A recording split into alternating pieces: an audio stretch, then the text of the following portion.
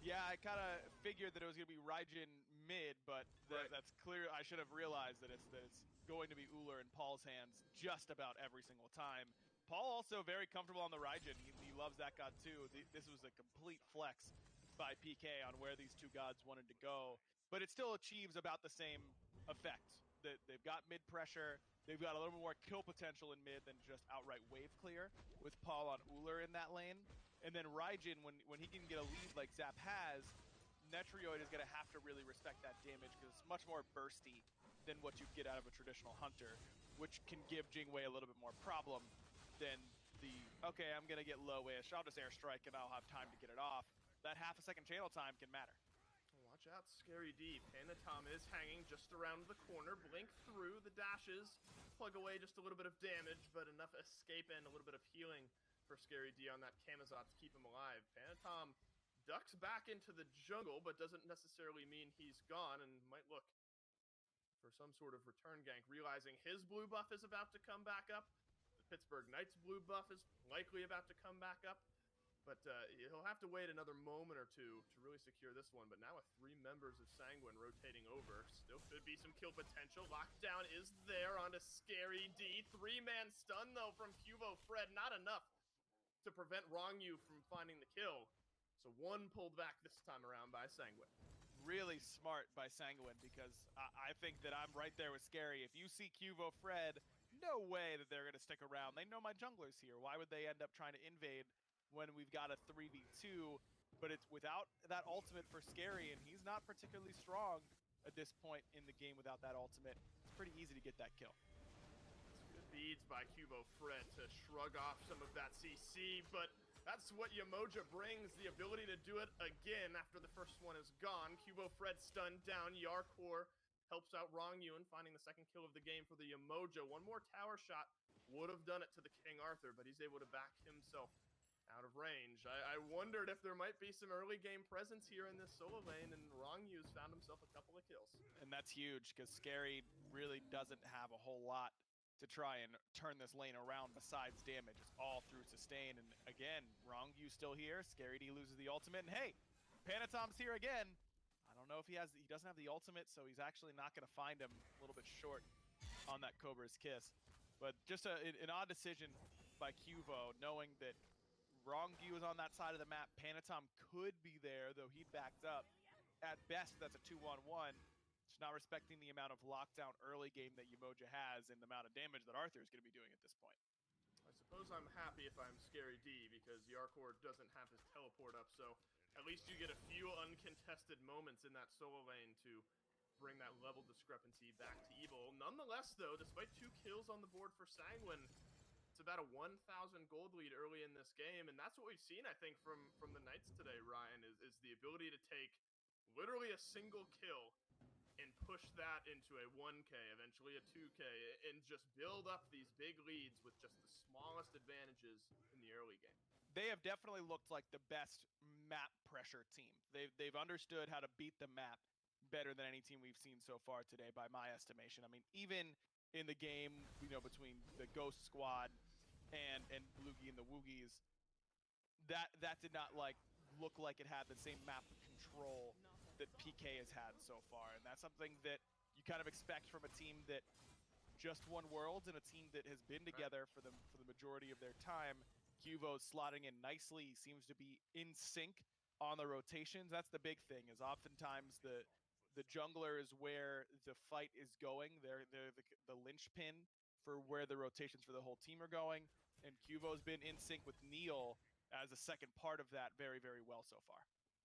And that's sort of the next tier in. I mean, it's easy to look at and say these teams have all been playing together for so long, but it's really like the tendencies of one another that you start to understand. You know that in a certain moment, after playing with Sam for so long, that he'll be doing X, Y, or Z.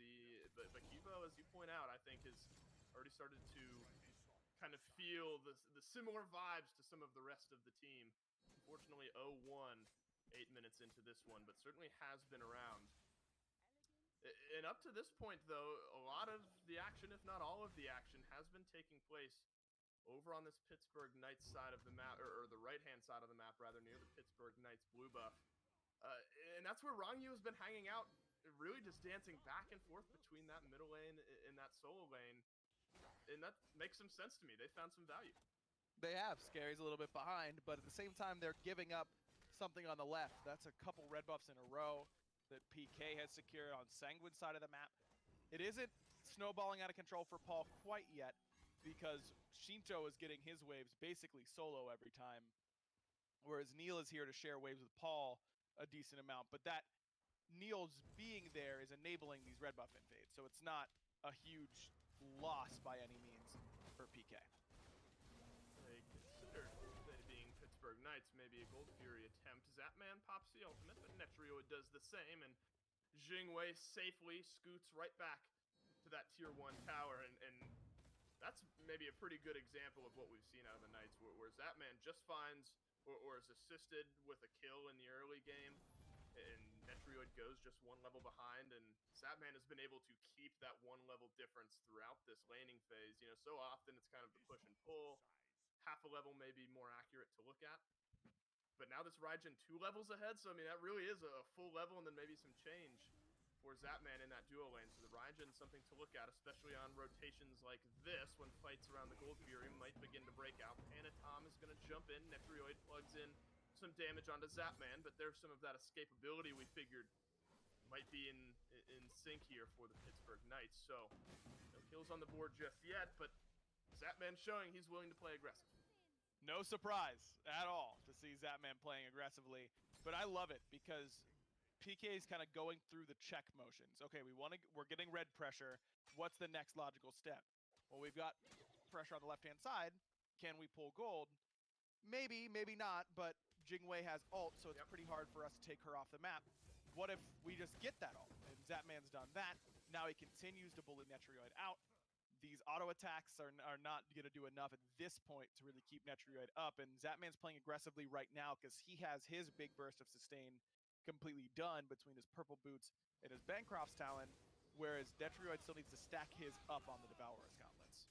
Of course, found an ultimate on the Scary D here, and despite even levels, largely thanks in large part to the Sanguine early game presence, Yarkor has found a little bit of a lead. Scary D uses all 3 swoops looking for some damage and has a little bit of extra now that he's rebounded that first ability. The jump is in, which will give Kamazatz a little extra healing. Yarkor spins away, low health. Scary D, though, the assistance is here from Panatom. The bait and switch works out perfectly, but it so does as well for the Knights as Paul rotates through and finds the return point. Man, great bait by Yarkor. Scary had him, but just a little bit too long on his cooldowns to really make sure. I don't know that Panatom really needed to come over there, to be honest. I'm pretty sure Yarkor was going to have his big ult very soon. Hey, Panatom, whoa, we don't do that around here. Not in front of Neil and Paul. You don't get away with that in this part of town, homie. Yeah, and Uller and Fafnir are 2 gods that I'm not trying to jump straight ahead of, and they make him pay for it. So back to base Panatom after what was a good rotation. So 2 kills on the board for this mid lane Uller. And I guess you're thrilled about that if you're the Knights, and that's a perfect example. You get your kills in this mid lane, and the rotation's just quicker depending on where the fights break out. This is really, really good for PK because this is exactly how they want this composition to scale. Cuvo has had to do nothing so far. He's just been clearing jungle camps. Not even invading jungle camps. He tried once and he got killed for it, and he's been staying on his side of the map ever since. He's gotten a level lead because of it. He's farming very well. He's up about 400 gold over Panatom. He's just riding the PK pressure wave, and then is going to be unleashed later on in the game. This is what you ideally want to do with the Kali. You pick pressure just about everywhere else. You keep her safe because you are the ones dictating where the fights are happening, and you can force them on the other side of the map. And you let your Uller mid just start killing people for you. He might be able to assist in some kills here, and there's Neilmod jumping out of the River's Rebuke. Panatom is locked down as Paul will move his way out of the frontline fray. So no kills there, a little bit of flash, but no blood on the ground. Gold Fury started up by the Knights. Rotation through from Sanguine here, Wrong You close by. River's Rebuke is down though. Neilmod feeling plenty comfortable to jump his way in there. Stun, not connecting on either of the 2 members of the Knights that were playing frontline just for a moment. Dance continues, but Panatom's found an opening and he jumps through onto Paul, and he's found so much damage. Cubo Fred stays alive through the ultimate, but the tick damage is just enough. A double kill from Panatom on the back of a brilliant leap and dash, and he's gonna get himself safely out into the mid lane. That was sick by Panatom. I mean, that fight looked like it was gonna go PK's way until Panatom found the ultimate initiation. Shinto's ult was short, but it didn't matter because Panatom finds a beautiful two-man Cobra's Kiss and sets himself up for the double kill. Zap does continue to clean house in the meantime, but man, Panatom saves this whole game potentially right there because this fight was going so well. Zapman gets such a great poke on the Netrioid right there, puts him down to half HP, basically takes him out of this fight. But Panatom knew that Paul's beads were down from earlier on. That Cobra's Kiss, man, is just disgusting. And there's the counter pick of the Serket up against the Kali. It's very difficult for Kali to really be effective. Well, hey, I've got 2 fresh kills in my back pocket. Why not go back to where I found some early game successes? Scary D does not have the bat out of hell for an escape, and a Cobra's Kiss sends him silently back to the Dark Knight. 33 seconds on the respawn timer. This Camazotz has had a rough time through the first 15 minutes of the game, but not to be unexpected when we've seen where Sanguine have been placing all of that pressure. Paul's got to be careful here, but maybe it's Shinto that needs to be more careful. Cubo was hunting for him, but another great Cobra's Kiss from Panatom. Paul's toast. Shinto is low, but he waves right on through. That opens the door, though, for Cubo Fred to answer back. It's a 1-for-1 kill here. Scary D still respawning from the previous fight, so mid lane traded up for mid lane. I don't know, though, Aggro. I mean, you help get some kills on the board if you're Sanguine. That's the first kill of the game here for Cubo Fred, and it seems like you're playing with fire the longer this game goes on for this Kali. You are, but I love Sanguine's Gauntlet game as well. I mean, I think both these teams have drafted very, very well because they have good points throughout the entire game. Sanguine, yes, Panatom's going to stop being able to jump on someone in the middle of a team fight and survive it. Eventually, he'll get one shot by Paul or Cubo or Zap for locking onto a target with that last breath, but Shinto's going to start one-shotting people who were locked down for even a moment's notice. Netrioid is going to start doing an awful lot of damage. Yarkor is going to be very difficult to kill.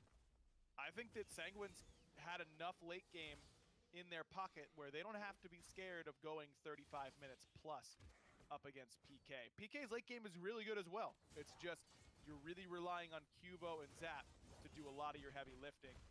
Now, Paul's proven in the past that just because it's late game doesn't mean his Uller won't be one of the most impactful characters on the map. This dude is just nuts on this god. It was on a tear to start off this game, him being Paul. Has fallen a couple of times more recently. Only 1 tower down in this game, and against all odds, it's the solo lane tower that has fallen there from Sanguine.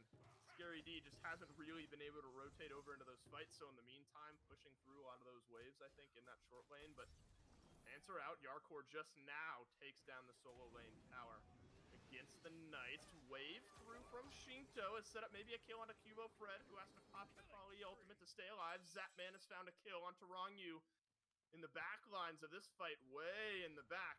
We're a little bit split here. 2 members of the Knights hugging that tier 2 tower in the mid lane, but Cubo Fred so low that he's going to have to go back. So a non-factor just for a moment. Neoma is going to use his escape to get away. Zapman has already used his, so he might not be able to escape from Panatom, who gets him right on back. Aegis used, but Netrioid with the final shot. Zapman into the dirt.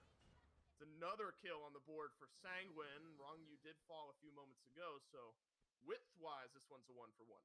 But Zap uses both relics, and that's really spooky now up against a composition that kills you as quickly as Sanguine's does. A really sick axe from Paul, by the way. Saves Cubo's life as he had jumped away in mid. If Panatom is able to get that last breath on him, he's completely dead. It splits Sanguine.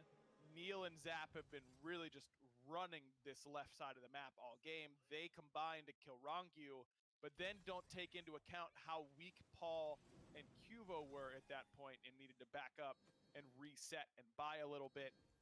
Then they overextend. They lose Zapman, but Zap does enough damage on the way out to where when PK returns to the map, Sanguine has had to back, and they can get the Gold Fury. And that's where doing all your damage that you can, maybe Zap shouldn't be Aegising there, but maybe that Aegis buys him enough of a window where he can put more damage in to then open up Gold Fury for PK. That's the generous interpretation of that Aegis, but it might truly be fact.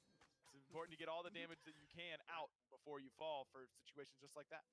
And Gold Fury is going to open up about a 1k gold lead here for the Knights. Could get a little bit smaller. Zapman, no actives, ganked right on through. Panathon sets up the kill for Netrioid. That's the second of the game now for this Jingwei. And it is pretty much a 600 gold lead now for Sanguine. But the XP differential, I think, just now swooping down fully towards Sanguine was somewhat close a minute ago. And it's sneaky, though.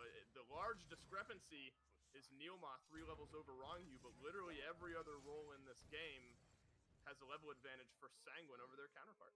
And Netrioid was really far behind earlier, but he's been able to stay safe enough since then. And Zap takes back-to-back deaths, which opens up an awful lot of farm for Netrioid, who still needs to find a way to make an impact with this farm. I don't think he's done that quite yet. Whoa, I didn't expect Yarkor to be back through there. He's made his way into the back lines of the Knights here. 5 members of Sanguine just hanging around this middle lane tier 1 tower, which does end up falling. So that's the third of the game secured by Sanguine. All 3 tier 1 towers off of the map now for the Knights. A couple backs do end up getting completed here, but the water carpet will see to it that Sanguine escape this one carefully.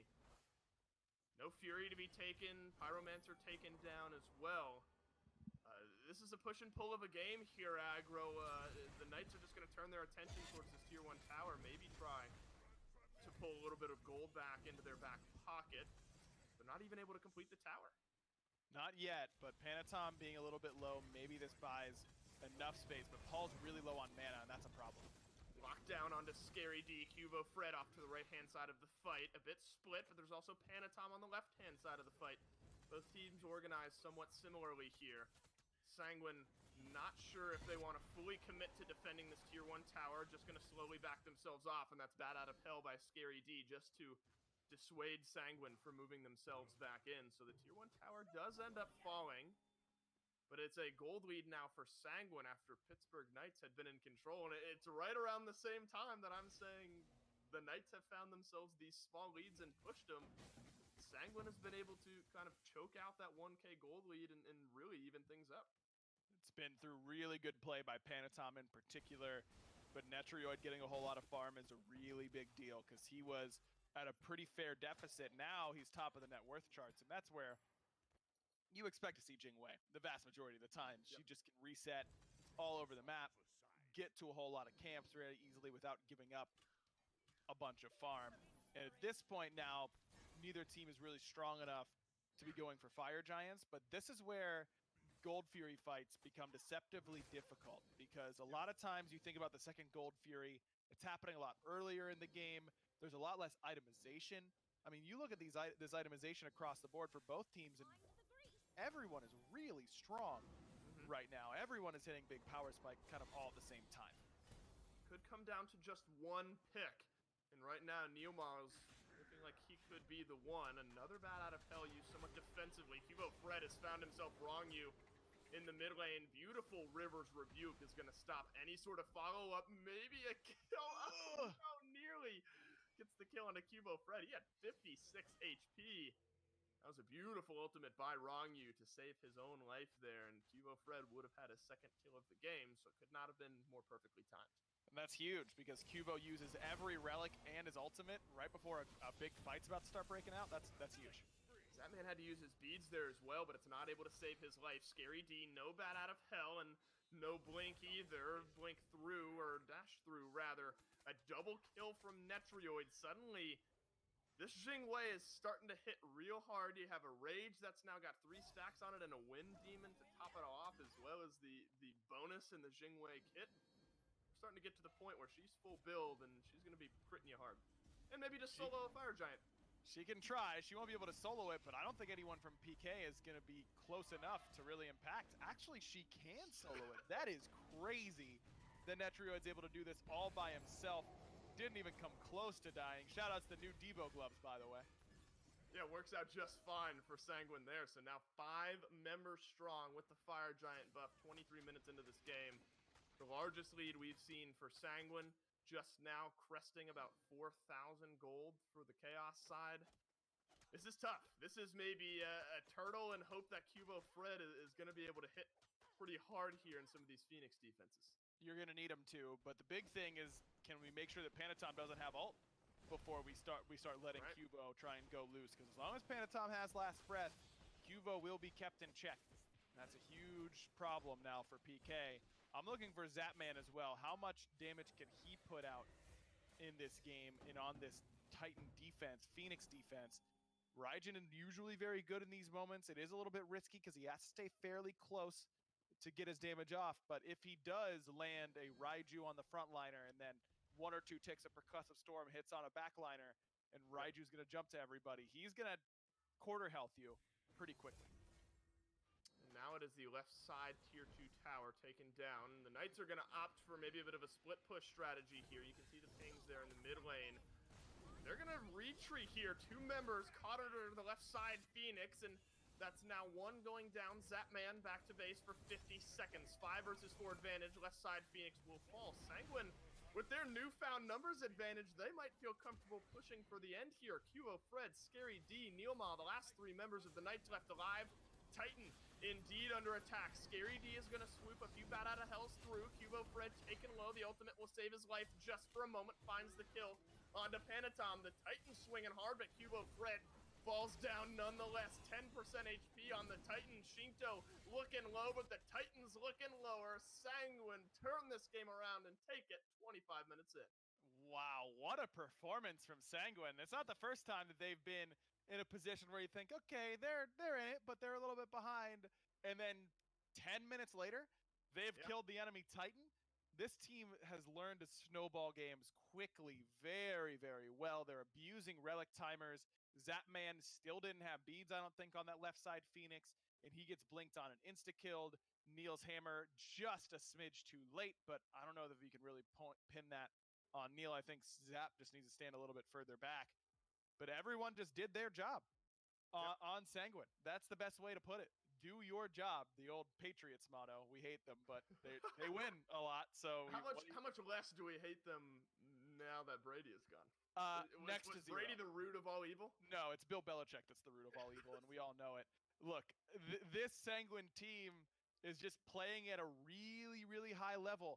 All this crit for Netrioid. I don't think I saw spectral armor there for Scary or for Neil. I don't think they had time to build it in reaction to that crit because it all came online all at once. Your core looked phenomenal on the King Arthur, baiting Scary over and over again, doing a lot of damage in these team fights. 26,000 for him. A lot of that's lane fighting, but he was also an unstoppable monster in team fights. And then Panatom getting everything started on the Circuit. He was the initiator the entire time for Sanguine, and it was impressive. And I think that's maybe a microscope look, though. You bring up the spectral armor. I feel like I'm so often seeing that as sort of that 5th, 6th item in a lot of builds for the gods that build sort of that defensively. Is there any world where you try to leap on that a little bit earlier? I mean, I think that these guys are so accustomed to not seeing enemy ADCs go crit that they think, okay, well, if I start to see them go crit, I'll go Spectral. And they see the Rage completed for Netroid, and they think, okay, he's behind. He probably is just building only Rage. I can buy Spectral later. And then Netroid basically finishes Wind Demon all at once, and then finishes Poison Star all at once. and went from no crit to all the crit all at once, and just made it impossible for anybody to stick on top of him. I love the way that Sanguine played that game, and I think that really it's almost all going to go to Panatom because Rongyu, I mean, Yamojo was in the game, and it didn't do that much. I mean, only 2,000 player healing, 8,000 damage. He made the one great play under the tier 2 tower as Cubo dove him, but I don't think that was the Yamoja problem. Maybe at the very end that sustain helps, but overall, I think it's just that Panatom found perfect initiation after perfect initiation and really punished PK. And I don't think there's, I don't think you can really hang everything on Scary D, and maybe because of this follow-up question, so much of Panatom's presence and focus, and even Rongyu's in that early game, was on Scary D. Is that where you see this game breaking open, not only limiting that Camazotz, but getting Yarkor in a comfortable spot, Panatom picking up a few kills, and Rongyu being involved as well? Yeah, I think that Scary definitely needs to be a little bit safer next game, if he's going to be on the Camazotz or if he's going to be on something else. But I don't think King Arthur's getting to bottom 2 next time around. I'll say that. I don't think Yarkor's going to get a chance to bottom 2 that god. Sanguine's going to have to put some heavy prioritization on it because I don't see PK really giving it up. And I think the first conversation we sort of had branching out of those, or jumping into the picks and bans rather, was normally Yamojo or Camazotz is banned, and then first pick picks the one that is still remaining and left over. Now we've kind of seen the power of both in the same game, but I think it's an important and not to be super reactionary, and I think the Knights are certainly smarter than doing that, because just because Camazotz has a rough game because all of the focus from Sanguine is there, I don't think that dissuades this team from moving towards Camazotz into the future. But that is game number 1 between the Knights and Sanguine. We're going to take a quick break, and when we come back, we'll see if Sanguine can take it all in game number 2.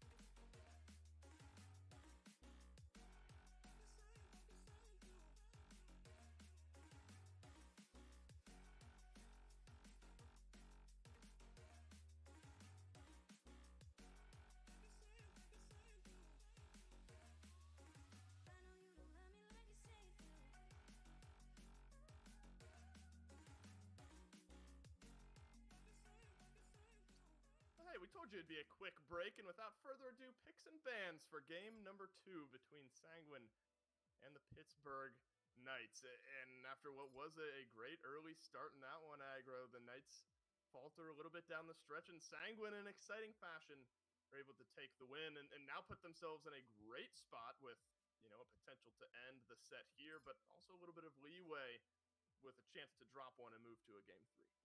Man, it's been impressive to watch this Sanguine team continue to have their meteoric rise so far in this Smite competitive season, and it's only just starting. We haven't even seen them play in the SPL, but all last year, them continuing to get better through the Smite Minor League. They make it to the World Championships through those group stages and the qualification stage. They get smacked up by rival on the stage, but that's okay. We got there. That's the baby steps, and they clearly look like they belong at this SPL level, and I'm excited to see what this set is going to be even before we get to what their whole year is going to be at the SPL. Well, let's dive into some of the bans that we've seen here so far. Yamojo still available, Camazotz is as well. That was the big conversation piece in the previous pick ban phase. The Knights are going to pluck Yamojo away and not allow Sanguine to run her back. And now the obvious question is, does Sanguine elect to look towards the Camazotz? And the answer is no. No surprise after that game. I think that PK switching it up makes sense to me. You just want to make sure that while I didn't think the Umoja was the game-breaking decision there, to let that through, no real reason to let it through all the time. But now you've got Odin up if Sanguine wants it. Haven't seen a lot of it. It's been pretty much permabanned at the SCC level. Doesn't seem to be prioritized here early enough by Sanguine. Hebo worked in the mid, and Jingwei worked in that long lane, so Sanguine, if it isn't broken, let's not fix it, and they stand by that as well. It is an interesting look, though. I mean, the Knights have a chance to snag this Odin, and Kamazot's flexible enough. He can certainly have an impact in the jungle as well as in that solo lane. There have been some changes to Odin, and you pointed out, though, relatively permabanned. I would be surprised if through the first 3 picks, he just gets foregone. Looks like that might be the case. I mean, Sanguine has the option for it here, but again, PK has picked 3 gods with leaps, though that is less of a big deal against the new Odin as it was against the old Odin, because that spear will still follow you and slow you and deal some damage once you jump out. Sanguine might be deliberating on whether or not that is really worth the pick at this point, or if they would rather just go with King Arthur right here. I feel like if you're going to pick something that's not Odin, King Arthur makes the most sense to me. Maybe you're a little bit worried about Rongyu getting a priority pick, so looks like that's the direction they're going to end up going. Okay. Little surprised, but I think it makes sense that Rongyu wants to get one of his good picks early on. Horus has been a pick that he's liked for a while. Yeah, but even outside of, maybe Rongyu's god pool, where does Horus sort of stand in your mind as far as Guardians as an entire role go? I think he's good. I know that we haven't seen him a lot at the SCC, but he is still really, really strong. He just requires the next level of team coordination in my mind. I've been surprised the lack of Horus we've seen at the Smite SCC and the SOC level. He just still insta-kills the guy he hits. Every time that you land a fracture into a wing gust, you'd expect that to really be the kill just about every single time. Very surprised, by the way, that PK does not ban King Arthur in that slot. They still try and keep Panatom off gods that they think he'll be able to make game-changing plays on, and they must not be thinking Kali this time because they're leaving Serket open. I don't think that Panatom's just going to go Serket against a different jungler that Cuvo might lock in here. Maybe Susano if PK want to try and keep something late game. Daji still available and could give Hebo some trouble with that knockup immunity on the 2. A couple options for Fred. They could look towards the exact same composition if they chose to. I mean, that would be interesting, though. I mean, I guess if you're the Knights, you could be thinking we had control of that early game with X composition, and it was just a few moments in specific playstyle by Sanguine that didn't go our way. They're thinking long and hard about it, though. Still, again, potentially searching for a jungler and a guardian. Ganesh locked in.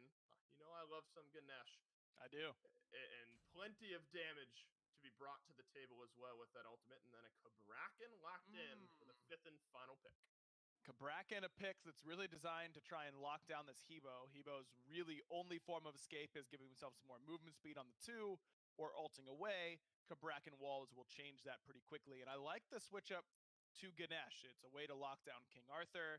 It's a way to stop Hebo from insta-killing your whole team if he doesn't have beads. You can keep him from really casting anything at all. And Horus's dash, the Fractured, is pretty slow. It's got a little bit of a wind-up to it, and you can react to that sound cue fairly easily. Ganesh can stop that silence, and let's say that Neil's not in range to stop the silence, or to silence out the dash, but you can certainly stop him from keeping that CC chain going. Whenever he tries to go for the 1, you can silence him out before that. I think Ganesh is just really good and undervalued. I think I like it against Sanguine's comp. I'm a little bit more concerned about the Cabrakan, though, for Cuvo Fred. It adds a lot more CC to this composition, and I like Ganesh in conjunction with Cabrakan because I like Ganesh ult with whatever can stun people a lot. And Cabrakan does just that. So it can work, but I don't know. I'm a little bit worried about this Cabrakan. Seems good to me, and Sanguine are going to have effectively the same roster as their Game 1 win, except trade out a Horus in exchange for that Umoja. That is a big difference. I mean, Yamoja's so powerful, but Sanguine bring themselves another similar composition to the table. And I think I still look at Panatom on the Circuit and what he did in game one and have admittedly now high expectations for game number two. I think they should. I think that if you didn't have high expectations about the Sanguine roster coming into today, you should leave with them regardless of the outcome of this set, because I think that they are a team that is going to make noise at the SPL level. I don't know that they're going to be top 3 right away, but I don't think they're going to be 7th or 8th. I'm pretty sure they're going to be right in that middle ground. I see this as a solid 5th place team, 6th place team at worst to start out the year. And that's just a start. Well, who knows what a year of playing at the SPL level is going to do for these players. All you need is a ticket to Worlds, right? And then if you peak at the right time, you might find yourself playing in the finals and then winning the whole thing if you ask any of the Knights players. So Yep. as long as you can get there, then you have one weekend to determine your play. That is early next year, so keep your eyes out for announcements around that one. I think the Knights, though, again, Sanguine have drafted themselves a similar 5. The Knights, exact same in the top 3, change up the final 2. Did you see enough out of the Raijin previously? And maybe we go under the assumption that it's Zapman again on the Raijin and Paul in the mid lane on that Ull. Did you see enough out of both of those gods that make you feel okay with the Knights returning to them here in game 2? Yeah, for sure. Their early game was phenomenal on both of those gods. It's just that the game really slipped out of hand really quickly with 1 or 2 engagements that don't go PK's way. I mean, Netrioid was getting bullied really, really consistently in the early game by this Raijin. The Fafnir was a key part of that. Having a lot more damage and CC at level 1 is pretty important for the way that that game started. So the Ganesh change matters in that lane. But I still think Zap had a good game on the Raijin. It just kind of slipped away from PK a little bit too quickly to get to where Raijin is at one of his strongest points, which is that late game. I think late game Raijin is something that you really have to watch out for. I think it's undervalued how good that god is come late game. And the big turning point, as you point out, kind of slips through the Knights' fingers, was the overwhelming kind of jungle and support presence for Sanguine in that solo lane. If you're Scary D now, you're running this Camazotz back, a rough game number 1. Are you as scared about the presence of a Horus and a Circuit in your lane as you were a Yamoja and a Circuit? You might be more scared because now there's Horus Protshred, and the Yamoja really didn't end up chain stunning Scary or anything like that over and over and over again and getting kills. I think you're more intimidated by it if you're Scary, and I'm sure that someone on the team, whether it's Chuck, their coach, or someone on PK, is letting him know, hey man, I know Camazotz is really good and gets you out of a lot of situations, but we cannot afford to fall behind on that solo lane. And it's not that Scary was ineffective overall or anything like that. It's that he wasn't 3 levels down, but it set up Panatom to have a lot more farm. It allowed Shinto to stay solo farming in mid. He didn't have to share any waves because Panatom was getting so much farm on the right-hand side that it put Shinto a little bit further ahead than they would have liked. I think that Scary is going to have to play safer this time around. It's almost not what Scary D lost, but maybe instead what Sanguine were able to gain by spending a lot of time over near that solo lane. It is Zapman instead on the Ull this time in the long lane. Netrioid already under attack. Zapman locked down those Rongyu dashes forward. Body block in range from Neil Ma, and Rongyu's going to try to sidestep. Zapman running for his life. Will turn, has a point in the 1, so able to stun down and finds the stun on Rongyu. Suddenly it's Sanguine now that are on the run. It looks like this one may just disengage with 2 half-health members, 1 on either side, and no kills on the board. Hey, I think that this is the type of switch-up, though, that PK could make work very well, because you've got an interesting switch. Paul goes to the Raijin this time, and Zap goes to the Uller. Maybe he feels like he needs a little bit more burst damage. I know that Raijin, I was saying, has more burst damage than the traditional Hunter, which is true, but Uller has even more burst damage than Raijin. So he's got a big gap between the traditional Hunters and himself. Wouldn't be surprised to see Zap just take this pick trying to get solo kills on the Netrioid, because he got close a couple times, but just ran out of cooldowns, didn't have the damage outright. This time around, I think he might have it. I love the mindset of Rongyu. Let's be aggressive early and often here in this game, and as standard as you can be, I'd say, across the board. Duo lane and the long lane. Junglers just now rotating over towards mid after being somewhat on their own in the jungle. And blue buffs quietly given over to that solo lane. And so much of the talk around the solo lane, obviously, because, again, of what Sanguine did in game number 1. In an untouched matchup, I mean, two maybe early game powers between a King Arthur and a Camazotz. What do you make of those two without any outside forces? Pre-5, I heavily favor the Camazotz. Basically, pre-Glad Shield, you favor the Camazotz really heavily. They both get a huge boost in sustain from Glad Shield. They both get a big help there, but King Arthur goes from 0 sustain to a lot, where Camazotz goes from a lot of sustain to a lot. It's, you know, it matters, but it's not the hugest difference in the world. I think that your core is going to feel a much bigger difference post-5 and post-Glad Shield than Scary D will. Kiba Fred has made his way into the Sanguine jungle and finds a nice double stun there, and I think that's an interesting look as well. You touched on the Kabrakan a little bit in picks and bans. Maybe back to that as Neilma has found a stun onto Rongyu and gets the silence. This one may fizzle out with just some poke for the Pittsburgh Knights, but not before Rongyu dashes back through. Zapman has to use the beads, avoids the knockup, but doesn't avoid much of the damage. Body blocks from Neilma are going to separate this fight. Now Zapman transforms and leaps his way back to safety. Would not be surprised, Aggro, if we see a kill at some point here in this duo lane. I mean, Jingwei Horus has a lot of kill pressure. Jingwei usually not a kill pressure ADC, but with Horus there, because Horus locks you in one place, it makes that persistent gust knockup guaranteed to just bounce you straight up, which is oftentimes the problem for Jingwei, is that it knocks the enemy ADC away. With Horus, it's only straight up, and you can really save that Horus knockup for afterwards, and then knock them up again right after that. I think that Zap didn't have a choice but to beads. There you go. Ate that whole combo right there. Yeah, you hit him with the 2-tap, and he gets tossed up and taken down to about 200 health there. The kill pressure prevalent for Sanguine, but the Knights, at least for the moment, playing somewhat safely.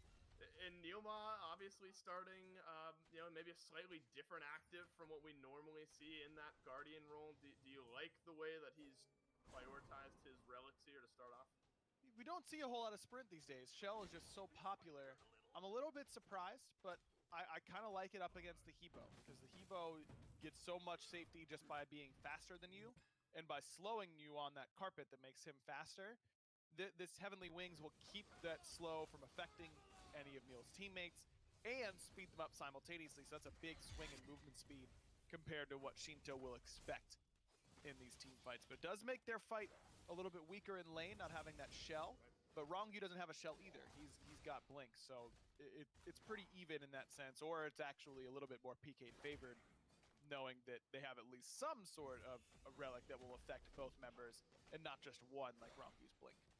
There's always the potential of a Horus suddenly blinking on top of you, though, and setting up the kill, so something you have to be mindful of if you're in the Knights long lane. But it seems we finally reached that point. Somehow the Knights have escaped that duo lane phase pre-Guardians rotating to mid without losing any members. Solo lane dive as Yarkor looks somewhat low there. Scary D is hyper low as well, but will disengage. The thought was there, and actually 1 level lead for Scary D. Used his ultimate just to swoop in some extra damage, which is maybe why it looked like a full-blown dive.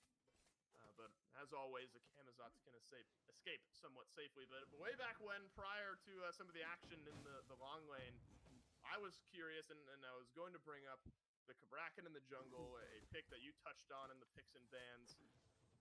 What does kind of this early to mid-game look like for a Kabrakan in the jungle? I mean, how do you gank successfully? Where do you look on the map? You've got to try and find these team fights that are going to break out in the mid 3v3. I think that's where Kabrakan's at his best, because if you go full damage itemization, you can one-shot people, but not really at this point. You'll do 60, 70% of their HP with your full combo, which is a lot, but you need assistance in that. Maybe a little bit of help for Scary D right now. Hey, you know what? Sometimes we're just so good. We talk about a god right as they're about to make an impact, and Cubo Fred makes impacts repeatedly on the ground. Ultimate knocks Yarkor back, but King Arthur will trade his ult back onto Cubo Fred. Scary D plenty healthy enough. Cubo Fred slaps Yarkor down to the dirt. Pittsburgh Knights kill number 1.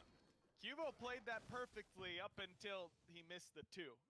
Hitting the 2 would have been a much cleaner, easier kill onto Yarkor, but that's exactly what Scary needed to break this lane wide open.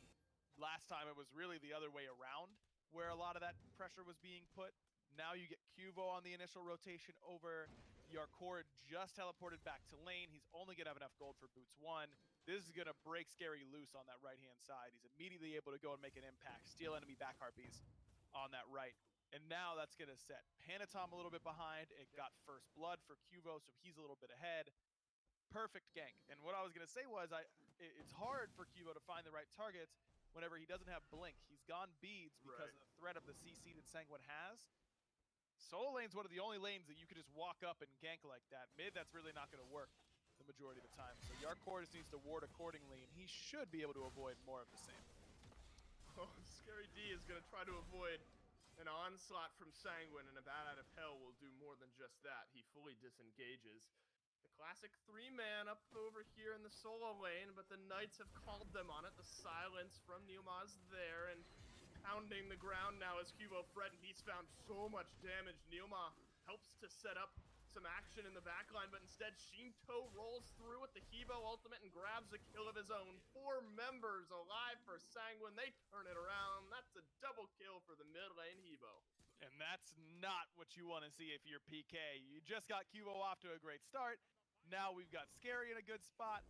Let's just relax a little bit and get to the next power spike for Cubo Fred. But Sanguine don't let PK rest on their laurels. Paul feels like he's in a good spot. They isolate Rongyu with that Cabrakan ultimate. And Paul puts out good damage, but how about the flank from Shinto? Crushing Wave is the perfect name for that ultimate in that exact scenario, because he comes in and flattens Paul instantly, and he never saw him coming. And that's so discrepant now in the mid lane. I mean, as close as this game is, and you can see the graphs, 600 XP, 800 gold. I mean, by all metrics, you'd call that close to even. But this Hebo having a couple kills on the board 8 minutes into this game, I mean, he's going to be able to kind of exert his will on the left and right side of this map, sort of as he sees fit.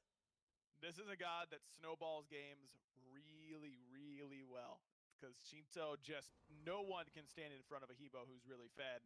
So getting him a double kill early means that no one's standing in front of the Hebo. Doesn't matter if it's Scary D, doesn't matter if it's Cubo Fred, doesn't matter if it's Neilma.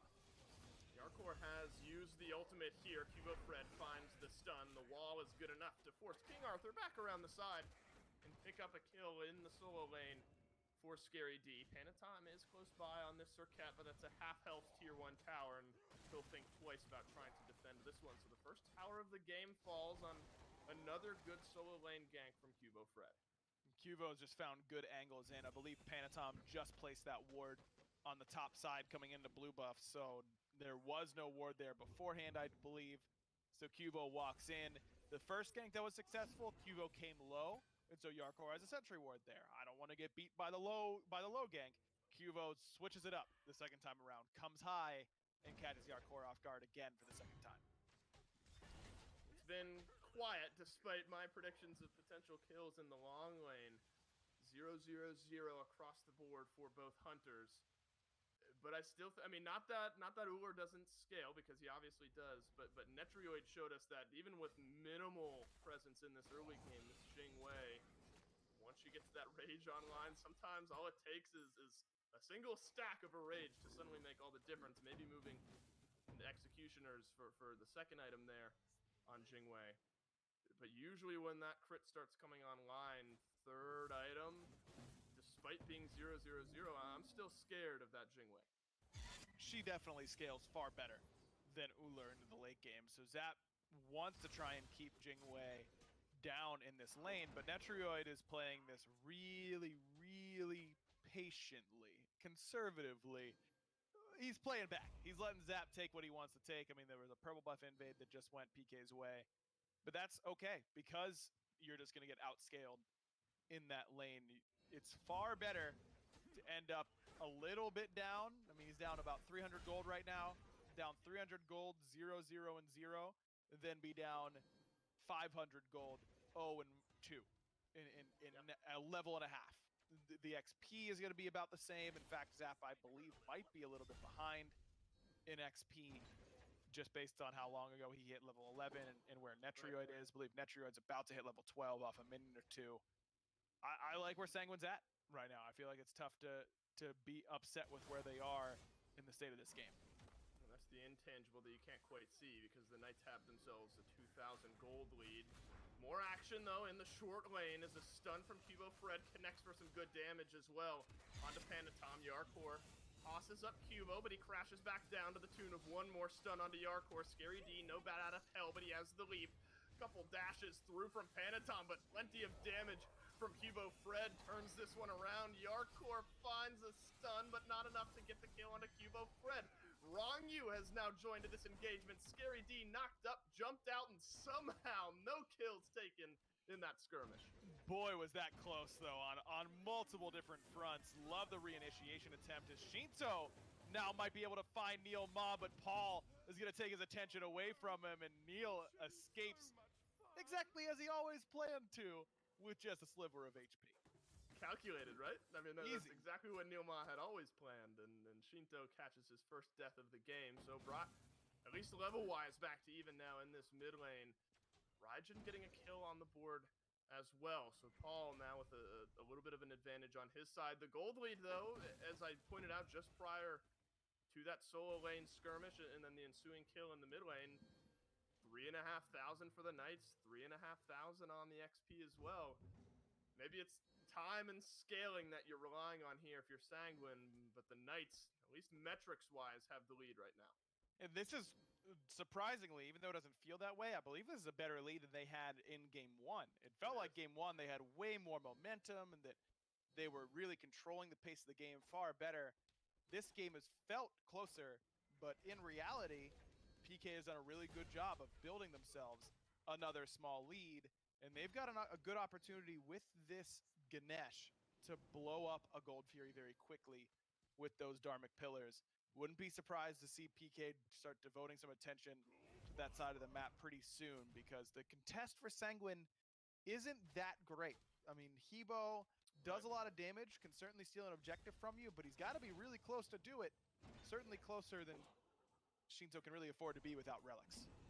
The Knights, a team that we've seen today, prior to the first game in these finals, able to push what appeared to be a small lead a little bit further. Trembled as Yarkor, but he dashes right into the waiting arms of Scary D, who now has another kill in the solo lane. Replicated, but flipped on the teams now, as Yarkor on this King Arthur has had himself a rough couple of kills. That man's low, but we'll play safe enough to stay out of range of Sanguine. And I think I was surprised a little bit at how much damage Cubo Fred was able to do. Back to that in a second. Gold Fury started up by Sanguine. Panatom low as Neilma start to move in. Cubo Fred around the backside. Sanguine able to secure the Gold Fury. Neilma drops the Dharmic Pillars. What could have been just in range, but now which way do the kills go? That's the big question. Cubo Fred low, but he had Shinto low as well. Paul around the right-hand side. Pops the Raijin ultimate and blows up Shinto. Another kill for Raijin. Pittsburgh Knights, they lose the Fury, but find themselves a kill. But Yarkor suddenly in from the solo lane. Neilma is taken low as well. Paul is stunned down and knocked up. Has to burn the Aegis. Dashes away, but Panatom right on his heels. Pulls one back for Sanguine. Might be a second, but Neilma is able to escape. Really good disengage by Sanguine as a whole. I mean, they lose Shinto because Paul's going to dash in. But if Paul's going to commit to using a whole lot of relics to getting that kill, then there's not a whole lot Sanguine can do about it besides punish him by killing him afterwards, which they do take care of. Really, really close for Neil to almost get that Gold Fury. It was a valiant attempt, just ended up slight bit short. I think his pillar actually landed on the Gold Fury, which is not what you want. You need the area in between your pillars. You need the zapper in order to try and get that Gold Fury away. All the while, though, Scary D was pushing. He got a tier 2 on that right-hand side, so he's loose. Now, he can go wherever he wants. He doesn't have any obligation to keep pushing that right side. Right side Phoenix just chipped away by a couple of the Knight's minions that crashed themselves in, but what I was kind of hinting at just prior to going into that fight, Kivo Fred somewhat surprised me by just how much damage he was able to do on that Cabrakan, but he's gotten Spear of Desolation right into Stone of Binding, as maybe unstandard as Cabrakan in the jungle is. Is that a build path that makes some sense? Yeah, this is a key stone, or Stone of Binding is a key bridge item for Cabrakan because he CCs you with 3 out of his 4 abilities. The 4th is his ultimate, so it's not too big of a deal. And he's constantly getting a ton of pen, and pen is worth so much more than outright power. To get all this for just 1,700 gold is perfect, and it allows Cubo to start working towards a more expensive 4th item because he knows that he just saved really well on the 3rd item. It's like when you go, you're going to spend a certain amount of money, and then you get a 6th sale, and you're like, well, now I can spend a little bit more because I get more value for the money. That's Stone of Binding. It's a fire sale. That's what a sale is, right? It baits you into spending more money than you would have. No, Dave. Anyway. I'm never baited, okay? It's all by my choice. I'm choosing because it just makes more sense that way, Well, if I'm going to be buying a protein shake every day at the gym, then I may as well get the discount on the protein shakes, Stop, right? Man. I've not had to think about those. I actually haven't either, and now I miss it, man. I miss it so much. It's all right. One of these, we'll swoop right back in, and then the gains recommence for Ryan and I. But who cares about the games, Dave? I'm talking about the shake. I want the shake. That's what I want. Right, the shake. All right. The shake gains is, of course, what I totally meant. The delicious, chocolatey goodness. You're right. When you're right, Aggro, and you're right now. And amidst our conversation of chocolatey goodness, the Knights were able to lock down a Pyromancer for themselves. So continuing to extend that lead, it pushes to about 3k here for the Knights. But aside from Yarkor on this King Arthur, there aren't any horribly ugly slash lines for Sanguine. I mean, they've got a couple kills on Shinto, but maybe a bit surprised that he wasn't able to push that double kill into more of an advantage. Could get a chance here as 3 members of Sanguine lurking close by, but the gank is not to happen.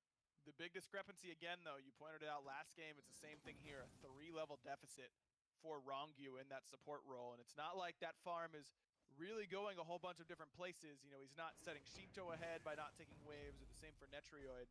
It's just that he's not been as efficient with his pathing and his farm, and that's something that we see a lot of support struggle with once they hit the SPL. Even though they play really well at the SML level, they make it to the SPL, the cream of the crop, and you start seeing them fall behind really quickly. It's hard to maximize your farm as well as SPL supports do. That's something that Rongyu's going to continue to get better at, but it's a problem for now. Rongyu is going to need to help Netrioid here as 3 members of the Knights have made their way to the left side tier 1 towers. That man actually a little worse for wear than maybe Netrioid was as he takes some disengaged poke. Panatom is close, both relics active, but the blink used to start off this fight on a Neomah. Knockup is good, but so much damage pouring down into Sanguine. Perfect ultimate from Neomah, locks in Sanguine. Slice and dice trying to disengage from Panatom. He's only going to be able to get as far as this tier 1 tower. Scary D does not have the bat out of hell. Paul is not able to reach through in that range. Beautiful collapse from PK to pick up 2 more kills. And that's the Cabrakan plus Ganesh damage that we just saw explode Netrioid in the blink of an eye. A bit unfortunate on Cubo's blink that he blinked right into that persistent gust. It knocked him up, but it didn't make too much of a big deal because he still got right beside Netrioid and Rongyu. Neil drops a perfect Dharmic Pillars. It lands right on top of those players and cuts off their future escape path if they would have had one, but they didn't. Their only escape path was on the respawn because Cubo was right there with the burst damage. And that extends this lead to 4,500 gold and 5k XP, and a lot of what we looked at and sort of held on to for Sanguine was the ability to scale this composition into the late game. With how separated this game is right now and as wide, at least by the metrics of the teams we've seen today, this gold lead is that still a hope you're holding on to, or are Sanguine still kind of playing their game, or do you have to play a little bit more defensively here at this point to just try to get to that late game? I think you need to play a little bit more defensively at this point because you just have a big level discrepancy in your front line. I mean, Rongyu's 3 levels down to Neil. Neil is close to some of the carries levels on the enemy side. And we saw Sanguine try and all-in commit to him earlier on the left, and we saw how that worked out. He's not taking any damage as a level 16 elephant at this point in the game. So Sanguine's got to reassess their strategy and find a better priority target than Neil or Scary. I don't know that Cubo is a great target either because he's fairly tanky on the Cabrakan. Even though he hasn't itemized that way, he's got Guardian base stats. He got some HP from that Ethereal Staff that he's picked up. He's got a little bit of protection from that Stone of Binding. I don't know who's Sanguine really have an easy time killing at this point. The front line for PK is just so strong. Yeah, I'm kind of looking up and down the list, and you're going to have to hope that you somehow get on Zapman, who can, somewhat self-heal, and will have some heal from the rest of his team as well. And he'll be able to solo these Oracles, but no Gold Fury to find any vision on. And I brought it up maybe a moment ago, a bit of a lull from what we saw early game from Shinto, and both of the kills obviously in one fell swoop, a big double kill. We hadn't quite maybe seen the snowball that we were hoping to see when you get Hebo as ahead as he was early on. Certainly not, but I think a lot of that credit goes to PK and the way that they shut him down. And don't forget the dive underneath the tier 1 tower by Neil and Paul to make sure that Shinto has been neutralized after that lead. And here's the great thing about Hebo. Even though he didn't do as much with that lead as you would have liked, he's still 5-item Hebo, who's level 20 at this point. So who cares? He still has the opportunity to absolutely one-shot somebody on the other side. So it's not a huge loss that Shinto didn't do quite as much as I'm sure that Sanguine would have liked. He's still in a great position to make game-changing plays. I'm not sure this Pyro Mantle will be a big game-changing play for the Knights, as they're just going to extend that gold lead just a bit further. But at this point, though, especially with the right side Phoenix down, I mean, I guess that if you're speaking in ideals, at least it's the right side Phoenix that's open here if you're Sanguine. So if it falls, at least you can rotate over to the Fire Giant a little bit quicker. But you're on full backpedal mode, and then you have to be careful, as if you lose some vision of the Night Skies, I don't think they have the same capability just yet, but some early damage onto that Fire Giant, and they might be able to take it quickly. Certainly potential for that, but it really requires Neil to be there to drop the Dharmic Pillars. It requires a lot more than just Netrioid trying to solo it. Or maybe a nice fight that goes in your favor, and then you can take a free Fire Giant on the back end of it. Drop the Dharmic Pillars is Neil, but doesn't end up finding anything for it. Cubo Fred is going to pop the beads. As Sanguine, we're looking to collapse on that Cabrakan in the middle lane. Slow and steady seems to be the mindset here from PK. They've carved themselves a lead, and it might lessen a little bit here, but Scary D uses Bat Out of Hell to escape there. Yep. They're not biting off more than they can chew, though, Ryan. I mean, they have a decent lead in this one, but they are playing this one smart. Well, now they're looking for a little bit more as Rongyu's dropped 4 people right behind Zapman, who's got to use relics if he wants to have a hope of surviving, but he doesn't. A great ultimate from Rongyu, and PK is on different pages all the way since Neil's ultimate on that right-hand side. I thought that looked like a great fight for PK, but someone calls it off after Neil lands a 3-man ult. They don't want to dive that deep into Sanguine's jungle. So then Cubo's left on an island because PK pull back on that right-hand side. They kind of create that a power vacuum on the right, and that leaves Cubo isolated, which means that Rongyu finds a good blink there. They get Cubo's beads. That sets everyone a little bit behind. Then Scary ends up getting caught out doing minis on the left side of the map when Neil had already backed, so that's a bit of a spooky situation. And then Rongyu just finds a really good ult, bringing everyone in. But for my money, that all just goes back to not being on the same page as what Neil wanted to do. I don't know who called that off for PK, but whether that's Neil's fault for engaging when they had said that they didn't want to, or the rest of the team for not being ready for Neil to find a good engage, that was not ideal. These games have a funny way of doing that to us, don't they? Where one moment I'm saying the Knights are playing smart, maybe slow and tentative is now a better word to look at it, and then Rongyu drop ships a few member right on top of Zapman, who caught his first death of the game. But at this point now, you're looking right back towards this Fire Giant side of the map, but Primal Fury is up as well. We in the SEC this week, saw some over prioritization maybe is a nice way of putting it, of the Fury while the Fire Giant was up. But I don't imagine either of these two teams make that mistake. Yarkor was trying to engage on a Scary D there, but it looks like aggro, we're just going to be waiting for one of those big engagements near this Fire Giant and just open things up with the pick. I mean, that's going to be tough whenever Sanguine has really shown a propensity to stay so far back. They've really made it hard for PK to find good initiations, and whether it's Cubo trying to find initiation or Neil, someone's got to do it. That's a nice double silence from Neil, and then actually stuns a couple down. Panatom has to dash himself away, but Paul is going to attempt to close that gap as he uses his ultimate as well. Dharmic Pillars from Neilma catch out a few as well, and he's got about 4 people silenced. Massive wall from Cubo. Fred locks in Sanguine. This could be the fight that PK needs, and they open it up with the kill, but Panatom has rejoined and found himself Cubo Fred. Suddenly it's Sanguine who are on the offensive. Netrioid finds the perfect time to rejoin, a double kill for the Jingwei, and this game is brought right back to even. If you want to know how to play Hebo at a high level, Shinto has showed you this game. He's gotten 2 kills, and it was on a huge flank where he wrapped around the back and hit the backliners. And right here, this looks like a beautiful initiation, but Paul's ultimate is wasted. Cubo comes in, finds a fat ult, and Wow. Shinto just goes, okay, guess I don't have a choice, and suicides directly into the teeth of PK, but softens up that entire team. It's multiple members, takes all the pressure off the back line of Sanguine because they have to insta-kill Shinto or else he will wipe them by himself. And it ends up being a huge turnaround for Sanguine.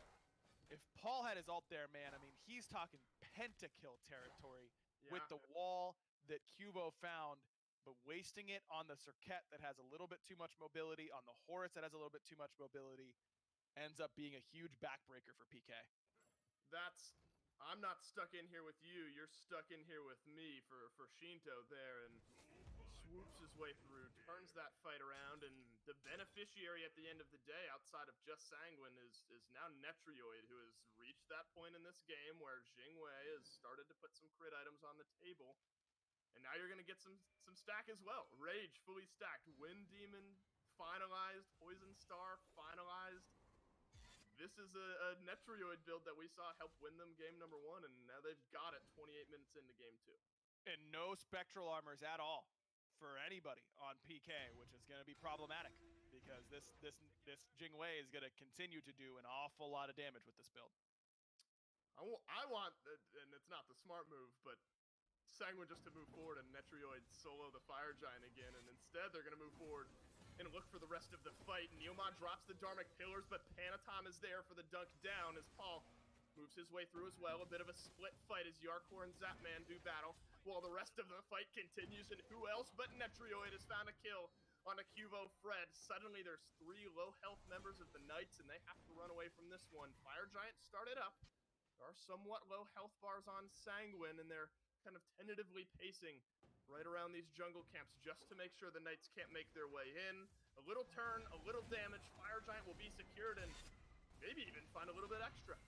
Paul already been interrupted. That Cobra's Kiss a little bit inaccurate from Panatom, but hey, we needed more boys in this team fight. Why don't you all come on down? Another potentially game-ending Horizont. I think Sanguine's gonna win it right here, Dave. Aggro, at this point, this just may be game. 50 seconds on both Paul and Zapman. Neilma will be back on the respawn, but for the time being, it's just Scary D and Neilma playing defense. There's no way that's enough. Sanguine turn this game around. They take game 2, they take the set, and they take the whole tournament. Impressive performance from the Sanguine boys. Congratulations to them. They take home the bulk of the prizing. And Pittsburgh Knights, their party crashed by the newcomers to the SPL. No. Sanguine might be crashing a lot of parties this year with that kind of performance. Look, PK, that game in particular, they had that game in a really, really good spot. Just made a couple of bad mistakes and end up losing it in the end. I'm sure they won't be happy with that, but I think that you can look at this game and say, okay, PK has a very clear path to just tightening this up and looking like a really strong team from here on out. But Sanguine just held in. They just held in. They bent but did not break and had a really, really strong performance, man. Congratulations to them. Doesn't this just get you jazzed up for the SPL though, right? I mean, Yes, I can't literally wait. a week from yesterday, we'll be kicking off the SPL season, and a lot of the teams that we saw throughout this tournament today, all of the teams in the SPL playing week number 1, Sanguine included. Quick look at the post-game stats, and it's Netrioid at 5-1-4 with the big come up towards the end of that game. Top damage on his team, top damage in the game as well. Yarkor right up top, despite a 1-3-9 slash line. But I think this is another one where I think if you're PK, you felt like you've let one slip through your fingers. No doubt, no doubt. That was a game that PK should have won, but a great individual play by Shinto on the right-hand side by that Fire Giant to hit a big ult. Rongyu, despite being behind in farm and not finding exactly the right initiations all the time, had a couple phenomenal ultimates that changed the course of this game.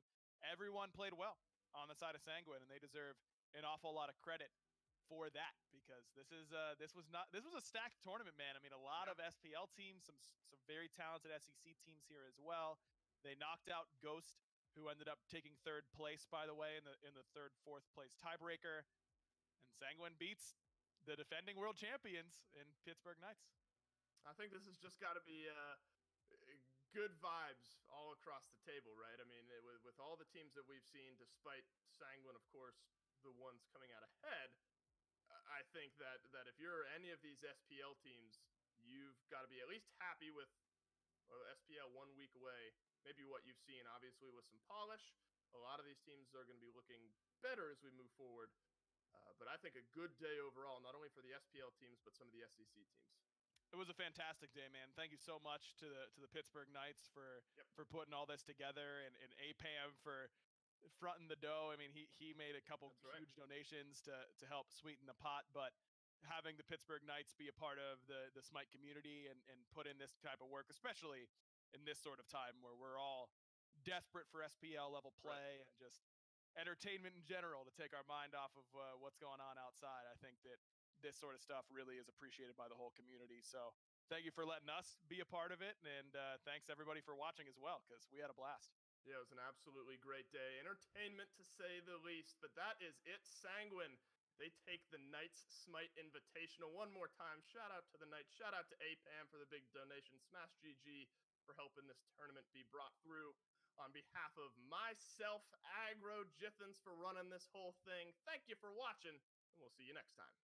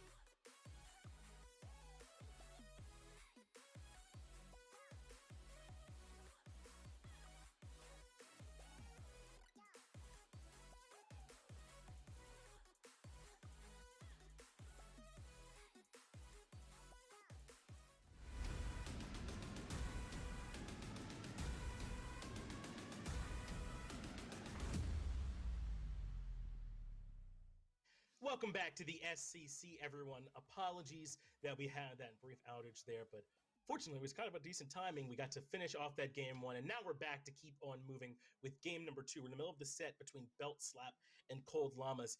And Myth, that game, I mean, it really felt like Cold Llamas were kind of never in it, right? I mean, they lost pressure in both side lanes almost immediately. There really wasn't anywhere for Ice Ice to go. What did you see there in that game? What went so wrong for Cold Llamas?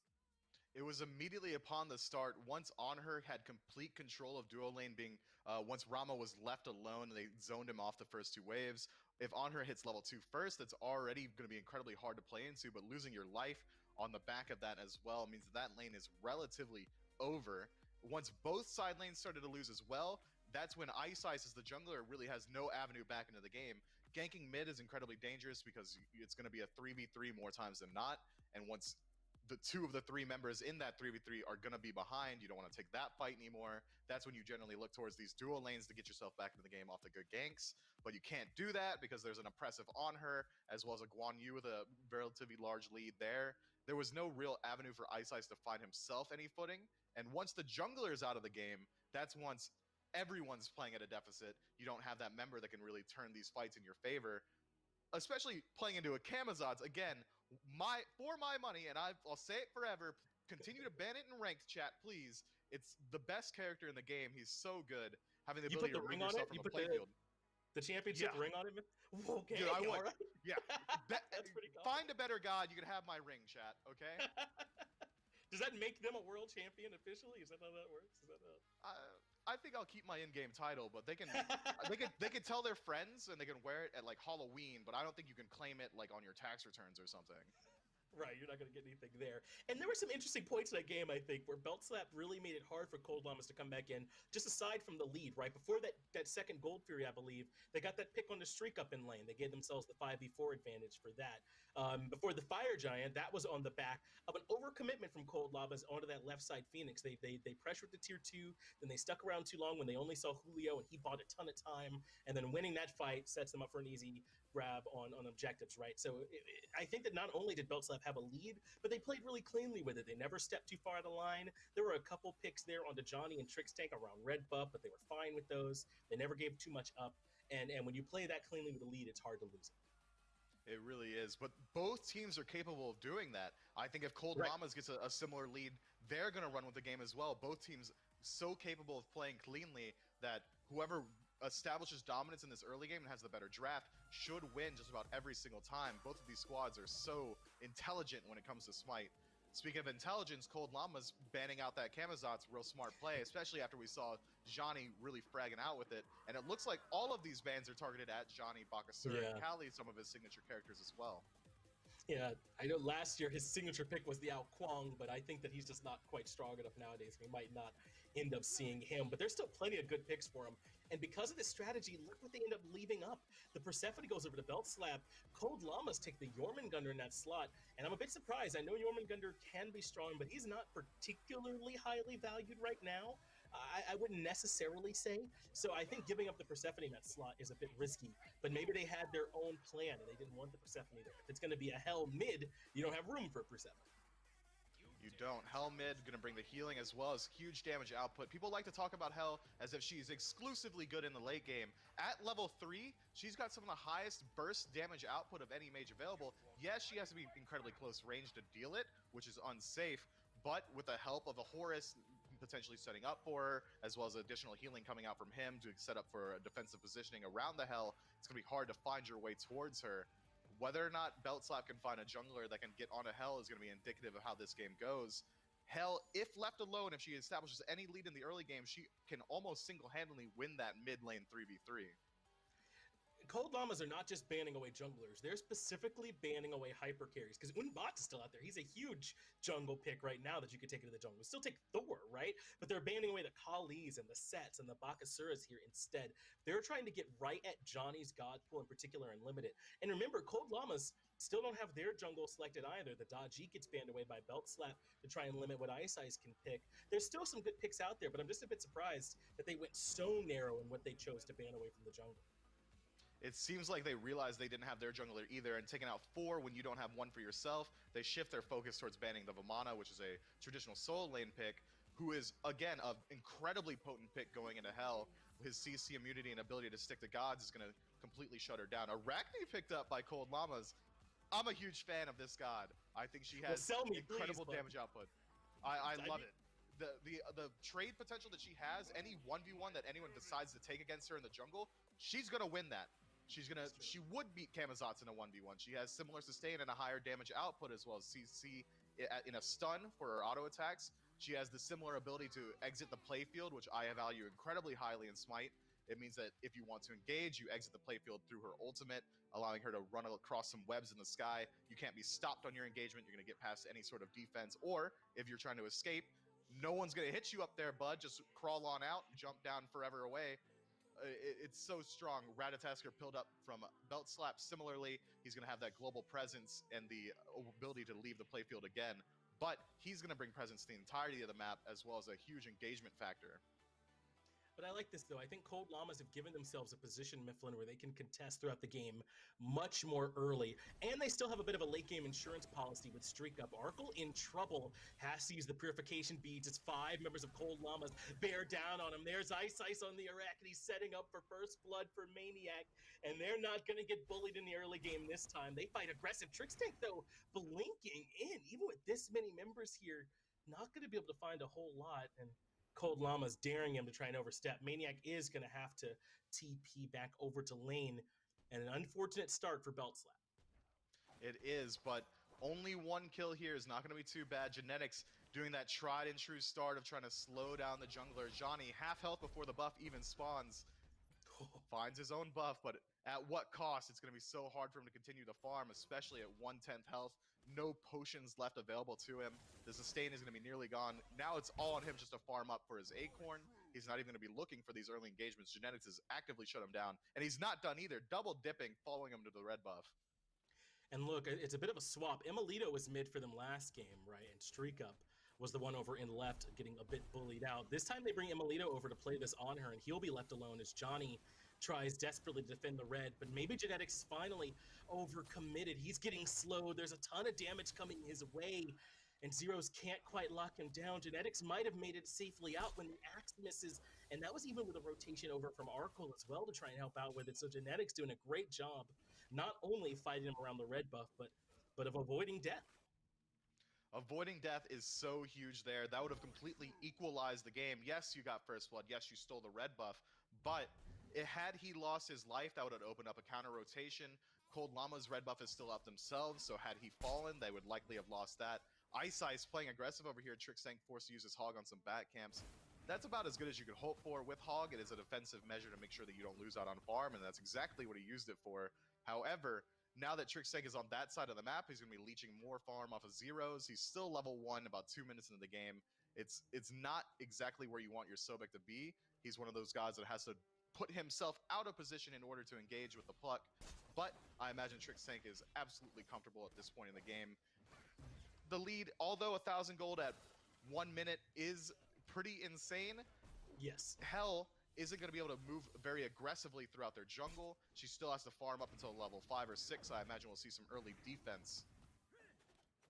And Maniac looking a bit better over on the right-hand side as well. So, I mean, it just goes to show you what a world of difference it does to play a bit more around this early game. You can still have some late-game skewed elements, right? But you got to make sure that you're still competitive at this point in the match. And I think Genetics is doing that with this Horus, who's a great early-game brawler, as is the Arachne, really at all games. Points of the game, she's good at taking those small skirmishes, those 1v1s. So it puts Cold Llamas into a much better spot here this time to try and contest as Emilito actually quite low, and that's scary up against an Uller, but Arkle must not have the cooldowns, or Emilito would be pushing up daisies instead. Arkle just has to fall back as Cold Llamas want to try and make a blue buff invade happen. Julio, Johnny, and Trickstank all in the way. Trickstank gets the blink off before he gets put in combat, but still in trouble. But what peel, though, coming up from the rest of Belt Slap to get Trickstank out of there. He's still alive. Julio waiting patiently for his transformation to come out, and that's why Johnny is re-engaging, and it works out perfectly. Ice maybe ends up falling, and now Genetics in trouble too. Maybe, though, Maniac could find some way to turn this around. He can't. It ends up being a 2-for-1 for Belt Slap. Julio transforming there was the turning point of that fight, immediately turning what was a terrible fight into a 2-for-0 trade. You lose the blue buff, but you're not feeling too terrible about it, especially because Kukulkan doesn't really need mana. That blue buff would have just been CDR and a little bit of additional HP 5 for him. Yep. So it's not too bad there. It's actually relatively good. You completely evened out the gold gap. It's an even match from here on out. Now that Belt Slap isn't entirely behind, they can start to look to put some pressure on this Hell, make sure she doesn't transition into the mid and late game as easily as she might have beforehand. Cold Llamas with a bit of an overstay, but that transformation, you can call it skill. I'm going to call it luck at this point. He hasn't been truly controlling his rage. Julio turning it around completely. Yeah, I mean, the re-engage was entirely around the transformation, right? I mean, whether or not the timing was convenient, I think they had the opportunity to disengage there if they needed to, but instead, especially Johnny, who dashed in first, right ahead of Julio, had complete trust in that rage transformation timing and that Julio would be there to peel from it. It worked out perfectly. So I'm 100% willing to give that good coordination over to Belt Slap. I think they played that one well. And like you said, they're right back into this game now. Arkle and Emilito both on aggressive hunters here on the left side. So this could potentially be a fight with tons of fireworks happening over in left, streak ups in mid up against zeros. Those two probably won't get as aggressive, but Julio is being sought out. It looks like he does still have that ultimate for a bit of peel, and he ends up needing every bit of that to make it out. Trix Tank and Ratatasker in the jungle deciding whether or not they want to rotate in. If they continue to look for aggression towards Julio, they have to be wary about this counter gank. However, Johnny, still only level 4, 5 minutes in the game, a level down on Ice, and that global ultimate's where he's going to bring his pressure. Trix Tank does a good job avoiding getting away from Ice and Streak Up. But yeah, Myth, I mean, Ratatasker, I think, in this early game can be really, really strong, especially with that ultimate.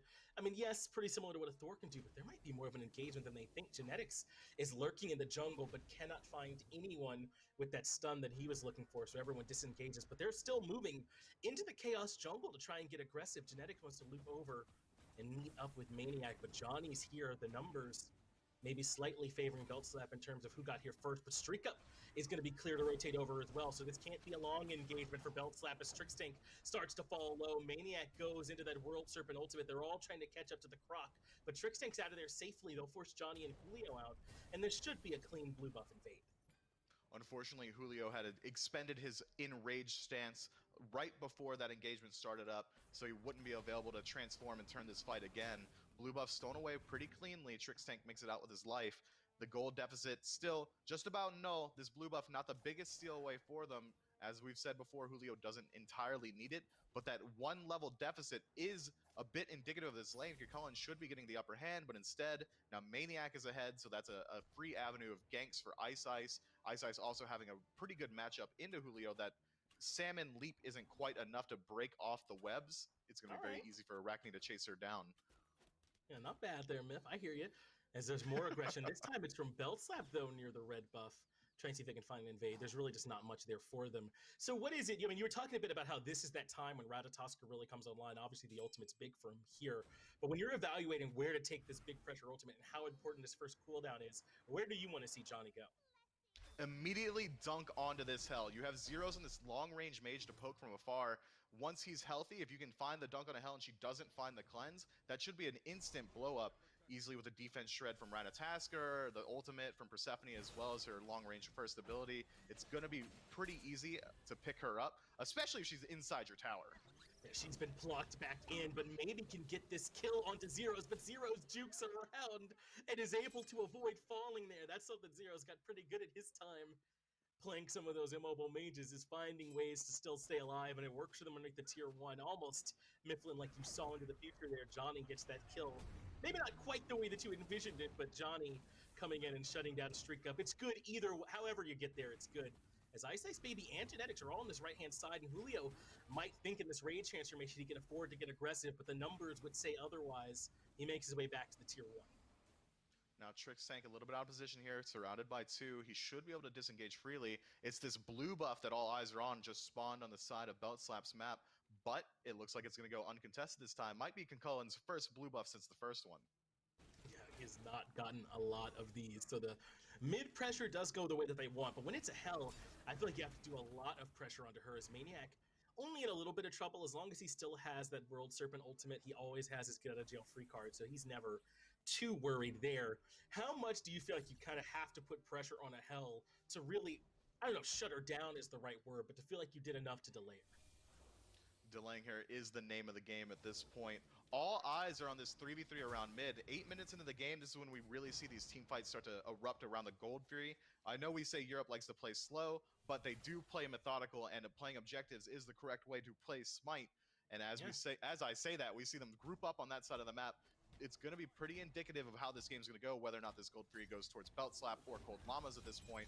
Emilito, relatively low health, and is forced to use his ultimate on his own buff. They had great vision. They knew exactly what Cold Llamas were up to. Genetics charges to the skies and brings it right back down in place, more for the shield than anything, and it does keep everyone topped up and discourage any further initiation from Belt Slap. So that play doesn't really pan out for them. In fact, they're entirely on the run. I don't know if Cold Llama's going to let them do that for free. The blink starting to come out as Genetics look for the lockdown, but Zeros has that grasp of death available. It does not stop Ice Ice Baby, though, from cleaning up the kill. A big knock-up from Johnny, but there's tons of CC and cleanses there. So Arkle has to pick up the mantle and put Ice Ice Baby down, but Maniac finds the double, getting aggressive underneath the tier 2 tower, and Cold Llamas find 3 for 1. I mean, Maniac did so much there. He's zoned out one member. The second Ratatasker disengages off his own ultimate, loses about half of his health to Maniac as well. Gold Fury could be started up here. They have the numbers for it, but instead decide to slow it down, continue their farm. No reason to take a risky play at this point. Wow. Streak Up was out of mana. But I have to imagine that's a bit of a misplay. Had Emilito rotated over, that should have been an uncontested Gold Fury, especially off the back of those free picks. It should have been. I'm a bit surprised. I mean, they've even got good ward coverage down, so you can at least give it a try, right, for Cold Llamas and C, but they're a bit low on the back end of it, and as you said, they didn't want to give up too much on the end of that play. And Julio, man, just gets out-rotated there, right? I mean, Maniac is at that fight, and then Julio is still kind of over here and right, chilling. So it's just hard for Belt Slap to win that one when Maniac is over there and having that much impact at this point now, Miff. So this is looking much better from Cold Llamas. They're still a bit down in terms of gold, like a couple hundred or so, but they're absolutely in this one. But Belt Slap have recognized that this could potentially go longer. They already have the Brawler's Beat Stick there for Johnny. They're trying to get some tools online to deal with this hell. I'm not sure that Belt Slap really wants this game to go the absolute full late game duration. It's so Agreed. hard to favor a team that has, or so easy, I should say, to favor a team that has hell. Streak Up on this hell is going to be absolutely massive in the late game. The passive healing, Emilito, are you okay? Yes, you are. The disengage comes out, Genetics comes in with a heal, but Zero's in mid getting aggressed on by this Arachne. Well, that's why I like Emilito. I don't know if you noticed, but he lost 75% of his HP and was still holding W afterwards, right? He still wanted to fight. Ice Ice has to take to the sky, gets under a lot of pressure there in mid, and has to use the ultimate in order to escape, but is still considering playing aggressive as well. It gets a bit of healing from that hell and is ready to keep battling. Arkle, though, in some trouble. Emilito goes to the Desert Fury, leaps away, and now he doesn't have any help to get away from Johnny. Johnny can't find the stun, but cleans up the kill as Emilito, looking for fights, gets baited into trouble. I mean, that's hard to play around. Ratatasker, one of the most global junglers that you could pray for. He's instantly there the second they step out of bounds. Belt Slap, not going to show the same level of caution that Cold Llamas was, and immediately go towards that gold. Horus ultimate, able to stop it in its tracks. Gold Fury around 50% health, 4 stacked from Belt Slap. My man brought the squad, didn't he? Genetics rolls up with all his boys and puts an end to the Gold Fury. Now they're pulling it for themselves, and Trix Tank, the only one that can make it in. There's some steal potential, but can't quite get it. The Gold Fury gets reset. Grasp of Death comes all the way through, and he pulls Streak Up back towards the rest of the squad.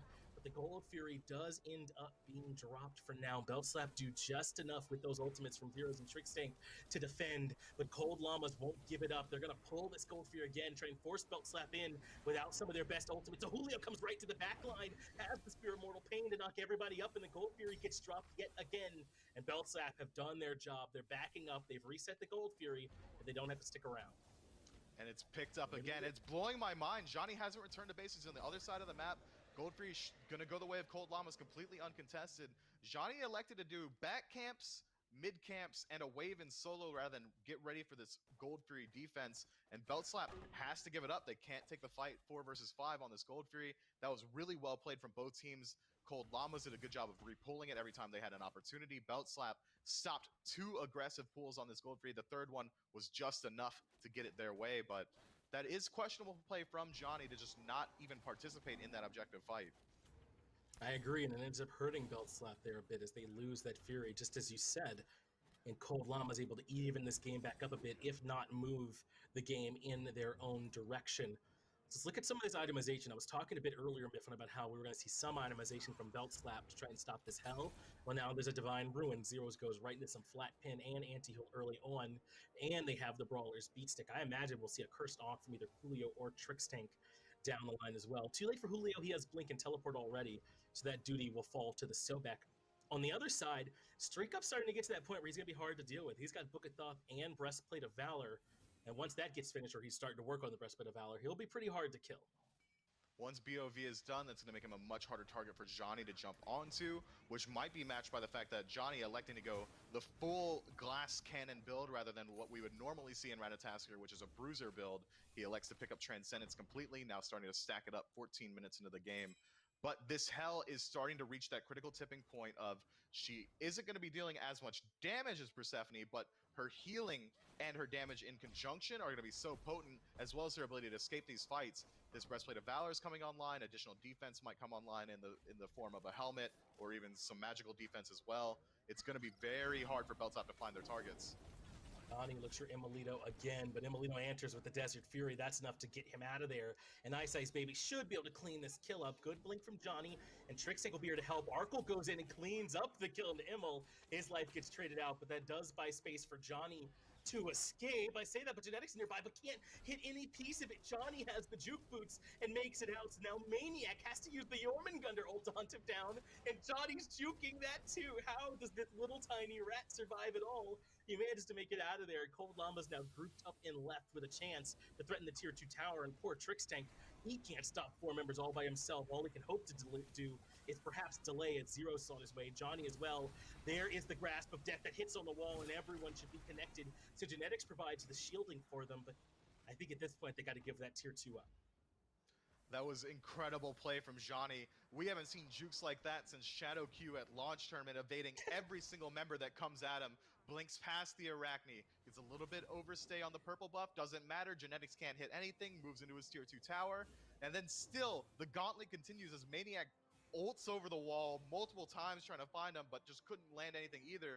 Johnny on that tiny rat, the little rat that couldn't quite be put down.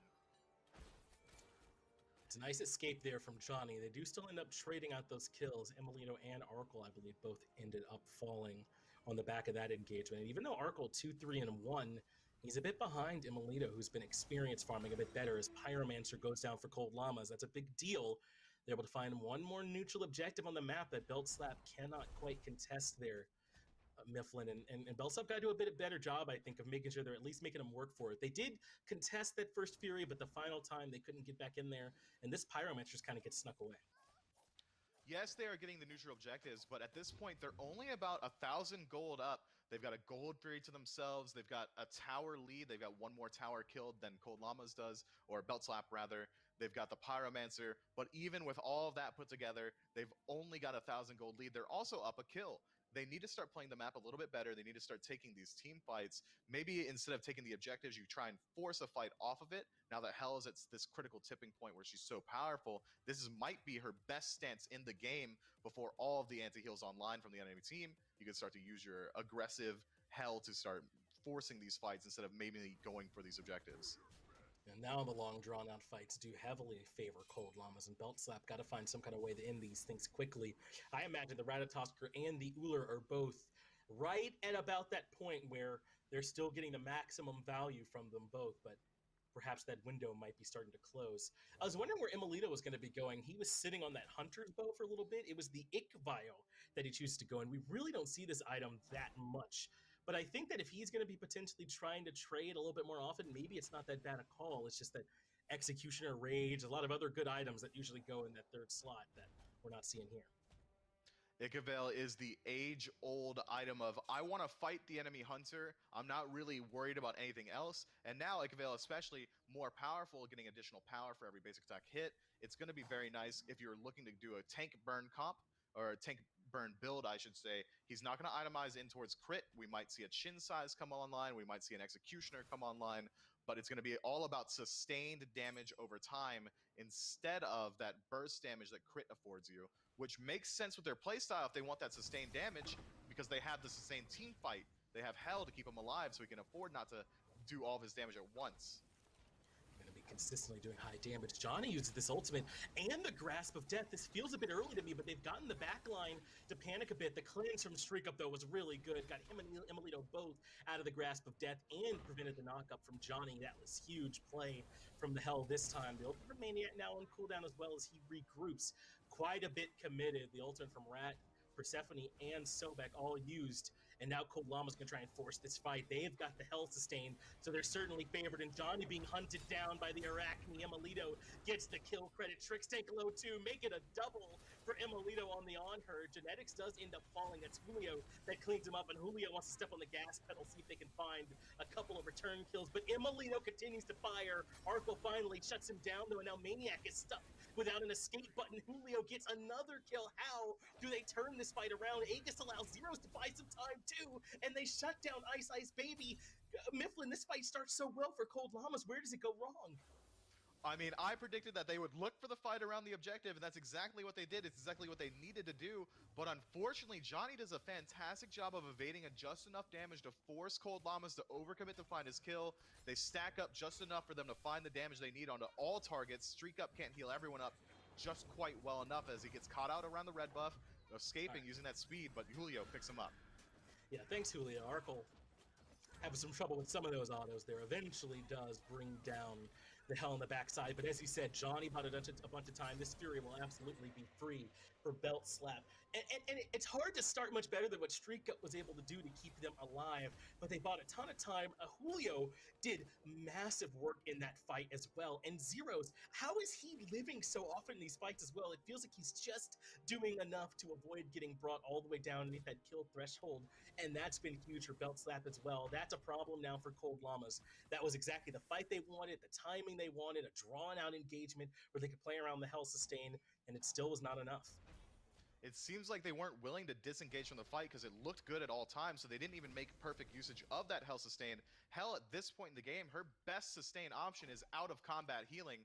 Belt Slap looking to pick up that Fire Giant, burning it slowly, but Ice Ice is in position to contest it, as is Genetics. The group up's going to start here. I imagine this erupts into a team fight. This has got to be more of a bait, right? This is too risky to be an actual Fire Giant call from Belt Slap, and they end up dropping it.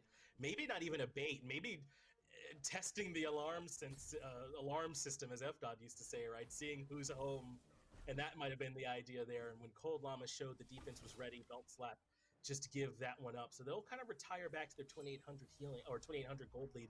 But like you said, Hell's not this big team fight burst healer that she once was, right? That 3 is a little bit slower. It's more healing over time as opposed to that burst. So she does kind of like to have the squad group up around her, heal, then re-engage. So maybe they didn't quite play around it as nicely as they could have, and Belt Slap correctly punished them. They sure do. Both hunters now level 18. Yeah, Ice Ice is having a rough game. He truly is. He hasn't been able to find any of his true targets for himself. He is 2, 3, and 5, but he hasn't been farming. It's not even that he's behind, but as we pointed out earlier, Johnny elected to completely isolate himself from team fights in favor of farming. So that's where he pulls his lead up a little bit. Level 16, he's about on par with his mid laner. He's 2 levels up on his support. He's about where his team should be. It's not even that he's behind. It's that Johnny is ahead. Good point. You're right. There's a bunch of fights Johnny wasn't at. And I think pushing up that wave solo for Ice Ice really helped just now. You saw he went from 15, ticked over to 16 and 17 pretty much just by forcing up those waves. He'll strip away a little bit more farm from the Chaos side too. So despite the fact that Ice Ice was maybe a bit behind Johnny there for a little while, he goes out to get some solo farm. And his team got the Pyromancer during all that time too. So that's a big win, I'd say, for Cold Llamas to close that gap a bit. And yeah, Johnny, you got to keep running. This fight ain't for you, I don't think, bud. Few people beat Arachne in the 1v1. He'll just do more defensive work here, I imagine. He's got the heal in his first ability, Arachne does. He's got the stun. I mean, I love Arachne. I'm a huge fan of this pick. It's one of the most aggressive picks you could take. Arachne is nasty. You don't often see her competitively, and this is why you have to be worried. That stun exactly is what you have to worry about. Forcing out the beads from Johnny. Now he's going to have to look for that disengage as Dart is down. That's his huge burst potential. Blinks are traded. We're looking at a Dragon Ball Z engagement here. Too fast for the human eye. And it fizzles out now. Wait, am I a side character, dude? They're fighting too fast for me to see. His Maniac ends up in some trouble. Does manage to get that World Serpent ultimate off in time. And Johnny and Ice Ice still scrapping. But this might be a trap as in comes the Horus to lock him down. But Johnny reads it perfectly. His only out there was to use the ultimate at the exact second he used it. and it works to get him out, but a lot of resources committed to essentially lose a fight and left. That was almost just enough damage from Arachne's dot to kill him out of the sky, but he lives instead. Forcing that ultimate is huge. That's some of Beltslap's best engagement options, but Genetics as well having to use his to escape out of that sticky situation. Now, Beltslap is likely favored around this fight into the Fire Giant insofar as they take one engagement and they don't let Cold Llamas back up and use that heal. Beltslap is always looking to start one fight and have it be one fight, whereas Cold Llamas are looking for these constant disengagements. It is yet another bait. Genetics gets pulled in, but easily gets back out of there. Not a whole lot gained. And Julio nearly has his rage transformation forced as well. He vents a bit of that anger and is able to stay in the base Cucullin form. So that's critical play there from Julio to keep that, I almost want to call it a cooldown, available for when they need it in the fight. Johnny gets some good poke onto Ice Ice to zone him out, but everyone else is grouped up around Streak Up as Julio moves in. Now that range transformation will happen right when they need it, and they want to blow Streak Up right away at the back of the fight. That's easy. Arco shuts down Genetics as well. Emilito has to keep running for the hills, but Julio right there behind him to keep up the chase. Blinks in as well. Nice and root. now he's running here too. The stun is there, the root as well, and Ice Ice gets the shutdown onto Julio. Maybe Maniac and Ice Ice can turn this around, but Johnny comes in like an assassin and shuts down Emilito. The rest of Beltslap now need to find a way to regroup. I don't know if he can win this 1v1. Ice Ice gets the kill. It looks like elsewhere they lost Maniac, their last remaining member, so it's only Ice Ice on the Arachne still standing. But Beltslap again, all at once, storm over Cold Llamas. I like that attempt from Johnny to solo out Ice Ice there. Had he landed his stun, that would have been a clean trade. Instead, couldn't quite find it, loses his life for it. I would have liked to see Beltslap immediately disengage after they get that 3 initial picks, especially picking off that Hell, and with the ward coverage they have around that Fire Giant, they could have backed up, immediately picked it up, got that buff, grouped up around these fights. Instead, maybe a little bit of an overcommitment as Julio gets caught out onto that tower, turning the page of that fight completely. The pace shifts, now it's a complete defense from Cold Llamas. Yes, they are still disadvantaged, but they effectively stopped the Fire Giant from happening with the amount of time that they bought. I think that you're right, Mifflin. That is a bit of a misplay. I'd agree. I mean, I understand what Julio was thinking, but that's just good time being bought underneath that tier 2 tower by Cold Llamas. And then great peel as well. Ice Ice and Maniac worked well together there to extend that engagement out and find the punish onto Julio. But if after they get that 3 for 0, if they regroup, that's a free Fire Giant, right? I mean, there's no way Cold Llamas can take the 5v2 in that spot and try and defend. So Beltslap perhaps let that get away from them. But I think what they have demonstrated is that this Hell is not safe in the back of these fights. They can dive her and blow her up quickly, and then there is no sustain for Cold Llamas, and suddenly they're having a much harder fight. It was Julio and Johnny diving together with Trix Tank and the ultimate to slow them down. Just an absolute spearhead. What do you do when the what is it called? The never-ending force meets the immovable object or something like that? That's what happens. The immovable object gets turned into dust as Hell falls to the ground. However, this Fire Giant's still available for both teams. They can either one could pick it up. Cold Llamas needs to find a way to start these engagements slower. They almost got that disengage off. Had Hell not fallen on that initial engagement from Beltslap, the complete dynamic of the game changes. Johnny gets aggressive. The grasp of death is there too, but Ice Ice avoids all of it by climbing up to the ceiling, as creepy as you like, and making his way out of there. This next fight around the Fire Giant should favor Beltslap for a moment then, since Ice Ice had to use the ult and will probably have to position a bit more safely. They'll start up this Pyromancer, not the biggest deal in the world, but if they can take this small objective, they'll gladly take it. Meanwhile, Maniac steps forward a bit. Johnny's keeping those waves pushed up in mid and looking for a loop, but they recognize he's there. The Hell gets grouped up with her protective entourage, and the fight has to stall. The fight will stall indeed, but it won't stall for long. Trix Tank blinking in now, looking for the engagement. And Julio goes right to the backline, but Ice Ice gets Johnny. Arco, though, does make him pay for it. Genetics uses the ult in place yet again to try and find the knock-up in the shell, but this is critical that Streak Up has survived this time, so they will have that Hell sustain. Beltslap likely have to give up on this entirely, or else Cold Llamas just run them over, and Trix Tank starting to catch the brunt of it as he ends up low. But Arco taking the fight up against Maniac. I don't know if this 1v1 against a Hunter is really what the Jormungandr was looking for, and Zeros manages to punish him for it. Instead of grouping up, Maniac goes off on his own and gets picked, but maybe they get the kill with Zeros. How is Grasp of Death back up again? Zeros has it and is using it to get back out of there. Arco comes in on the backside and shuts down Emilito. They get the kill on Genetics as well. Zeros may end up falling, but that only leaves Streak Up, and it doesn't matter how much sustain he has when he's fighting all alone. Arco gets the triple kill, and some misplays from Cold Llamas hurt them there, Myth. Arco gets the triple kill, but we're giving all that credit to Zeros, dealing immense damage, fighting off 3 members alone for 10 full seconds. That was some of the best play we've seen all season. He still got it, Single-handedly turning what a fight was gonna literally turn that game completely towards Cold Llama's favor. They would have got the Fire Giant, which would have led them towards fantastic siege potential off the Hell. Zero says, how about we just don't lose? And then he doesn't lose. And I think Arco made a big play too. I just cannot wrap my head around why Maniac chooses to chase him on the left-hand side of the fight. Maybe the idea was to try and keep him zoned out. His team had the numbers advantage in that other engagement that was happening on the Chaos side of the Fire Giant pit towards that top side. But I just don't see him ever winning up against Arco and all that sustained damage from the Uller. He shuts him down there, and Zeros comes in to cleanly finish off that kill. And then, as you alluded to, buy a ton of time. Both of these solo laners at times have made a couple of plays, and this might be one of them as Julio nearly gets caught, that have cost their team some pressure. Ice Ice does get the kill, but he has to dive the tier 1 tower, and Johnny trades him back out.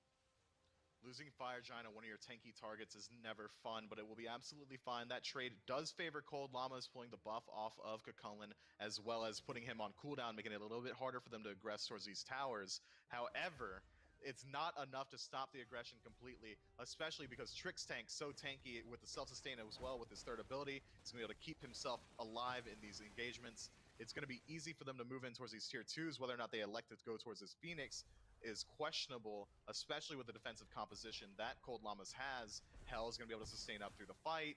Maniac is going to be able to disrupt the backline. Emilito's got a very large AoE slow, as well as these chunking sustained damage auto attacks with his chin size Xe build.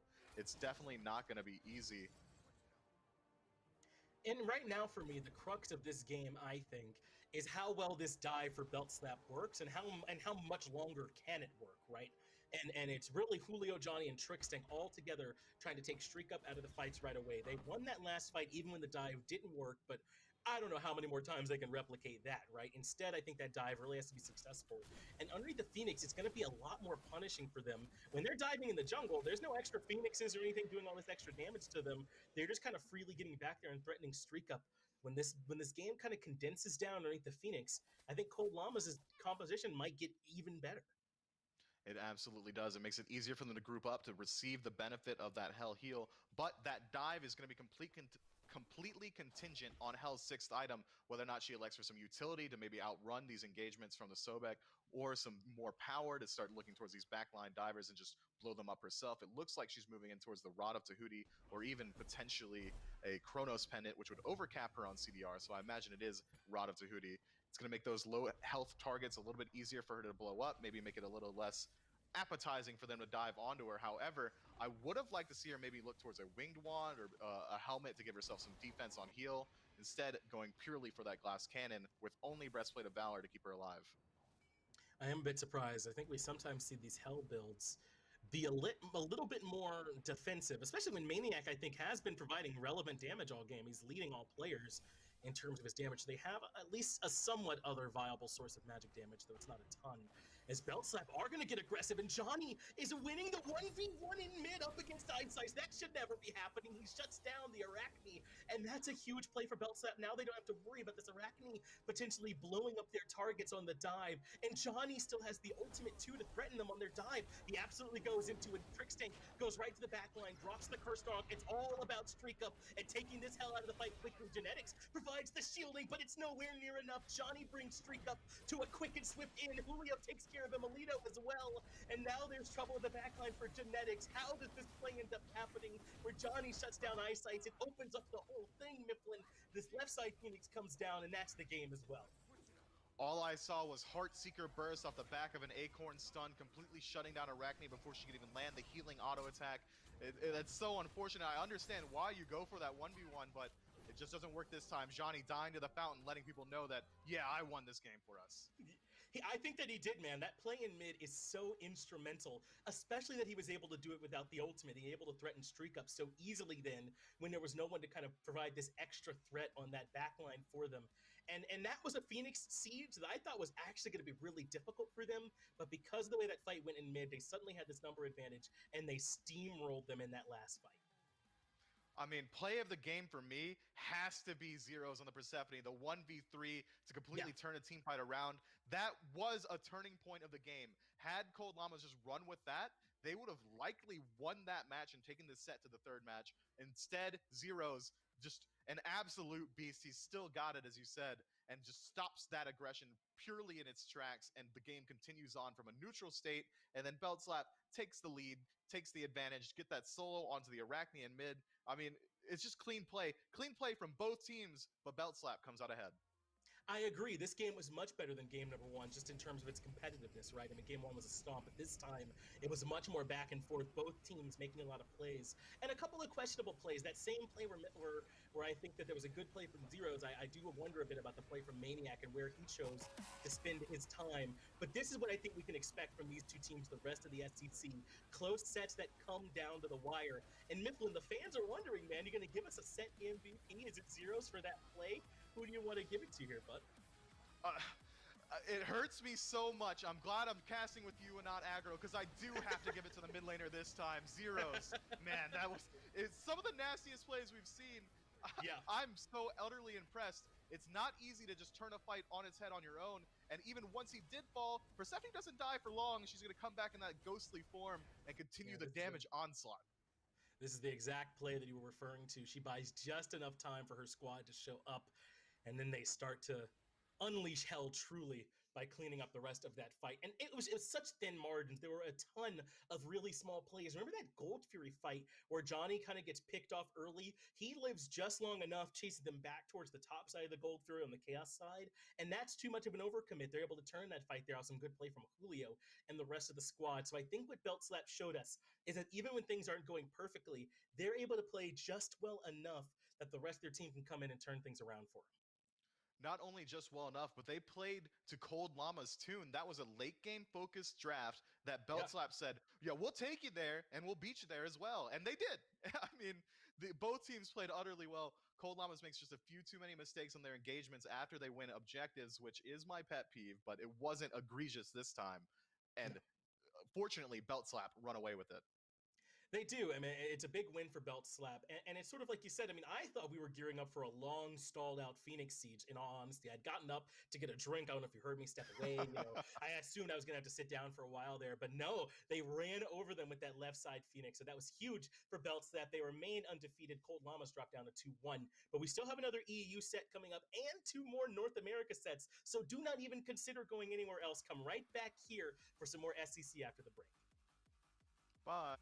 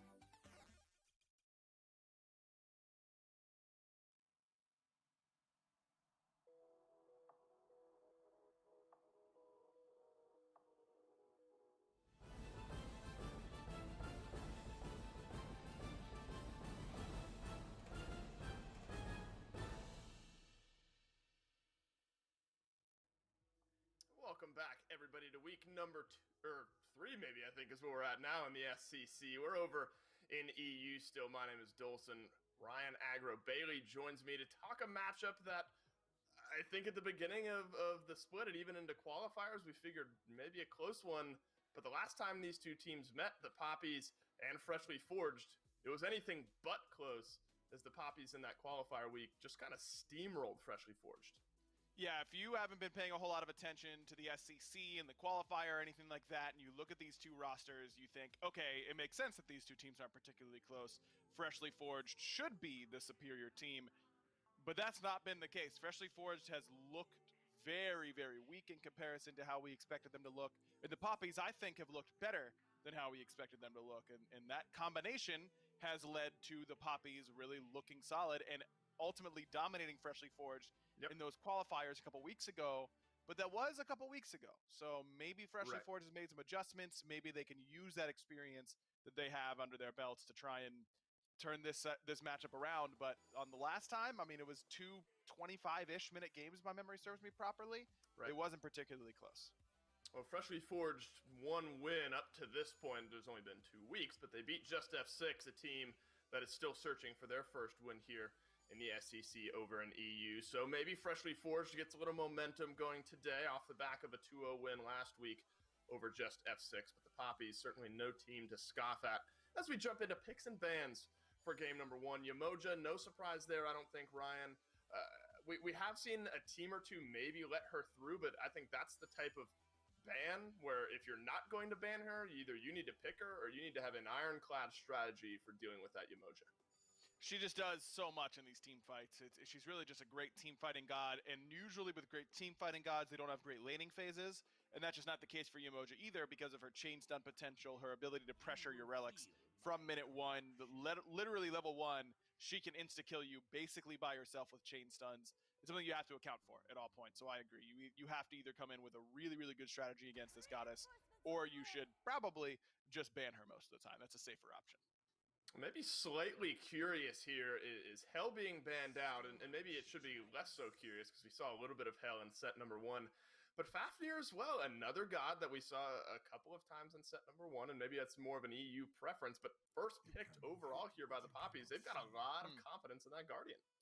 They do, and it's clear that they want to keep that out of Kalas' hands, but Kalas goes for one of his signature picks anyways in Athena, so I'm a little bit surprised, but now it's starting to make some sense, because Poppies, they know that they want to keep Fafnir out of Kalas' hands, and then it's, well, if we have the Fafnir, we may as well go in with this auto-attack-centric composition. We have not seen any Freya at all, really, at this level, so we'll see how she can perform, but you've got the double Hunter, one of them's magical in Freya, but double auto-attack-based character in Chernobog and Freya alongside that coerce the Fafnir is going to provide.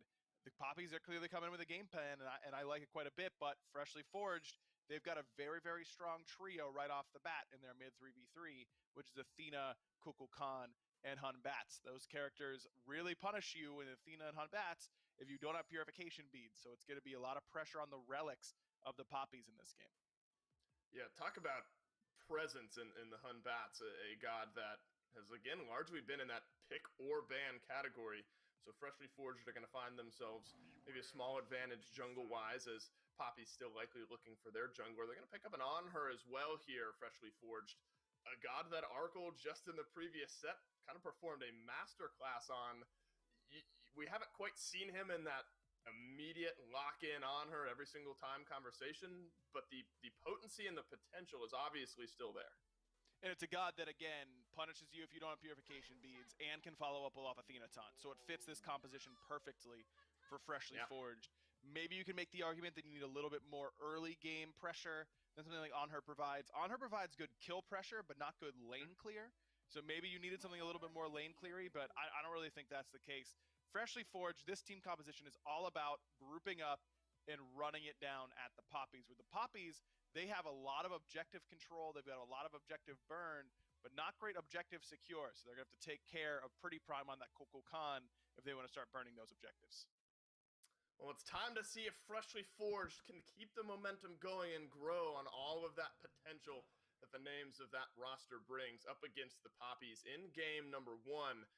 And we sort of talked about it at the very beginning of Picks and Bans. We figured it was going to be Kalas maybe on that Athena, but they're going to send Athena into that solo lane and put Kalas on that Terra instead over in the duo.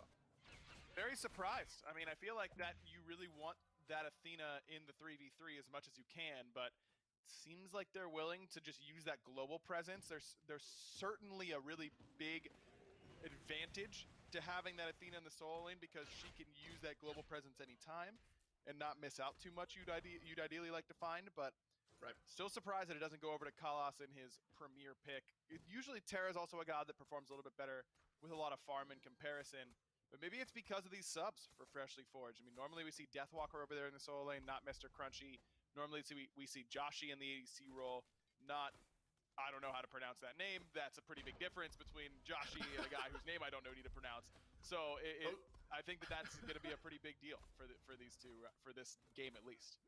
I'm gonna say Okeanos and just roll with it. And I'm fine with that. If that's right, then I like that. If that's the closest I think I'm gonna get. But a topic that you sort of brought up, and you know, it's kind of the obvious thing for the Poppies that they've obviously gone Freya. And then Chernobog in that middle lane, double hunter, double ranged composition. Are you at all concerned though at the lack of maybe a true mage in the sense that with Kukul Khan for Freshly Forged, I feel like you're going to have plenty of control, long range poke maybe in that middle lane and some good objectives secure in these fights. Oh, Fail's going to go in on Warchi here, but Okeanos already too low. That's going to be first blood, and Fails is going to follow.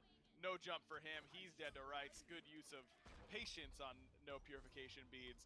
And what I was going to say is that while there isn't a whole lot of press 4 and insta-kill you like a lot of other traditional mages, Freya insta-kills you in just 3 to 4 autos. She's going to do it. You've got plenty of magical damage, so no, I'm not concerned at the lack of magical damage. I'm more concerned at the lack of AoE damage for the Poppies. It's a little bit single target, but Creed has a great AoE ult that's going to stun out multiple people. You can still punish people for grouping up a little bit too much. I think the Poppies have a pretty solid comp. Collapse could be in here. It is a 3 versus 2. Kalas is low. Warchi trying to get himself out of this one on the back of an early kill in this game, looking to avoid a death on his side. He is going to be out of range, but between the tier 1 and tier 2 towers, no area for escape. It's just a matter of who finds the kill, and it is Fails on the Hoonbats, who's going to get the first kill in this game for Freshly Forged. So while Warchi grabs a kill on that Freya, maybe pulls a little bit of a lead for the Poppies, and then a kill for Draco Marino as well. Fails on that Hoonbats now as a kill in his belt to go impact other parts of the map. That's huge that Fails gets that kill, and it's a heads-up play to go back to that duo links. I don't think a lot of junglers would have done that. Speed buff was up on the other side of the map. Blue buff was up. This is going to hurt Mr. Crunchy. A good recognition by Marcus and Creed that blue buff's going to be up and they can invade. A little surprised that Marcus doesn't try and go for the speed buff or the enemy back harpies. I think that's a little bit of a missed opportunity there by the Awilix. But overall, I think that's an understandable overextension by the Poppies. If Warchi and Draco are paying attention, which I'm sure they are, they know that speed and blue are coming up on the right side of the map. So they're thinking that Fails is definitely going over there, so they're safe because they can win the 2v2. They can't win the 3v2. And so that rotation from Fails really caught the duo lane from the Poppies off guard. Well, Okeanos was at least able to grab an assist in that small purple buff engagement that resulted in Warchi going down. So what was a pretty discrepant duo lane has now at least been pulled back just slightly, where Okeanos maybe feels a little bit more comfortable in that matchup. And you brought her up just briefly. I feel like we haven't seen Awilix really in a long time, or you know, she's dipped her toe into these matches every once in a while. Hoonbat's obviously much more prevalent. What do you look for out of Marcus here in the early game and trying to find a lead for his team?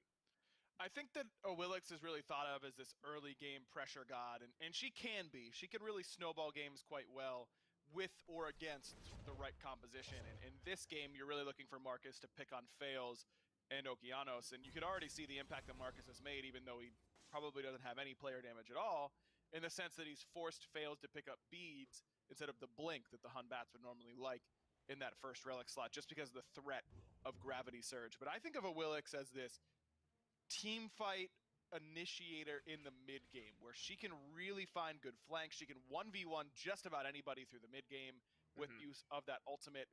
It's not just the pullback on the jump. It's a huge attack speed and power stim that I don't think gets really enough credit for how strong that is.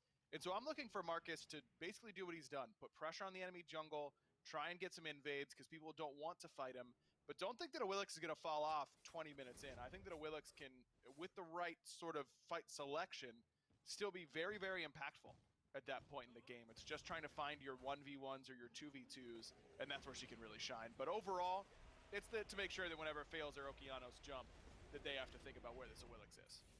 And I really look at sort of one thing you mentioned there, and that's just being annoying in the enemy jungle. And although it's been a quiet first couple of minutes here from Marcus, hasn't really, found many ganks that he's super happy with.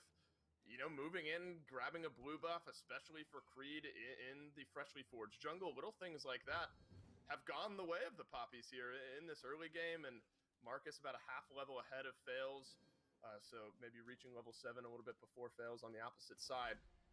They haven't quite returned down to this duo lane from what we've seen from Fails in the early game, so maybe a little bit surprised. He is rotating down here now, maybe for a counter gank, but Marcus is in range as well. And it looks like that presence is just enough to make Fails think twice.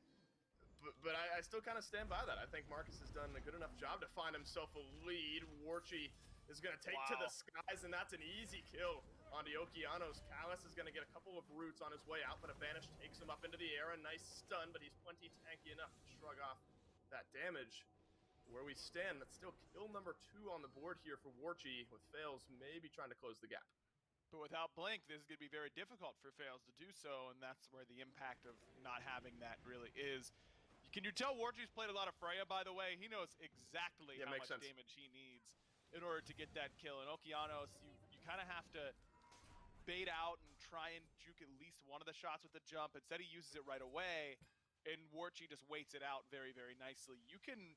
When you know that the Freya has to land all 3 of those shots in order to kill you, you don't need to jump before the first one or in between the first and the second. Just jump the third. You know you have that duration kind of in mind. A little bit of panic, I think, by Okeanos, who still looks like he's trying to find his footing in this competitive setting.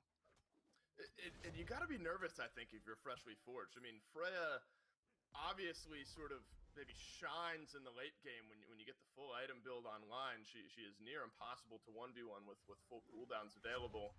But it's not like she has an early game to scoff at either, right? I mean, if you're freshly forged, it seems like now that you've given 2 kills and an assist over to this Freya, the point in the game where she's maybe at her weakest has already started to pass her by. Agreed, and she's getting close to her Bancroft's talent. I mean, Okeanos is going to be in trouble this game, and look at Warchi, he's gunning for him right away, but he's in trouble now. Does take to the skies and plug some good damage down, not enough to get rid of Callus. That's a good Fear No Evil from Fails to disengage some of this fight, but Chekio, he rejoins in the backline, grabs a kill on a Callus, and makes good on the setup that Warchi was able to find, but the fight still maybe rages on with Fails dropping down. Draco Marino, he's chosen the wrong path back into the duo lane. Pops the ultimate and is able to jump off. Spear to the 9 Winds flies through, but is not able to save the life of Pretty Prime, who ends up dropping. Chekio is still here. What a collapse from the Poppies. You pull 1 kill back if you're freshly forged, but a clean 5 from the Poppies and a double kill from Chekio to top it off. What in the world just happened to Freshly Forged? That looked like it was going to be a great fight because Draco comes back in really, really low, has to transform right in front of everybody. Prime has ult, and you think, okay, Draco's just going to get squished like the cockroach he is at 200 HP. I've been watching a lot of Shark Tank, apologies. Yeah, I was going to say, Mr. Wonderful, yeah? I know, it's all I've been doing during isolation. But Prime decides to hold on to the ult, thinking the Whirlwind's going to be enough. The taunt is late for Mr. Crunchy, so they don't CC chain him there. Then Prime realizes, oh crap, I should have ulted. I'm going to turn around and ult Casper the Friendly Ghost in the jungle as everyone's collapsing in. I mean, that should have been perfect, Dave. I mean, they got Warchi's ultimate. They group everybody up. Marcus does nothing in that team fight before dying, and it still manages to go poorly for Freshly Forged. A bunch of kills for the Poppies. Gold Fury on top of that. And those are the mentally breaking fights as well, where you go, hey boys, what happened there? And someone's going to have the awkward silence. Prime's going to go, I should have ulted. I thought we would kill him. It's just, it breaks your mental, those sorts of fights. Now Chekio has a 2-level lead. Brutal for Freshly Forged. Yeah. It's going to be tough for them to come back from that. Well, you know, Mr. Wonderful's all about his numbers, so how do these numbers sound to you? I mean, 10 minutes into this game, you've got a 5,000 gold lead, a 6-kill lead. Warchi has 3 kills on the board on a Freya that's supposed to come online later on. Now Chekio with 3 kills in his back pocket. Those numbers seem good to me on paper. I think the Poppies, they're sitting pretty here moving into this mid-game. Yeah, for once, I don't need to offer a royalty deal. I think the valuation is fair, and I'm pretty happy with where it is. I'd like to make an offer. And for Freshly Forged, that team fight went really poorly, and it hasn't looked like it's going to get any better. So for those reasons, I'm out. Well, Freshly Forged have a few minutes to wait before they can hit that F6 I'm out button. But they'll have to try to weather this storm here. You know, I don't think all is lost just yet. I mean, on their side, Fails is going to try to find an engagement onto Marcus, but the Fear No Evil doesn't connect. I mean, it's the age-old question, aggro. I mean, is this turtle and farm and hope to find a pick here and there if you're Freshly Forged? I mean, you're down, what, 6K already? 7K nearly? I mean, you're in a bad spot for sure, so you're really looking to find people who are being over-aggressive, and maybe it's Warchi, but doesn't seem that way. Marcus on the way for the little bit of late-game cleanup. Marcus finds that, and now Pretty Prime is getting caught out in the jungle. That's another Spirit of the Nine Winds that doesn't quite connect onto his intended target, but Draco Marino, looking for more, is going to leap on in. Callus is going to escape the onslaught that was arriving from the Poppy, so one more kill onto Okeanos on the Honor, 0-4, a rough game to be anywhere near that duo lane, and you can see the confidence, and for good reason, that the Poppies are playing with here. Okeanos was just chilling beneath his tier 1 tower, trying to farm, trying to get some semblance of gold and experience on his side. And Poppy's free and clear to move in. Ended up being, 3-4 man dive, but I think they could have gotten it done with less. And this is methodical, and this is something sort of Mifflin brought up in our last game, is Mr. Crunchy is going to get locked down here, and Marcus snags the kill. There are so many non-respawning objectives still on the map that this goes from bad to worse. It's not like you're in late game for Freshly Forged and sitting beneath your Phoenixes and trying to defend that. There's still 4 towers and then some respawning objectives for the Poppies to take. Yeah, it's bad at this point, no doubt. And look, this composition for Freshly Forged, I kind of went over what they want to do. It's pull purification beads and then punish you with a big ultimate for it. And these types of compositions are some of my favorite at a competitive level. That's what that's what I wanted my team to always be playing. We didn't always play it, but if I had the choice, it's what we would have been playing. But these compositions really struggle when they fall behind more so than others, because you get beads by being threatening, by having an advantageous position in the first place, knowing that, okay, I can't eat this Athena taunt because I'm going to die if I don't, so I have to beads. And then we can reset, we can back up, and we can afford to play slow. That's a big thing about these types of compositions, is it requires you to put work in ahead of time and then reap those rewards later. But when you're down 8K at 13 minutes, you don't have later. There is no later. Later, you're eating dinner. You're thinking about what went wrong in the set.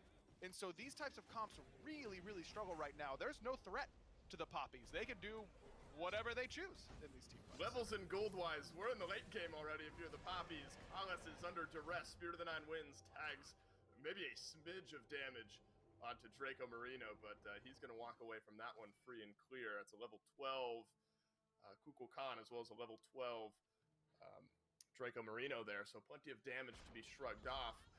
What is the earliest Fire Giant you've ever seen? We saw a team attempt a 10-minuter one time, when it spawns it spawns right at 10, so right around then, and it did not work.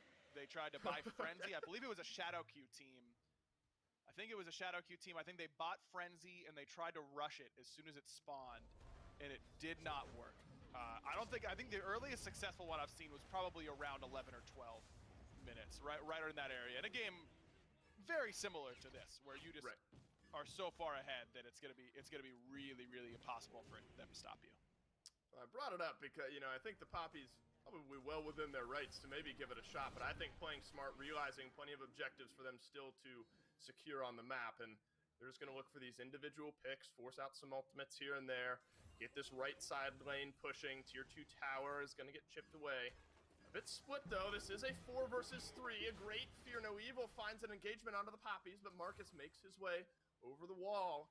And what looked promising to start off suddenly has gone by the wayside. Chekio can rejoin these fights very quickly with that ultimate, so certainly can't count him out. Okeanos, you shouldn't be within reaching distance of that Freya, and he realizes that for the 5th time this game as Warchi finds the solo kill. Still a tier 2 fight going on the right-hand side of this map. Warchi looking to maybe take a free tier 1 tower once the minions are in range. You can see what Freshly Forged were looking for there, aggro, but nothing came of it.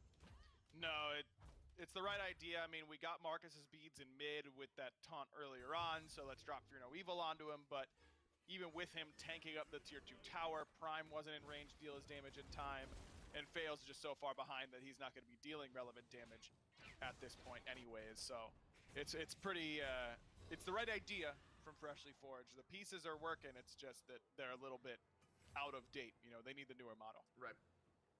And the tier 2 tower, if nothing else, is at least left standing on the right side of the map for Freshly Forged. Pyromancer had been secured, so not up to take now if you're the Poppies. Looks like maybe back, spend some of that gold, get yourself a little bit more in control before moving on to capture some more of these objectives. A open mid lane Phoenix 16 minutes into this game, a 12,000, 11,000 gold lead now for the Poppies. We're starting to get to that point where now you have to think about a Phoenix defense. Up to this point, you at least had some towers standing, but 16 minutes in, you only have 2 towers left. And their Phoenix defense is pretty good on the side of Freshly Forged. They have Athena. It's really easy to just taunt the frontliners, pull them deeper into the tower than they really want to be. They've got Kuku Khan, who's the premier Phoenix defender, if not Merlin. Those two, you know, he's in top 2 as far as mages go on the defense. You have a lot of good tools if you weren't down 11k at this point. If you weren't down by that much, I would think that, okay, you know, the enemy team has Fire Giant, we're down 7k at 34 minutes. That's a winnable game for Freshly Forged. This is a 0.2% chance of victory in my mind for Freshly Forged. We're in that. Yeah, you like calling them 1%ers. This one is probably less than that. 2 more members fall from Freshly Forged and a Fire Giant secured to boot from the Poppies.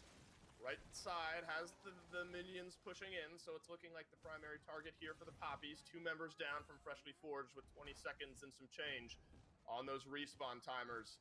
And if Poppies find an engagement, this could just be game, and it might be anyway, aggro. 5 members barreling down, looking for the Titan, who shreds out of the ice. Blink in from Fails, finds 5 members with that Fear No Evil, but they have no damage to return. This is looking like game. Spirit of the Nine Winds has no peel.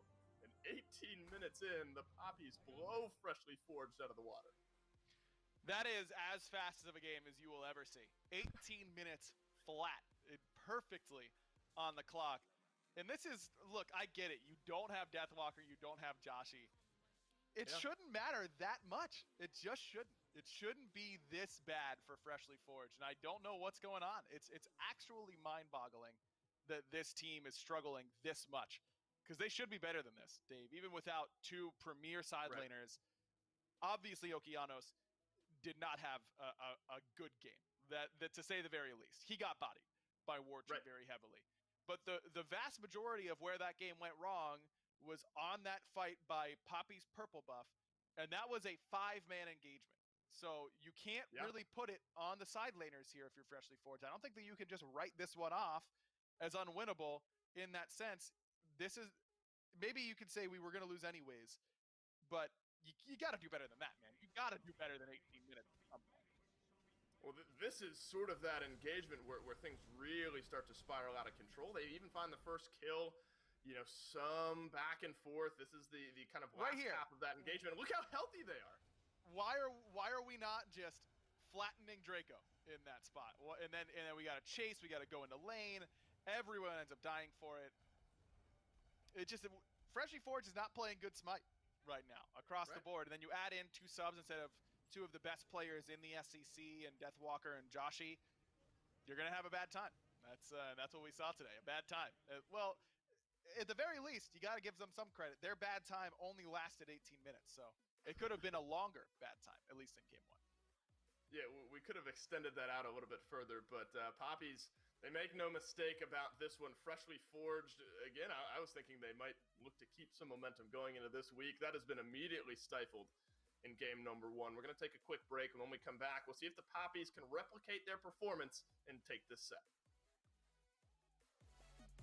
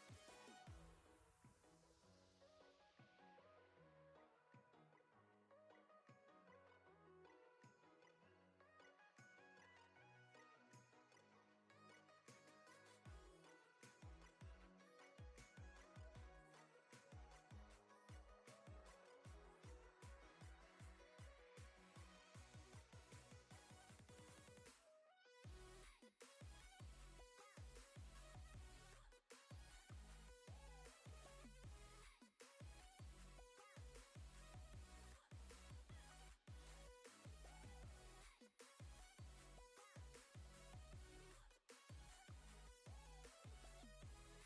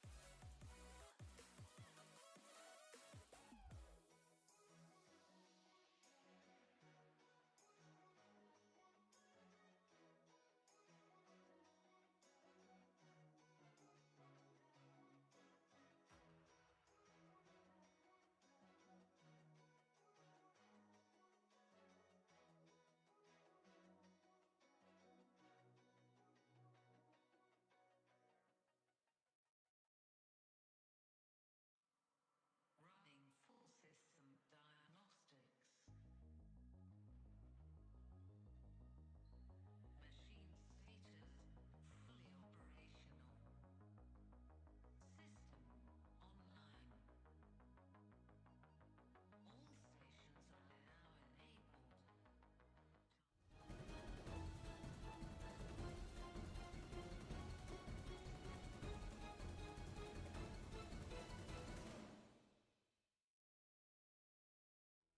I appreciate you sticking around after that quick break. You're still watching the SCC week number 3, and we're still over here in Europe with the Poppies versus Freshly Forged.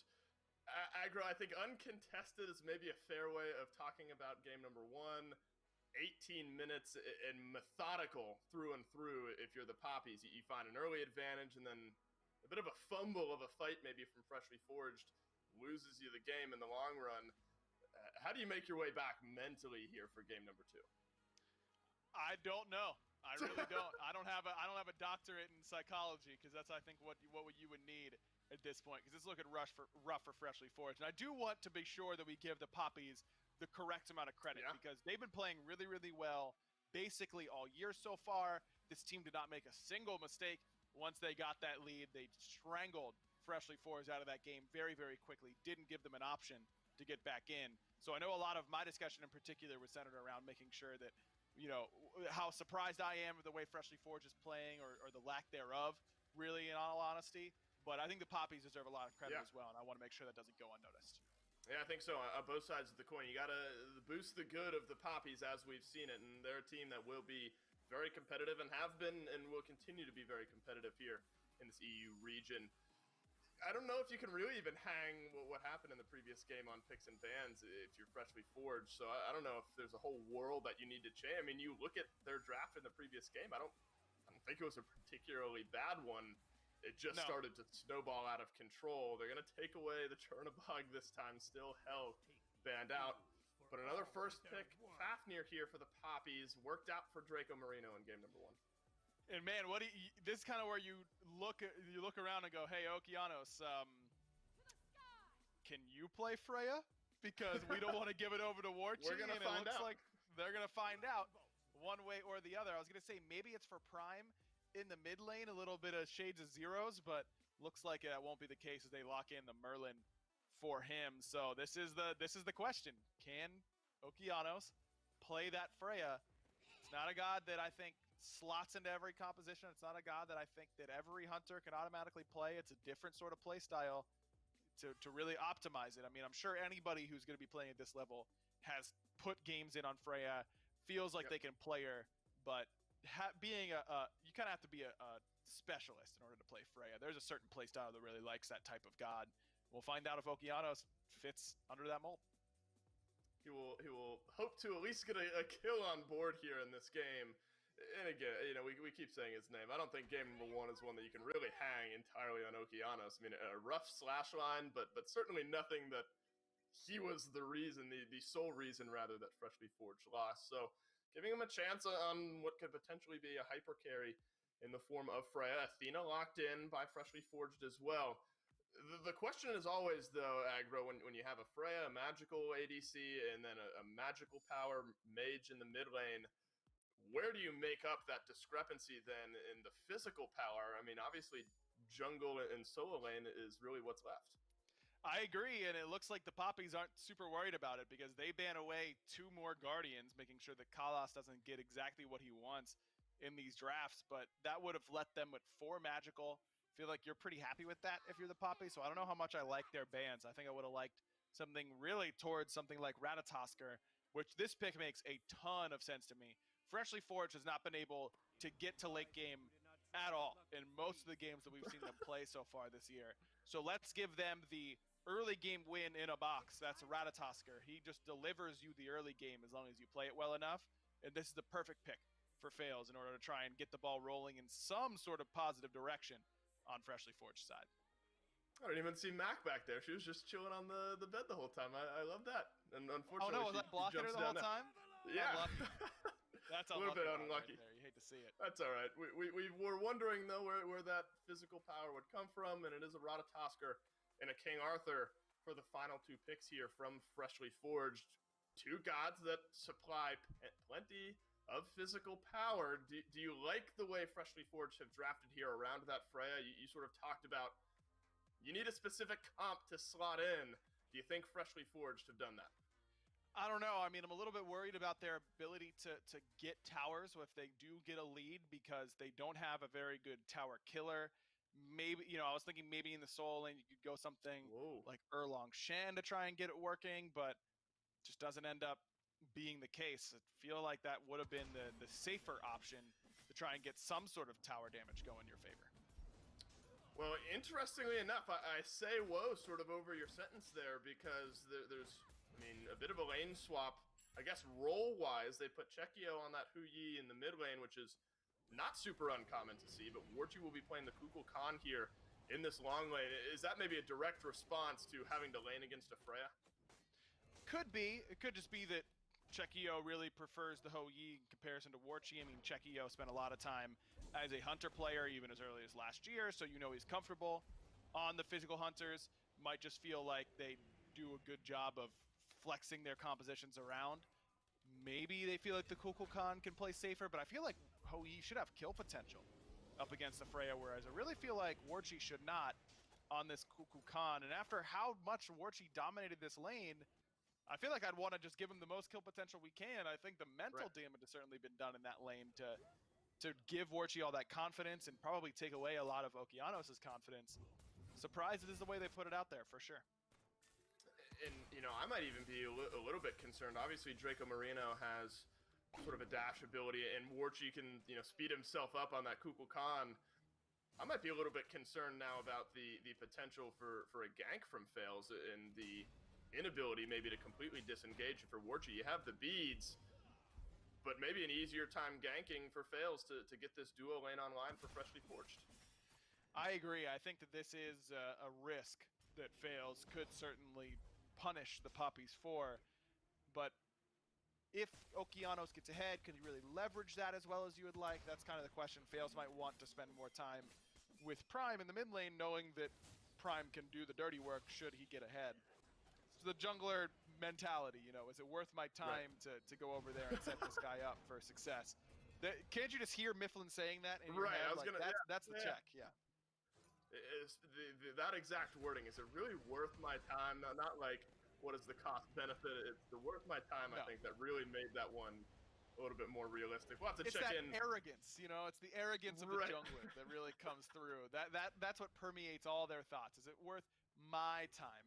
You know, because their time's worth the most by far, for sure. There's no bias in that statement whatsoever from you or the What? jungler, I think. I think realistic from all accounts. We'll have to check in on the duo lane, though, and see if Freshly Forged are maybe able to capitalize on some of the disadvantages, and if Poppies are maybe able to push some of what they've brought into this duo lane, though.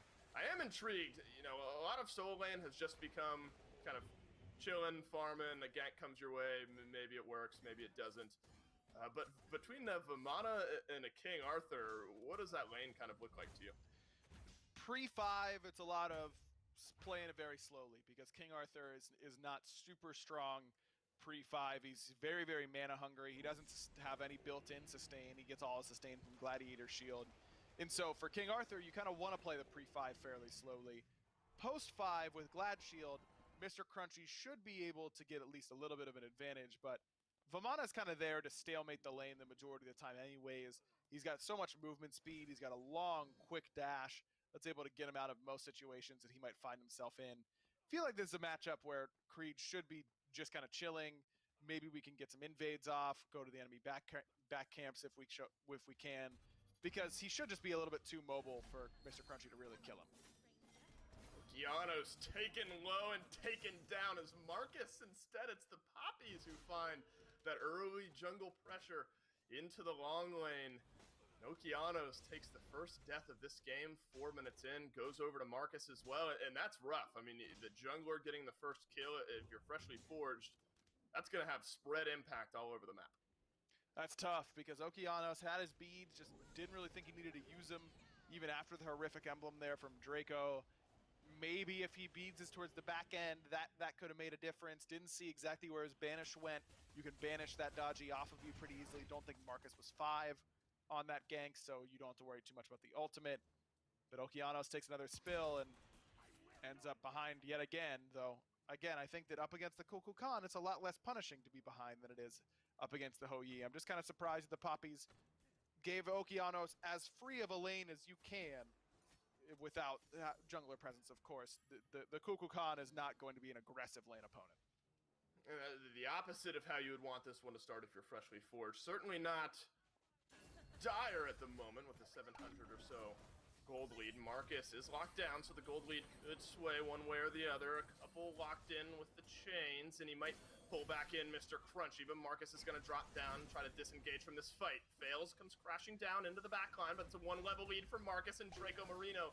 He's there for a little bit of peel, but Fails uses the beads and turns around the damage. Marcus goes down. Creed right there in range. Could turn around some damage of his own, but Fails some good sidesteps. Chekio drops the Hou Yi ultimate, but it's Draco Marino instead who swings his way back and grabs the kill. Mr. Crunchy is able to grab some damage onto Draco Marino, but Pretty Prime is here to play. Chekio low. Chekio jumps out. And it looks like that's all she wrote. A 2 for 1 in favor of Freshly Forged. That was a beautiful play there by Fails. He's really playing with fire going in against Marcus. Marcus uses his 2 as knock-up immunity when Fails dunks him, which is perfect.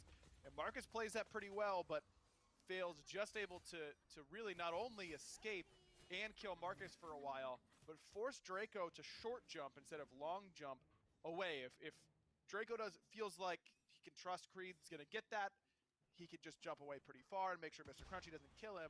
But because Creed was so low on mana, he'd already extended the 2 and it got blocked by the wall.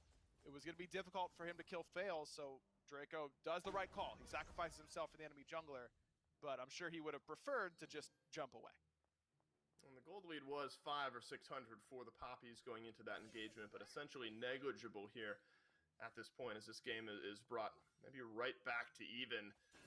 And if you're either team, at this point, 7 minutes into the game, you sort of look at early game transitioning into mid game and then late game. If you're the Poppies or Freshly Forged, who's feeling maybe most comfortable with the fact that this game is still even at 7 minutes? I think both teams are pretty comfortable with it. I think both teams scale fairly well into the late game. My big concern with the Poppies composition is they don't have a whole lot of guaranteed CC. They've got a lot of single target CC and Ho Yi stun, but that's pretty easy to juke. You've got Fafnir Hammer, again, single target, fairly easy to juke. So who is Marcus really going to be consistently pulling with that Powwow among the backline carries? I mean, Prime has no CC immunity in the kit, so that makes it easier. But you still feel like that's going to be pretty tough for Marcus to make this impact as the game goes later and later. But Freshly Forged at the same time, they have a rat, and that's just not going to translate nearly as well into the late game. Marcus is playing Daji, who's one of the best late game assassins. Let's take the ultimate out of it. Every single of our abilities scales at 100%. So you're chilling when it comes to playing Daji late game. I think both teams are very medium with this game going late. Right. Well, Marcus was chilling, but back around the corner is going to drop some chains, but does not connect onto anybody, so maybe a well-thought-out gank, but fails is there for the counter gank. Draco Marino has to burn the disengage. Marcus caught between a rock and a hard place, and Okeanos rotates and finds the kill. Warchi was maybe on a rotation, but thinks twice of it, makes his way back over into that long lane, but suddenly fails, and Okeanos deep in the Poppy side of the jungle near this red buff, and they're going to try to find some extra kills for their favor. 4 members of Freshly Forged in. Spirit of the Nine Winds connects onto Kalas, chunks down about a third of his health, close to half, but Freshly Forged is going to be able to disengage without losing anyone else and find one more kill to boot. I like the idea for Marcus, but you got to be accurate with that Powwow if you're going to try and make that play. He misses all 3 shots, doesn't put any pressure onto Freshly Forged. They can feel very comfortable stepping up and being aggressive in that moment, and as soon as that happens, it's going to be tough for him to get out of danger, and Fails is able to chase him down. And I was curious, and we obviously have talked a good bit about this Kukulkan in the long lane. One of the big things that kind of came to mind outside of just how this laning phase looks is, obviously for objective secure and big team fighting ultimates, you want your Kukulkan to be able to rotate in. It's going to be a little bit longer in some of these fights for Kukulkan to be there just because of where they've positioned him. Agreed, and it's going to take him for a little bit to be that huge impact. It used to be that this long lane was miles ahead of mid lane and farm. That just really hasn't been the case in Season 7 so far. Mids and ADCs have been fairly close together for the most part, so you don't really get that massive level lead advantage. I still feel like the way that the Poppies have positioned their gods is hindering their comp a little bit, but clearly not too much. I mean, they're still very, very close even in this game. It's for all intents and purposes an even game, but it's something that you got to keep an eye on as you're watching right now. Is every mid 3v3 fight, think, would it be better if we have the Kukulkan here instead of the Ho Yi? Every time Okeanos is stepping up and doesn't have beads or doesn't have ult, think, would it be better if Orchi was that Ho Yi? It's certainly a thought you gotta consider. Well, if nothing else, as you point out, it is somewhat close to even, about a 300 gold differential there. And Okeanos with the kill on the board here. I mean, I guess that's where you want your Freya to be about 10 minutes in. In an ideal world, you have 3 kills on the board. Back to that in just a moment as Fails finds the ultimate down onto Draco Marino. Chekio deleted by Pretty Prime as he looks to disengage from the fight. Marcus takes to the pillar. He's got 4 members of Freshly Forged awaiting his downfall. Pulls in 3. It's a beautiful ultimate from Marcus and may actually have just saved his life, but there's no one there from the Poppies to capitalize. And one more pick goes over to Freshly Forged.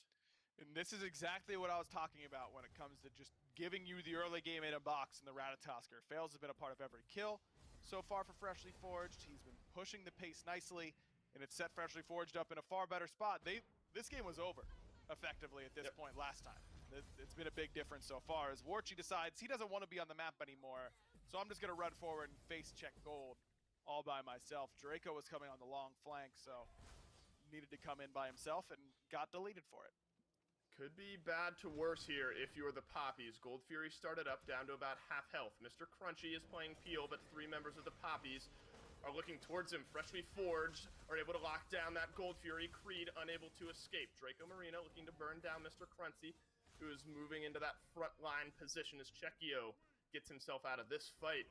1 more member down and a Gold Fury secured. That's a big turnaround and a big lead now. About 3k gold, 2.5 maybe for Freshly Forged.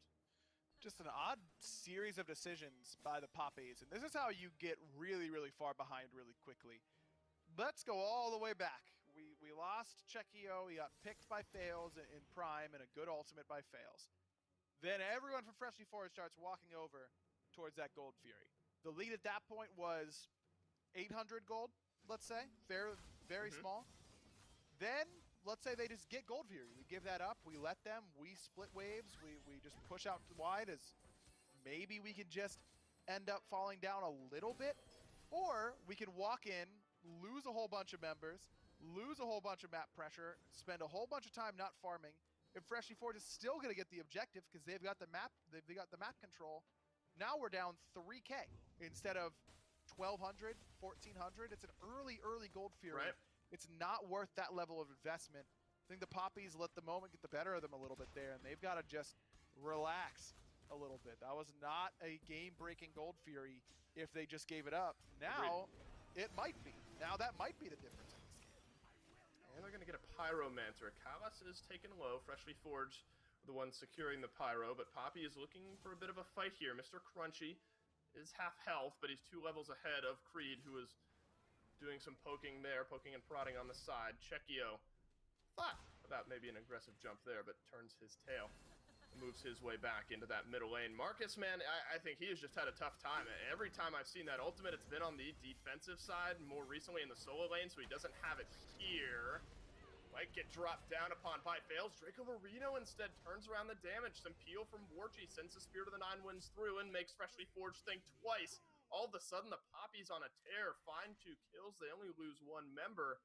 It's a small win, but maybe a win nonetheless as we stand. Beautiful fight by the Poppies, and it's really just a little bit of an overextension by Fails, not knowing exactly how much damage he's going to do at that point and how much damage Marcus is going to be able to put back onto him. Prime ends up walking into a whole bunch of damage at the very end of that. You're taking 2-for-1s all day if you're the Poppies, especially when it's mid-jungle. And it's really the 2 characters who have given you the most trouble so far in Prime and Fails. But there is a silver lining for Freshly Forged, and that's that Okeanos has gotten himself another kill. He's 3-1. He's hit the massive power spike that is the hastened ring for the Freya. He's up 2 levels right now on Warchi, who's been completely ineffective so far this game. So that's going to be something that the Poppies have to keep their eye on, is what Okeanos is doing on this Freya, because you can't just let him free cast in these team fights when he's this far ahead. You can sort of feel the vibe maybe that Freshly Forged are going for off the back of a lot of what you bring up there. I mean, Mr. Crunchy has joined some of these fights and made a big difference now. 2 levels ahead of Creed on that King Arthur. 203 is his slash line. Okeanos at 3-1-1. You know, if there's enough peel from Mr. Crunchy and then Okeanos has enough uptime in these fights, they've been going well for Freshly Forged. I am curious, though, about how if you're Creed here in this case, as I mentioned, he is now about 1 level down. You look at how he's itemized up to this point. We were wondering maybe if there was too much magical power for Freshly Forged. We'll be able to touch on that point in just a second as Fails has ganked the long lane. Chekio finds a kill elsewhere. Fails makes good on the presence that he brought into that long lane, but it is a 1-for-1 trade. Map-wise, the Poppies pull 1 back, but how are you itemizing here if you're Creed? I mean, are you concerned enough about Mr. Crunchy's damage and Fails' damage to build a bunch of extra armor? Yeah, I think you have to be somewhat aware of it. I think the breastplate that he's picked up is really perfect in that sense, because it's a hedge against that physical damage. It also gives him the cooldown that he really wants, and from here on out, let's focus on magical defense, I think is the call. Is a beautiful stun by Chekio. Actually gets the beads out from Fails, but he's still in trouble. Oh, that's a great dunk down from Fails. Locks down a couple, gets himself and Kalas both a kill on the board. So Freshly Forged, you know, they had been stumbling over the last couple of minutes, and maybe an overstatement, but a couple 2-for-1 trades, some 1-for-1s, things looking at least a little bit brighter for the Poppies. But now a great gank from Fails on this Ratatosker snags another couple. And it was a great taunt by Kalas as well that really set all of that up and made it pretty easy for Fails to find that double dunk. Couple interesting build decisions, though, as I was looking over after Creed, your question about Creed. Got to highlight some of these. A shell pickup for Okeanos, not usually what you see for the carries. Usually that's an Aegis in Good that eye. slot. I like it here because it's risky against the Kukulkan. Not having Aegis against the Spear of the Nine Winds is a death sentence. Shell is not going to save you there. But against Vamana, it's very good. Against Daji, it's very good because getting block sets against those auto attacks is really what you're looking for up against those types of characters. And No way! no. Sorry, I'm trying to cut No. you off there. Draco Marino tosses in the one and steals Dave, away this the is what I'm Fury. talking about, man. How can a team that has Fails, Prime, and Kalas with that much SPL experience not body block a Fafnir hammer on a Gold Fury? It's unbelievable.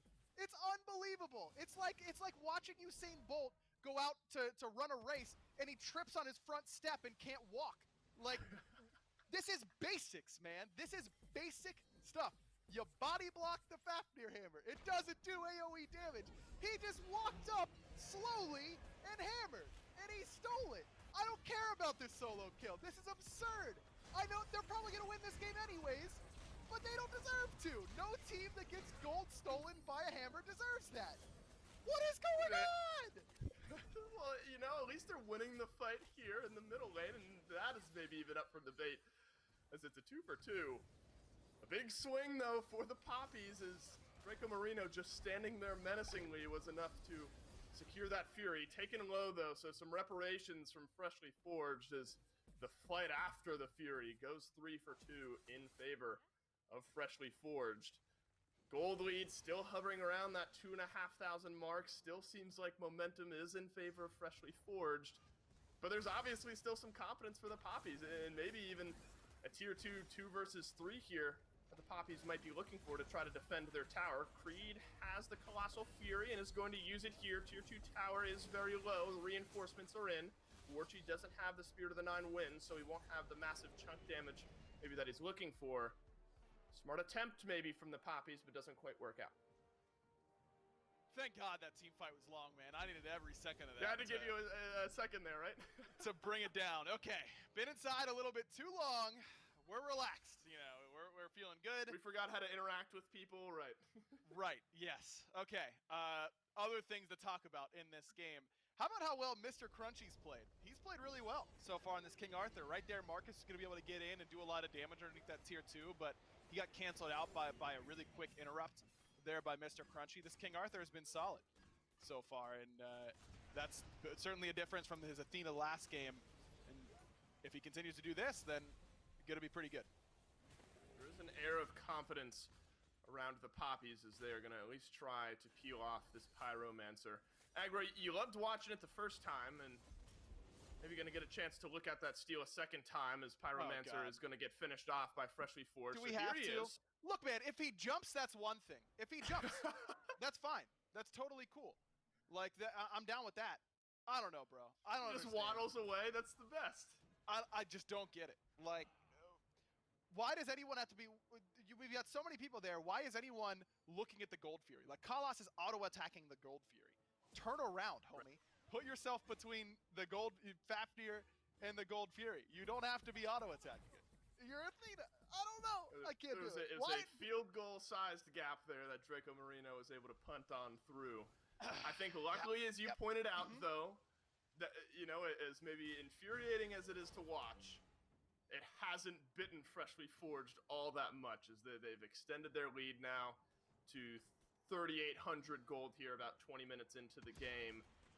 Not necessarily dire, though. I mean, we saw a 10k gold lead much sooner on in our previous game, so the Poppies still have an avenue in.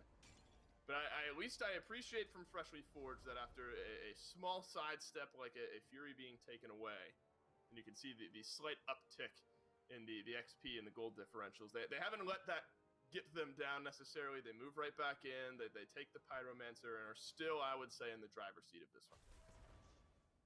All of that is true, Dave. All of it. I just can't get away. I can't get away from it, man. Okay, I gotta move on because I'm throwing you a life ring. I know. I can't. I don't want to swim, Dave. I want to drown in here in this misery that I'm surrounded by.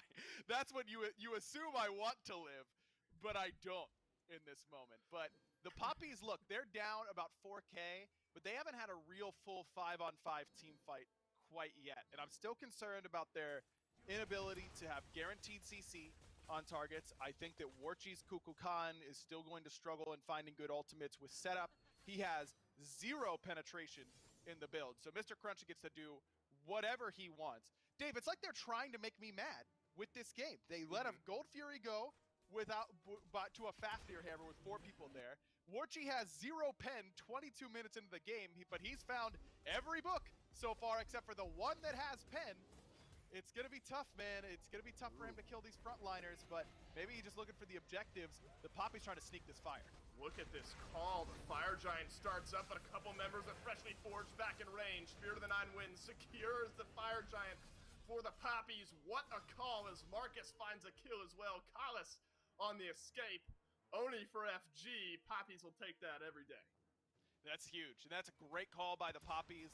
And again, it just feels like a rookie mistake by Freshly Forged. We know that they've got a Kukulkan. We know that they've got a Fafnir. What do those characters do? What is their calling card on those characters? It's objectives. That's what these characters do best. And the Poppies just waltz on over towards the right side. Not a lot of word coverage there from Freshly Forged at the time. And they grab a Fire Giant right on time with that Oni Fury. It's a great call by the Poppies, but Freshly Forged just shouldn't be falling for that. In my mind, that should have been something they're considering at all times. Once we're at this point, the Poppies are now in a beautiful position to take this game because they've got gold left on the map to take.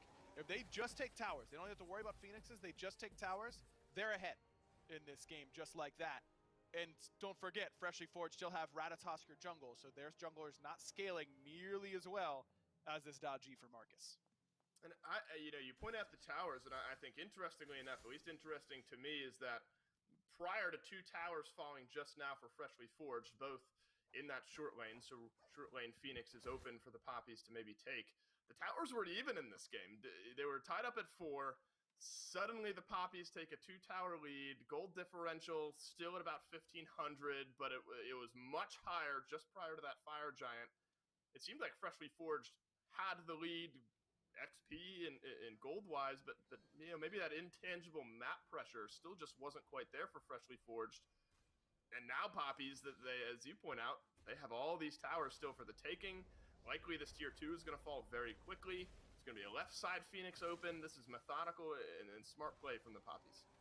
I think so too. They've got to try and get this lead going though with this Fire Giant. It looks like they're not going to waste too much time. Let Marcus split up. Let's let him get this tier 2, but then start to siege these Phoenixes. But the problem is, in my mind, is that Warchi still, he had enough gold to buy a full item, still went with 0 pen. He's got 0 pen in the build, so he's not a threat to Mr. Crunchy or Kalas at all. Draco Marino is going to pop that team stim. Look how low the left side Phoenix taken down almost immediately. Creed solo in the backline. Spirit of the Nine Winds soars on through, and Chekio drops some shards down to secure the kill onto Mr. Crunchy. Fails just looking for an exit strategy, and he finds one, but Marcus a little bit too far forward. There's no Phoenix there left on defense, and that may have had the Poppies a little bit overconfident. They've lost a couple members. Draco Marino is able to burn down Fails on the re-engagement. Chekio back into a corner, and they're going to hope to finish off the kill. They haven't taken him down yet. He gets out alive. Draco Marino, the sacrificial lamb there for the Poppies. 3 members down for the Poppies, but they secure themselves a left side Phoenix. Warchi, no pen, no problem. Doesn't quite matter onto Pretty Prime, maybe. That's the first kill on the board for this Kukulkan. Left side Phoenix is down. This one is messy, aggro. Yeah, little bit messy to say the least. But at the end of the day, Poppies get the most valuable Phoenix, the one furthest from the Fire Giant, so that sets up nicely for that right side. And you can see the power of the Polynomicon there for Warchi. Book of the Dead also helping him out in that instance. And if he's only going to be hitting backliners, I guess the build is okay. It's not, by the way. Never build this. Like, ever. It's not good. But it works out in that exact instance. Prime caught off guard by that burst damage. Had Aegis available, just didn't use it. Well, 26 minutes in, the gold lead has been erased, and the Poppies instead take control. Fire Giant buff just now falling off the final two members of the Poppies. And the path is clear here, Aggro. I mean, let's rotate around. We snuck Fire Giant last time. Now we're I think, if you're the Poppies, confident in maybe taking a fight right around it. Plenty of secure with Warchi and that Spirit of the Nine Winds, a Pyromancer just to extend this lead a little bit further. Are you moving out to try to defend this, though, is the question, I think, if you're freshly forged. I mean, you don't have great objective contest. The big thing is that you have Ratatosker ult, which is great at getting into the backline, but you don't have a good option to really steal away this objective. As Marcus gonna get the beads there from Prime. He landed that one. And that's gonna be clutch. 160 seconds without that ult, without that purification beads. Marcus is gonna have his ultimate long before that. And as I already highlighted, Merlin no CC immunity in the kit, so that should be a pretty free kill later on down the line. And unfortunately, Fire Giant doesn't have 160 seconds to respawn if you're freshly forged. It is up now.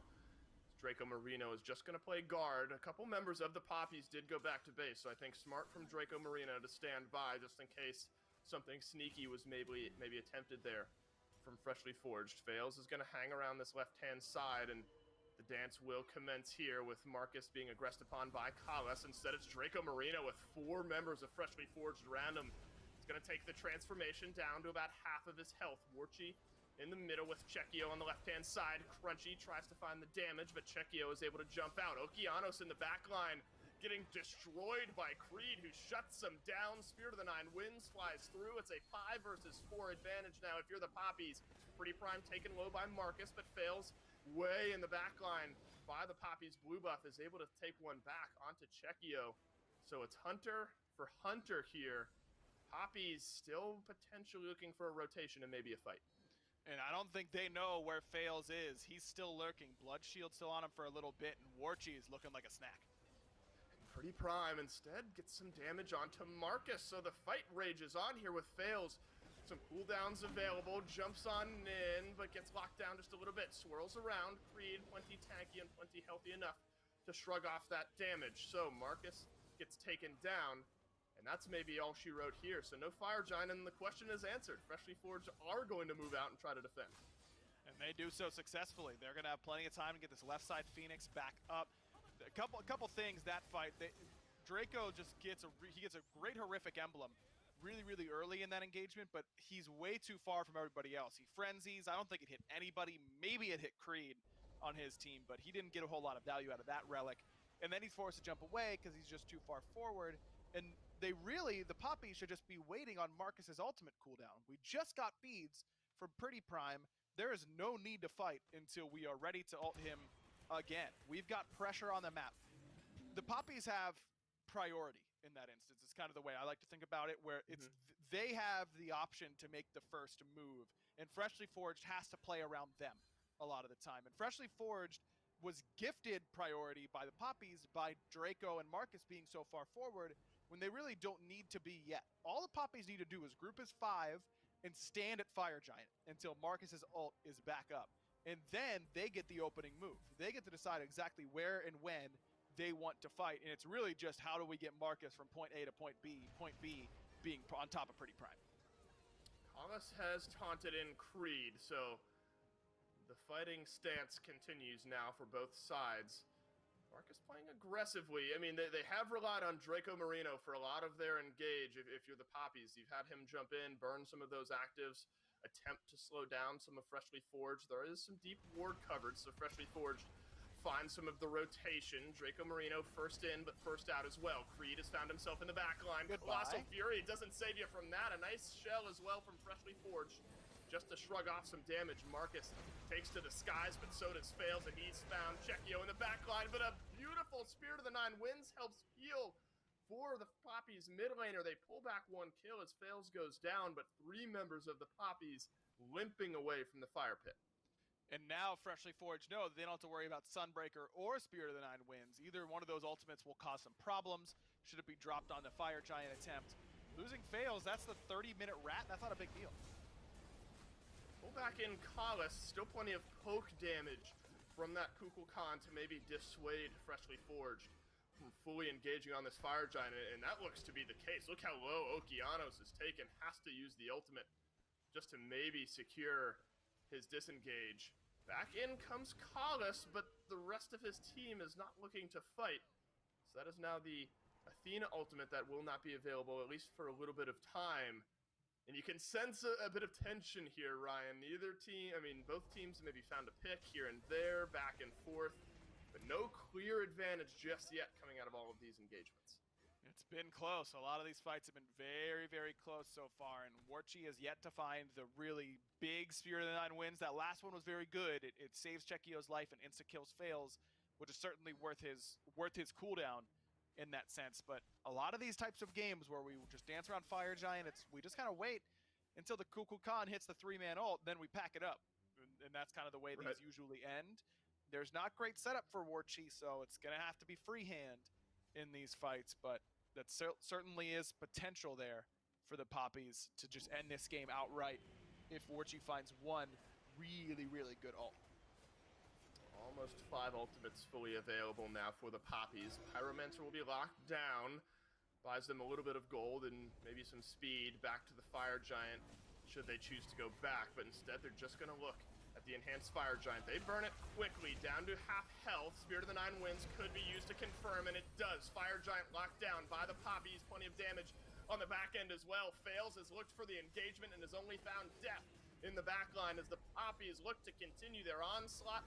Creed makes his way in. 4 members trying to disengage with their lives for Freshly Forged.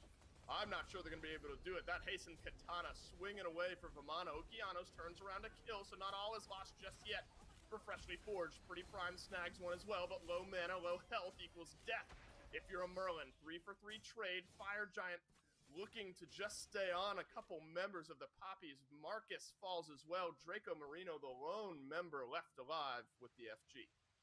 A little bit of lack of patience there by the Poppies, and a great play by Okeanos. He really turns that whole fight around by getting his hands dirty. Yeah. He goes right into the teeth of the enemy team, kills Chekio, does a lot of damage before he's out. Warchi loses track of Pretty Prime in that fight, and he gets blown up pretty quickly by that Merlin. And Mr. Crunchy and Kalas, what do you know? The 2 characters that get to do basically whatever they want in these team fights because of not great itemization against them. I know Warchi's eventually now picked up this Obsidian Shard, but if you're going to build every book, you're not building Soul Reaver. If that's the only one you're missing, that doesn't make a whole lot of sense to me, because that's the one that you really love as Kukulkan alongside Polynomicon and Book of Thoth. Because of that, it has Pen, it has a very relevant passive to kill these tanks. I think the lack of Soul Reaver is very, very noticeable on Warchi this game, and he sold his boots and he's picked up a Divine Ruin instead, which is understandable. There's a ton of lifesteal on the enemy team. You've got Prime going for this Typhon's Fang build, which I wanted to talk about before Draco Marino stole that Gold Fury, and I lost my mind. But this Typhon's Fang build is one that Prime has been trying out a lot. Yeah, way back when. On stream. And it's interesting to try and leverage this new purple boots start where you get this lifesteal innately. Then you add in the Soul Gem later on. Okeanos has one of these as well, one of these Typhon's Fangs. So these are their lifesteal boosters and a little bit of penetration there as well for both Prime and Okeanos. So Warchi feels like he needs that Divine Ruin. And I tend to agree with him, but I think it's time for this breastplate to go. You already have defense in the way of Book of the Dead. Let's just start one-shotting some tanks, baby. I mean, let's get a Soul Reaver in there and end this game sooner rather than later. I think that's the best way forward for Warchi's build. And it felt like kind of an ideal fight there even for the Poppies. Fire Giant secured, and then the Spirit of the Nine Wind chunks down some good damage onto Freshly Forged as well. A big turnaround on the back end of that Fire Giant fight for Freshly Forged to keep this game within reach, but things could tilt one way or the other. Death timer's plenty long here as Creed will get ultied by Crunchy, and drop down comes Fail. Spirit of the Nine Winds looking for some peel, chunks down some damage as Creed backpedals his way towards that red buff. Marcus takes to the pillar, doesn't pull anyone in just yet. Chekio is able to kite his way backwards, both him and Okeanos up into the air, and he's just quick enough to escape the damage. Some fireworks, but not a lot of flash in that one. Draco Marino still the lone member with that Fire Giant buff left alive, but it's only for another 30 seconds. I love that trap laid by Freshly Forged on bottom right, letting Kalas be the initiator. Let's go in, let's get as many relics as we can.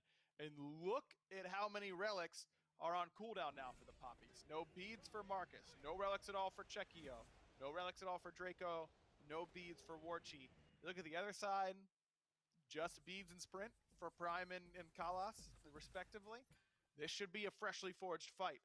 And I want to see them do that exact same thing that they just did. Find a pocket of the jungle that's not warded well by the Poppies, and let's set up shop. Let's camp it. Because eventually someone from the Poppies is going to walk in, and chances are pretty good that they're missing a relic whenever we find them. And if that's the case, they're going to die instantly. Poppies are positioned sort of on the left side of the jungle right now. Luckily, Fire Giant still with 30 seconds left, so won't be snuck away underneath the Poppy's nose this time around. But it's maybe buying Freshly Forged just this, a positional advantage. Poppy's late to this right side jungle. Massive wave in the left lane. May play a role later on as the left Phoenix still licking its wounds from being taken down earlier on. Enough tendency and maybe some slow play there from the Poppies avoids what could have been disaster as Freshly Forged move behind that Fire Giant pit. It is respawning now, so the fight would result in FG and likely game, depending on which team is worse for wear. Draco Marino, a touch caught out here, but is going to jump his way back to safety. And Okeanos uses the Freya ultimate as well, back on cooldown. That's a big one to lose. Yeah, that's a huge one to lose. I don't know if Okeanos just panicked a little bit there or what, but that is a big deal to lose that Valkyrie's discretion at this point in the game, because that's your safety valve. That's your, I need to get out of this situation sort of option, and not having that is a really, really big deal. He's got a little bit of CDR, should have about 30% if he's got a purple pot. Or I guess they're not purple pots anymore, but a red pot. Still scary. Well, the Poppies have a slight advantage for a couple of seconds until Mr. Crunchy is able to teleport back into this fight, but Spirit of the Nine Winds locks down Kalas. 5 versus 4 advantage. Mr. Crunchy has now joined the fight, and the Poppies are plenty low, but the damage isn't quite confirmed yet. A 3 for 2 as we stand as Pretty Prime pulls one back, but enough damage from Draco Marino sends the 2 carries of Freshly Forged to running. Warchi taken down, Chekio is down as well, so on one team, if you're Freshly Forged, you only have your 2 carries. If you're the Poppies, you're missing your 2 carries, so that might dissuade you from trying the FG. That was close. That was very, very close. The Poppies almost ended up just wiping the game there, but I think they committed a little bit too heavily on the Kalas. A lot of resources and positional advantage expended, and I know I was saying I wasn't a fan of the Breastplate of Valor there for Warchi, but it turned up clutch in that moment because Fails is right on top of him. Warchi's able to live long enough to get a lot of his damage off. He does exactly the right thing, drop everything at your feet, and let them come and kill you if they have to, but they're going to take a lot of damage for it. He did that well up against Mr. Crunchy and Fails simultaneously. And if Prime didn't end up escaping narrowly there, that would have been pretty close to that end game. But still feels like Freshly Forged have a chance. They still know that relics are down for Chekio. They know that relics are down for Draco. They've got a chance in this game, Dave, but every fight has been so close. Aggro, last time we saw, Freshly Forged attempt this Fury while Fire Giant was up, the Poppies snuck it away. Poppies are going to take down this Oni Fury, but the positioning of Freshly Forged much better to maybe attempt to lock down some of those respawning objectives in this right side jungle. Fire Giant will not be started. A couple members still respawning. Press the pause button that time for Freshly Forged, but the rotation path's now somewhat clear and obvious for the Poppies moving back into this right side jungle behind the Harpies, and Freshly Forged have drawn their line as a result. Mid lane Harpy pit is where they look to make their stand, and Draco Marino is just going to push back Kalas one more time. And 40 minutes into this game, 2 Fire Giants secured, both by the Poppies. And these fights have been, I call them even. I mean, the Fire Giant hasn't been secured. Both teams, maybe you lose 2 or 3 members. Poppies lose 1 less than Freshly Forged, but nothing has come of it. Both teams, if nothing else, have been able to stall this game out long enough to not completely lose, but Fails in the mid lane could maybe be an opening for one side or the other. these Oni waves are going to start putting pressure on Freshly Forged, and Fails does a good job of paying attention to that and clearing out this mid lane Oni wave. But the left one is the one you really have to worry about. It's furthest from you, and it's on the side where the Phoenix has gone down. So that Phoenix is the weakest Phoenix of the three that are standing. It's going to And no grow to TP. be a very, very big minion wave. And as you highlight, no TP for 20 for Mr. Crunchy.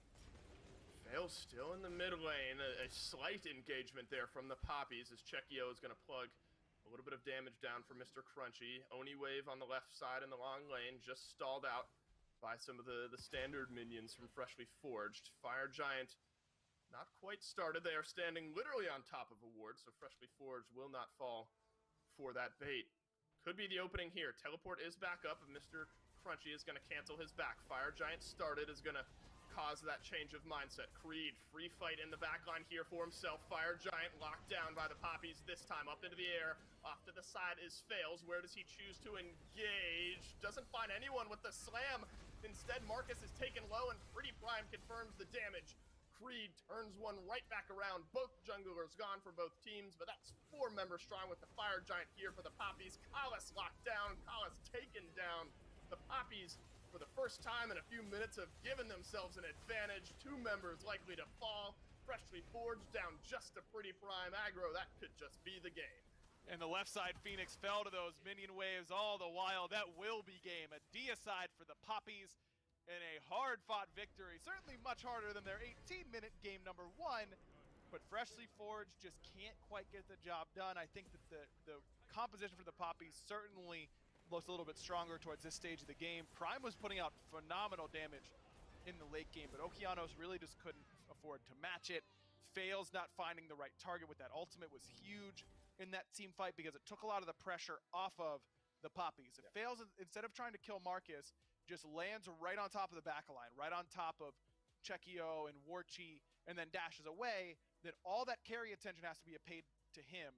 Instead, he kind of lets them continue to walk where they want in this team fight, and it allows them to just kind of wait it out. Kalas, again, taunts only Draco towards the back end, and it's a bit unlucky that he gets cleansed by that mantle, but you've got to know that mantle cleanse is coming, number 1.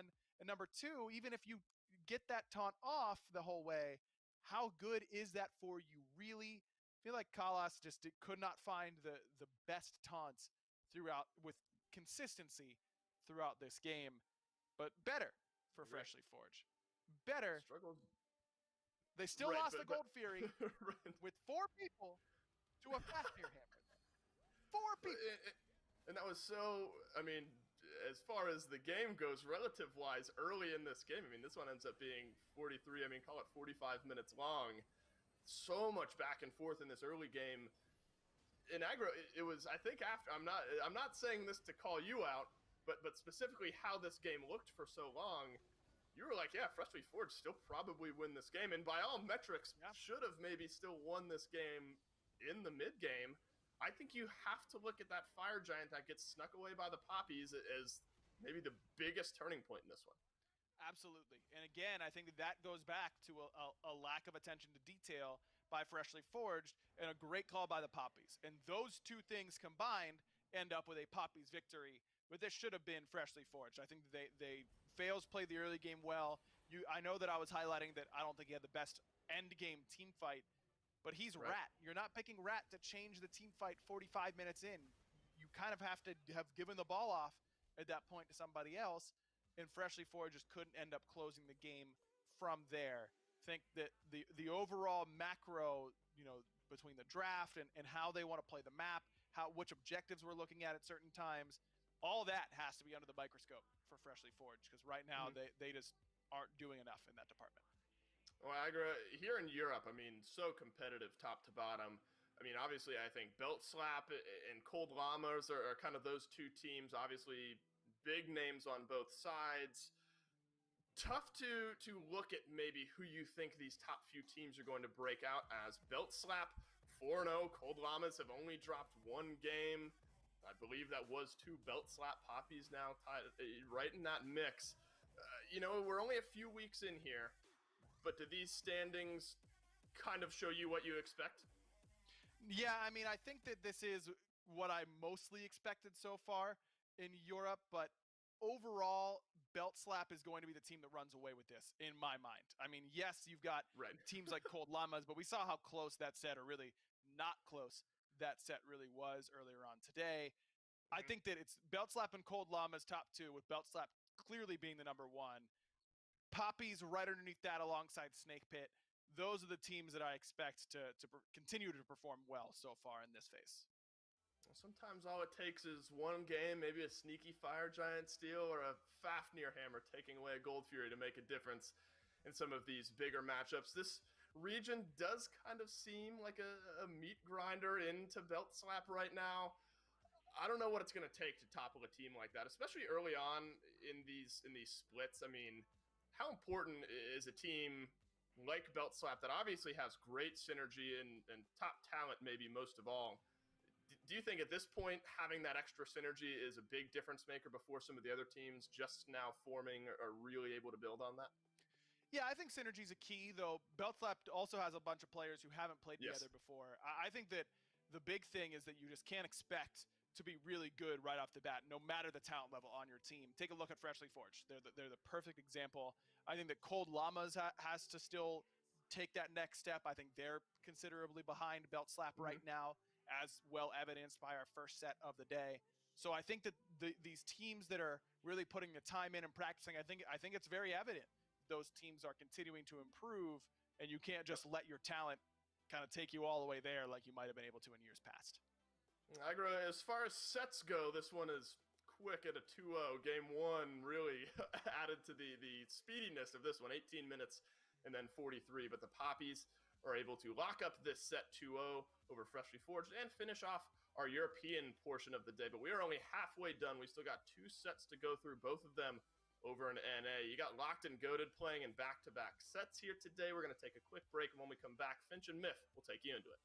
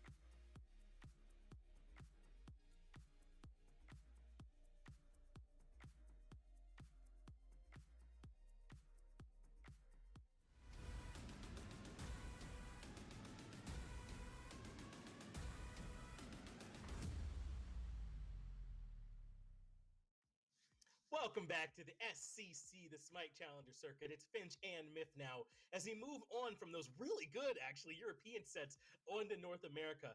And I don't know why I'm sounding so surprised. Just looking at the schedule, I had a feeling we'd have some good sets today. And I think that's going to continue here in North America, Mifflin. We're about to take a look at the set between Mixxiety Onset as well as Locked and Goated. And this Locked and Goated team, I think, has caught a lot of eyes with some play by Sino. So I'm expecting for this to be another really good one. I mean, you can't count out Mexidi, though. They have Sops, Mort, Brooklyn, Diesel. These guys have been competing at this level for a long time. They're a team that have teamed together for a long time as well. So, yes, Locked and Goated has that star power in Sino, and they've got some up-and-coming new stars out of Stewart, an ADC from Rank that has been getting a lot of respect from the pro players. But you can't beat the veteranship that Mexidi Onset has had. I've competed against teams named Mexidi Onset. That's how long this legacy has been continuing. Not a single one of these players besides Manda Warrior has really stuck with this name, but they have been around for a long time. You're right. Yeah, this sort of anxiety on set or whatever they call themselves. This has been around for quite a while here now. So, and whoever takes up the mantle still continues to play, I think, at a pretty good level. And this NA in particular, I feel like is really, really competitive. There's a lot of good teams down here, a lot of players who are still competing on a high level, who've been here for a while, some who were at the SPL and dropped down here too. So I'm really not surprised that we've seen this kind of competition. But for me, this matchup and every matchup with Locked and Goated in it really does come down for me to the jungle, right? And how well can you match up against Sino and try and prevent him from doing what he wants to do? Because even when his team is behind 3,000-4,000 gold in the late game, it feels like he just turns it on and starts making plays and gets his squad right back in it. I won't ever admit it again, especially live. But when I played against Sino, sure, yes, I beat him on the world stage, but it wasn't me. I barely kept abreast of the water that is Sinosure's pressure, while the rest of my team popped off, barring my mid laner. He's kind of trash, but Sinosure is a force to be reckoned with single-handedly by himself. Every team that he's been on has seen success, and that's not because he just keeps finding super teams. It's because Sinosure, in and of himself, is a one-man army. So whether or not Sops can match up to that might not be the indicating factor. It's just whether or not Sops can just stay afloat, maybe keep that level deficit to around 2 while the rest of his team works around it. Well, Locked and Goated are going to lock in that Merlin with their first pick. It was the Camazotz, Persephone, and Emoja, fairly standard by Mixxiety. And then Locked and Goated banded with the Unbots, who's been kind of seeing a resurgence. I feel like he always is really good at the start of the year before teams really get locked in, as well as the Odin and the Habois. But that does mean the Xing Chen, who's a popular support pick, as well as that Thor, can both head over to the side of Mixxiety Onset. But Myth, I know you've been saying Thor kind of getting a bit overvalued lately. I think that Thor is in a state right now where Thor's main MO is finding that hammer combo, finishing off your target instantly, and then potentially getting out alive and then looking for your hammer poke throughout the fight.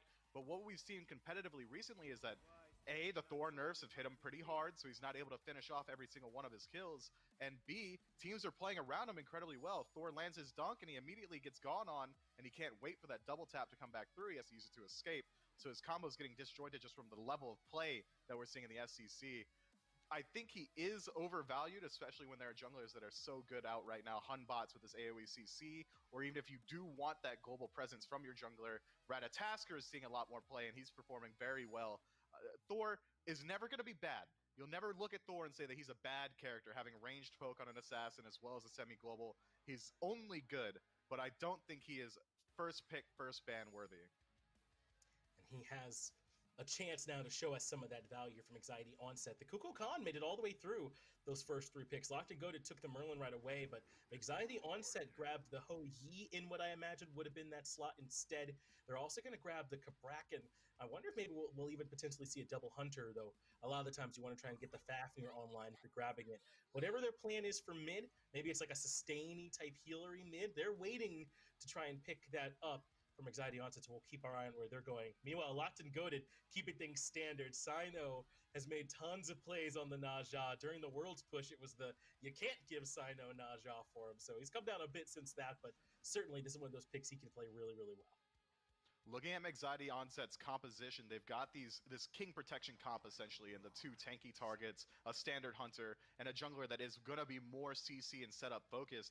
I imagine we do see something along the lines of a hyper carry out of mid. Thoth, exactly what you want. That artillery playstyle, shooting damage from downrange, finding these huge ultimates. It's exactly what fits into their comp. Jing Shen and Kabrak are going to be able to be that front line, that wall of defense, keeping that Thoth alive, and he can play incredibly far back with the extended range from his abilities.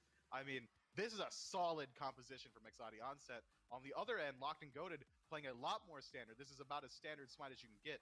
You have a setup mid or jungler and Naja who's going to be able to fight on his own. Merlin's a standard mage, no crazy plays there. It's going to be whether or not they can just continue to play their own game against this specialization comp from Mexati Onset.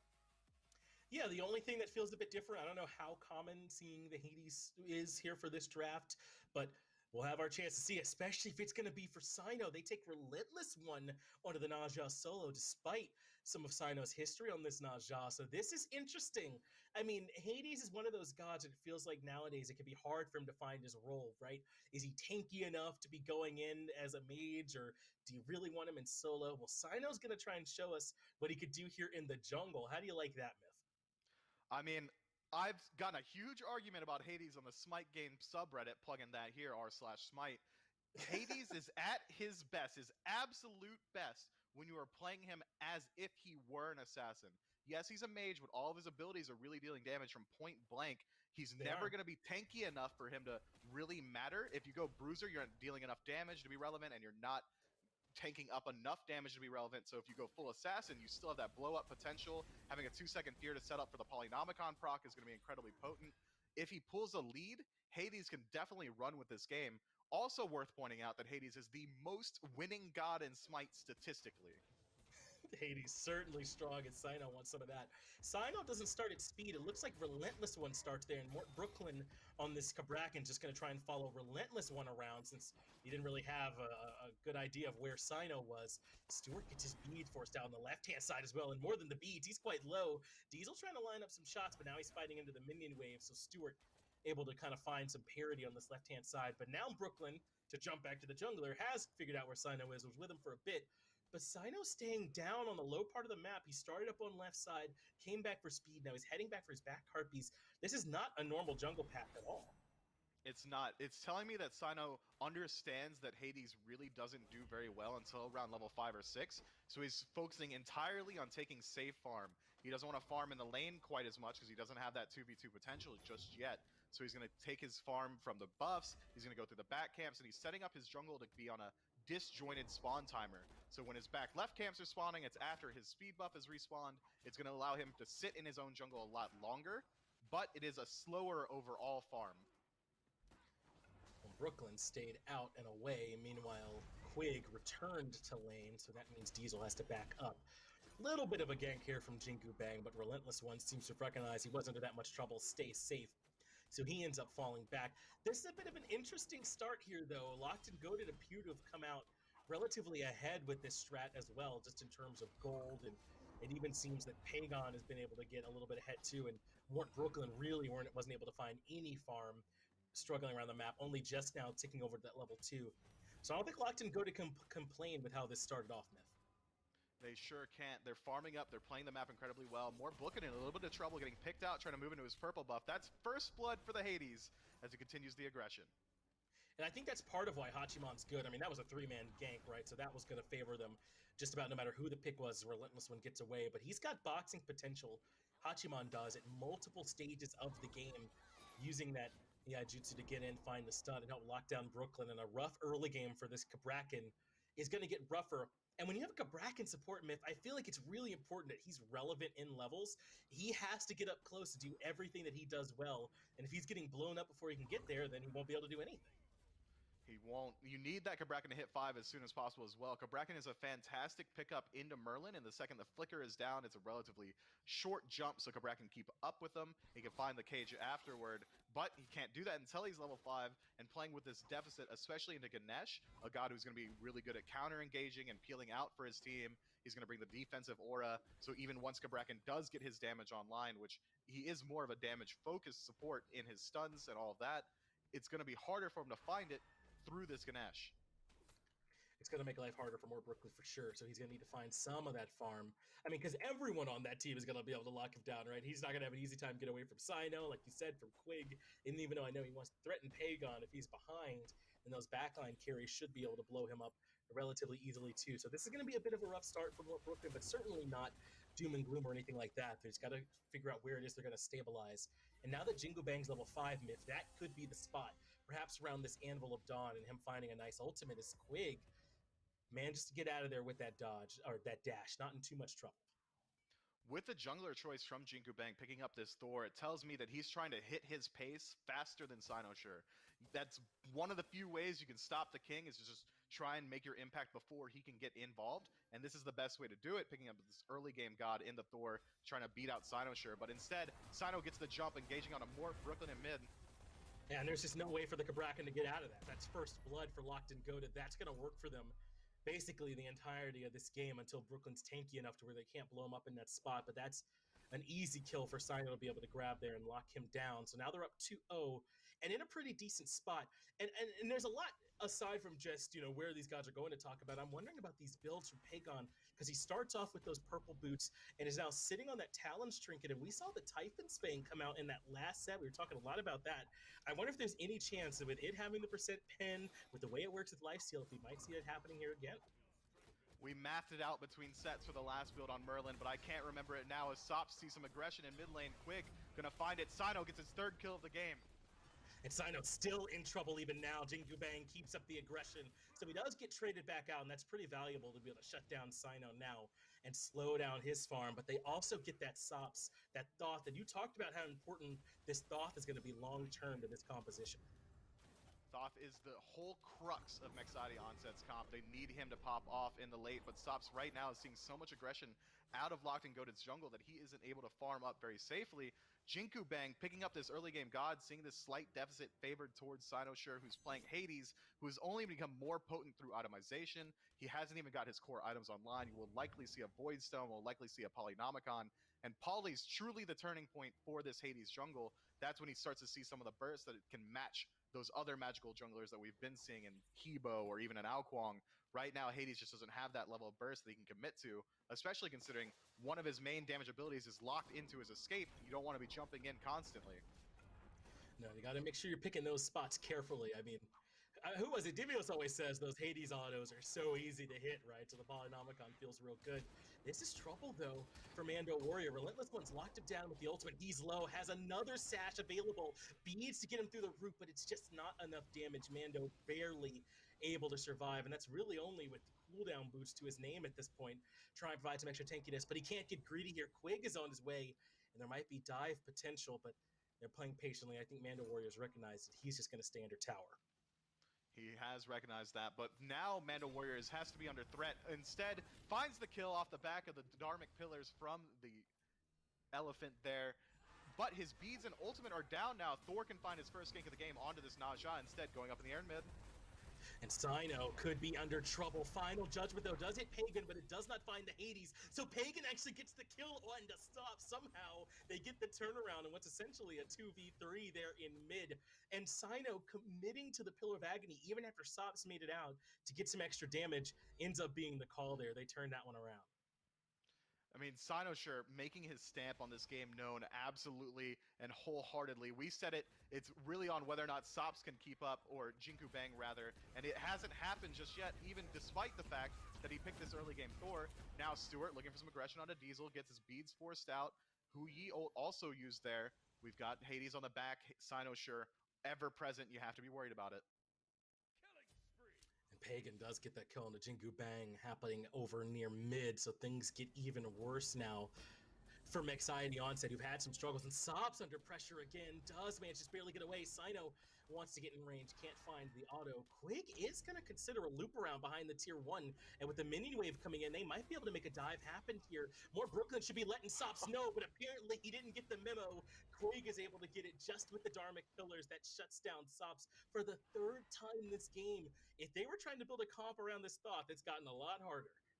It really has. The pressure has been ever constant in mid lane, but Quig, every kill that Quig has been involved in, he's sniping with his ultimate. That's not normally how you see the Dharmic Pillars used, but he's using it as if it's a raw ult. It's insane, the level of play and trust that he has in his own ability to line that up. It's not easy to do.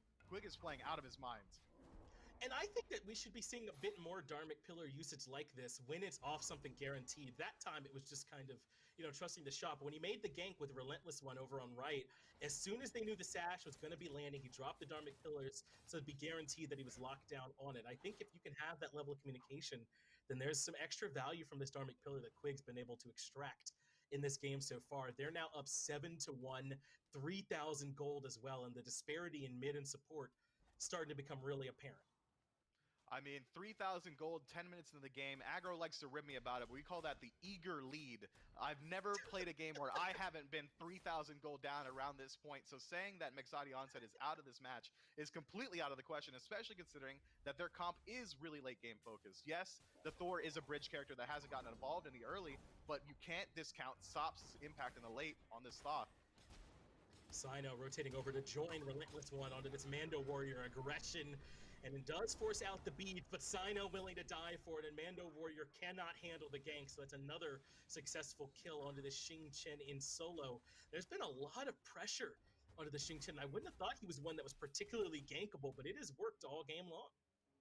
I mean, ganking as Xing Shen is one of the worst feelings on the planet as a jungler, but I've never played Hades jungle. That matchup could be favored, being able to silence out the jumps, suck him in with the ultimate. There's a lot of ways for Hades getting involved there, but traditionally, Xing Shen is one of the safest gods you can pick in solo lane, especially with the HP 5 he gets from his passive. He's got a double jump. Skyhook is a fantastic route.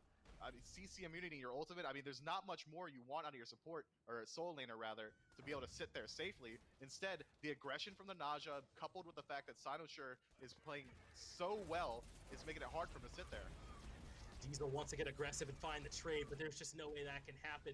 Not with Quig playing as well as he's played here today. Stewart ends up coming out on top with that kill, and Jingu Bang really can't find much with his ultimate. Pagon holds onto the beads, makes it out of there.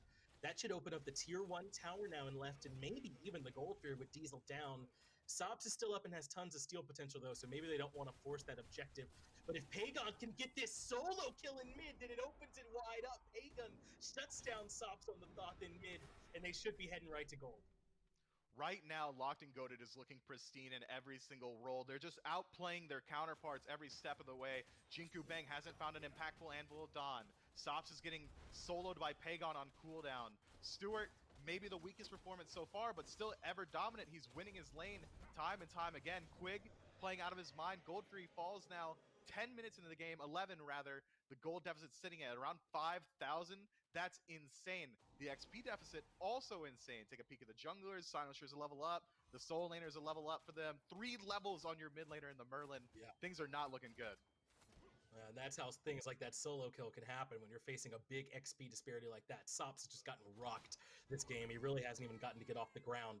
And look at Relentless One's build too. With the Blackthorn Hammer, he's sitting on that glowing emerald. I imagine is going to be going into something that's still relatively bruisery. I mean, it is going to be all health in there, but if he ends up going with something like the Shield of Regrowth, so he gets that acceleration off the 2, then it's basically like you just have a regular Naja coming out of your solo lane. He should be providing plenty of relevant damage. I like the build path he's been able to find here as the tier 1 tower comes down and Diesel has to dive bomb out of there. That build path is completely afforded to him by the matchup. Xing Shen doesn't have much solo potential, so you don't have to be worried about his damage at all, as well as the fact that his team has been playing around him so well, allowing him to use this, what is essentially a slightly selfish build. He's going to be able to rotate out with more damage. His CC is going to be so impactful in these team fights, and it doesn't matter because he has this enormous lead. Look at Sino. He's gone with the Bancroft's cooldown boots into the Spear of Desolation for his start here to try and afford him a bit more aggression. He's also really not all that concerned with Bruiser. He's going to be providing plenty of damage. I like that Locked and Goated are recognizing their lead and avoiding getting pulled as Sino by dropping the Pillar of Agony. Mando does grab Relentless One. There's finally a good dunk from Jingu Bang, but the response from Relentless One is to take Jingu Bang to the sky, and the follow-up damage is there. Brooklyn falls first, Jingu Bang right behind him, and Stops is all out of options. A surrender vote has started, and rarely do I agree, but I don't know. This one might already be over, really. Realistically, it's going to be so hard for them to fight back in. What you're saying, the interaction point has passed? It certainly has. Mexati Onset played that fight well. Jinku Bang found the priority targets in his dunk. Sops got his damage out. Mort Brooklyn got some aggression forced onto him as a support. That's what you want. But unfortunately, you're down 7,000 gold at 13 minutes, and the Fire Giant falls as well. That surrender vote, if it didn't go through, you gotta be kicking yourself for it, because now there's definitely no way that you can play into this, barring some catastrophic mistakes coming out of Locked and Goated. And I know I'm talking to a world champion here, but you must have had some games that felt like they were a bit out of reach. I mean, we always talk about how players use this time maybe to strategize for the next game, and maybe they're trying to get some value out of it, even if this game might feel out of reach. How would you all use this time if you had some games that you guys felt like maybe it would have been really tough to bring them back? I've put this time of my life behind me, Finch, but I'm going to tell you right now, at this point, I have already checked out emotionally and physically of this game. My hands are barely on the controller or keyboard or whatever I'm playing on, and I'm either thinking one of two things. One, why isn't my team F6ing? Because I was the F6 warrior of my squad. Or two, I'm going to drag this game out as long as humanly possible to punish my team, my own personal team, for not F6ing, for keeping me here. I'm going to drag it out as long as I can. Well, that's not quite as much value as I was hoping for, but I love the honesty. Is perhaps some anxiety onset, just trying to see if they can get locked and goaded, to get a bit ahead of themselves and still find a way to get back in.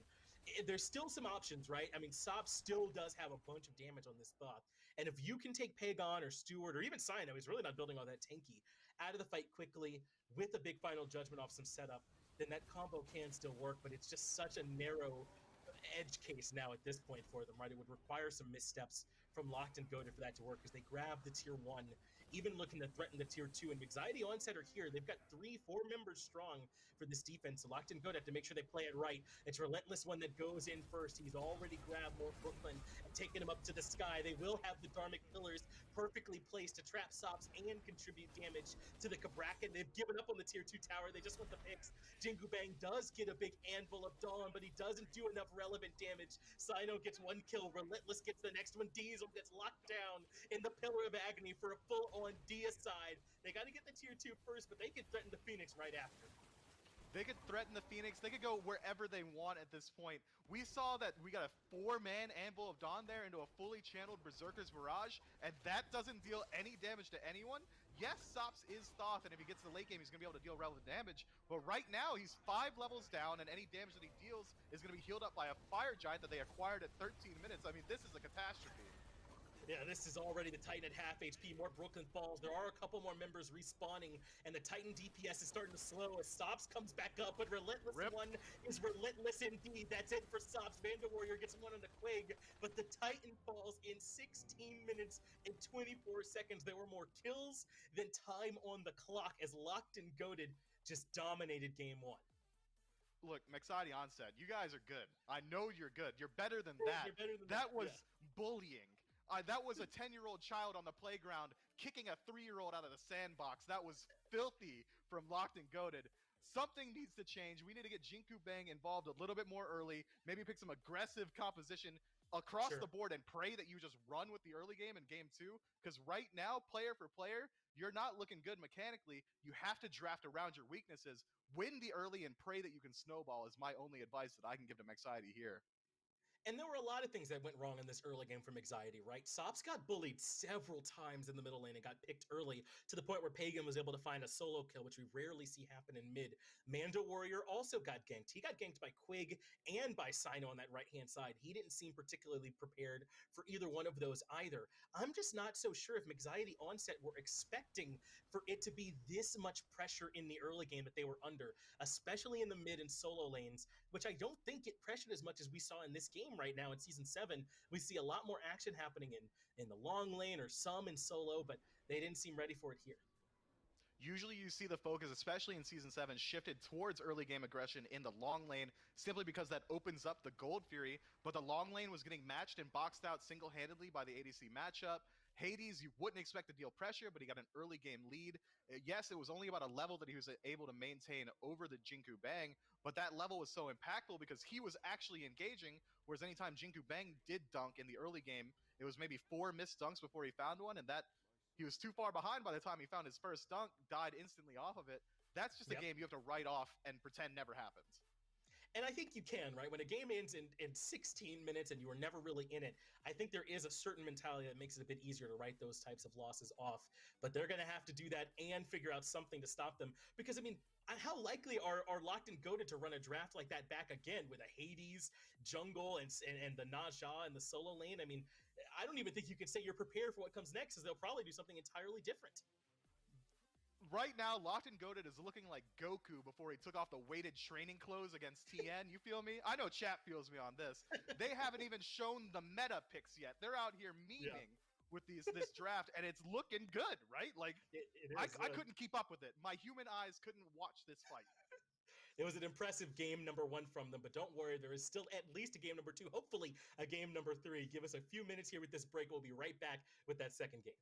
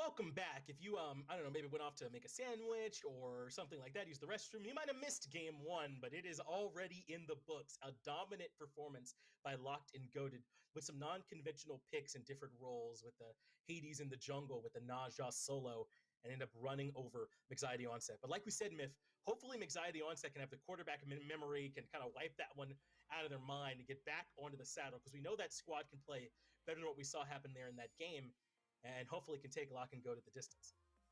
I mean, they're likely concussed from that beating they just took, so maybe they literally can't remember that match, and I hope that's the case. I would say they should ban out some of the picks from Locked and Goated, but they were so unorthodox that you can't really give up anything Hades, right? there. You're not gonna ban Hades. There's no way. Instead, they like to ban the Yamoja and the Jing Shen.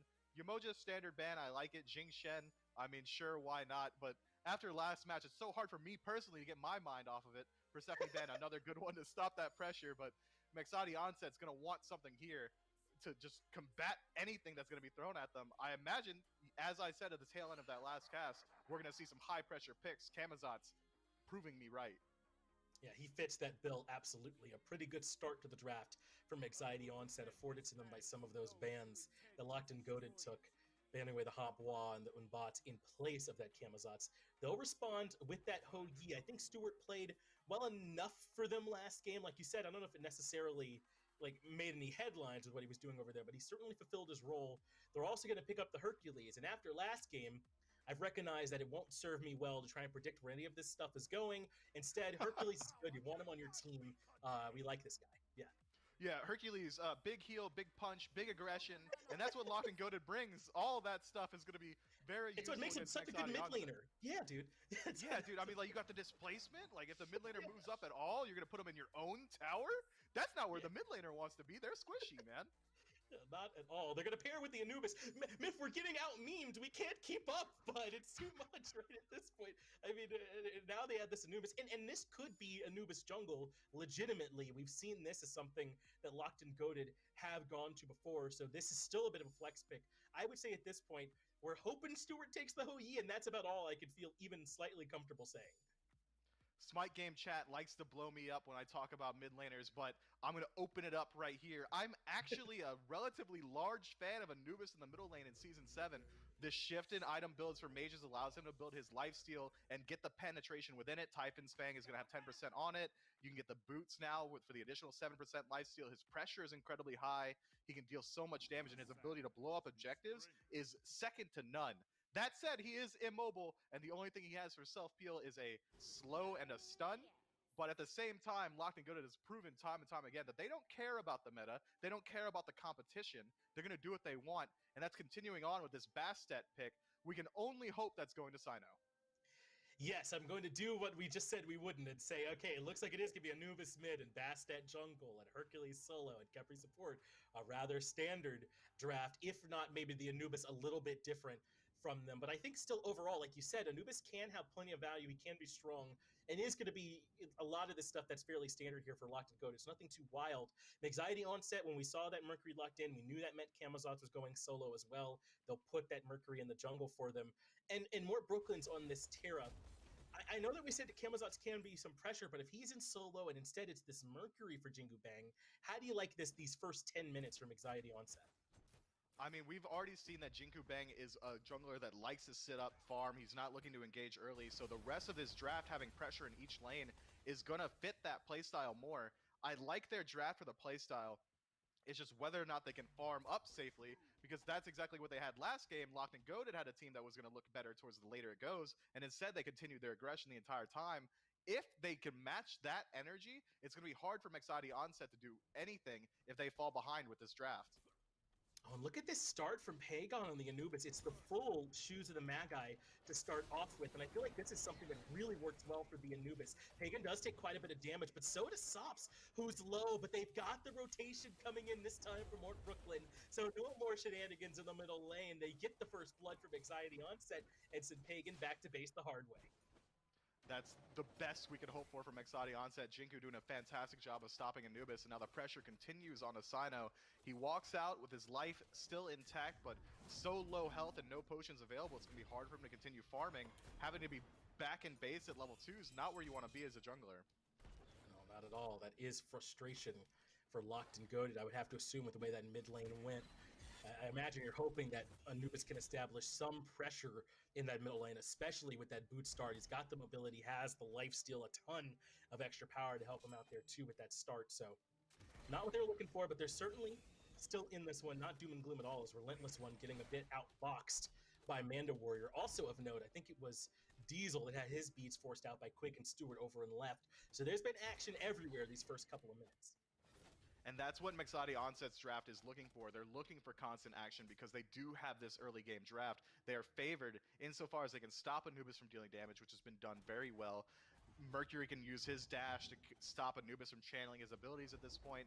There's so many ways to prevent Locked and Goaded from getting off and away with their comp, and they're doing very well with it so far. Kamazot's over in the solo lane. He's going to be able to box out Hercules.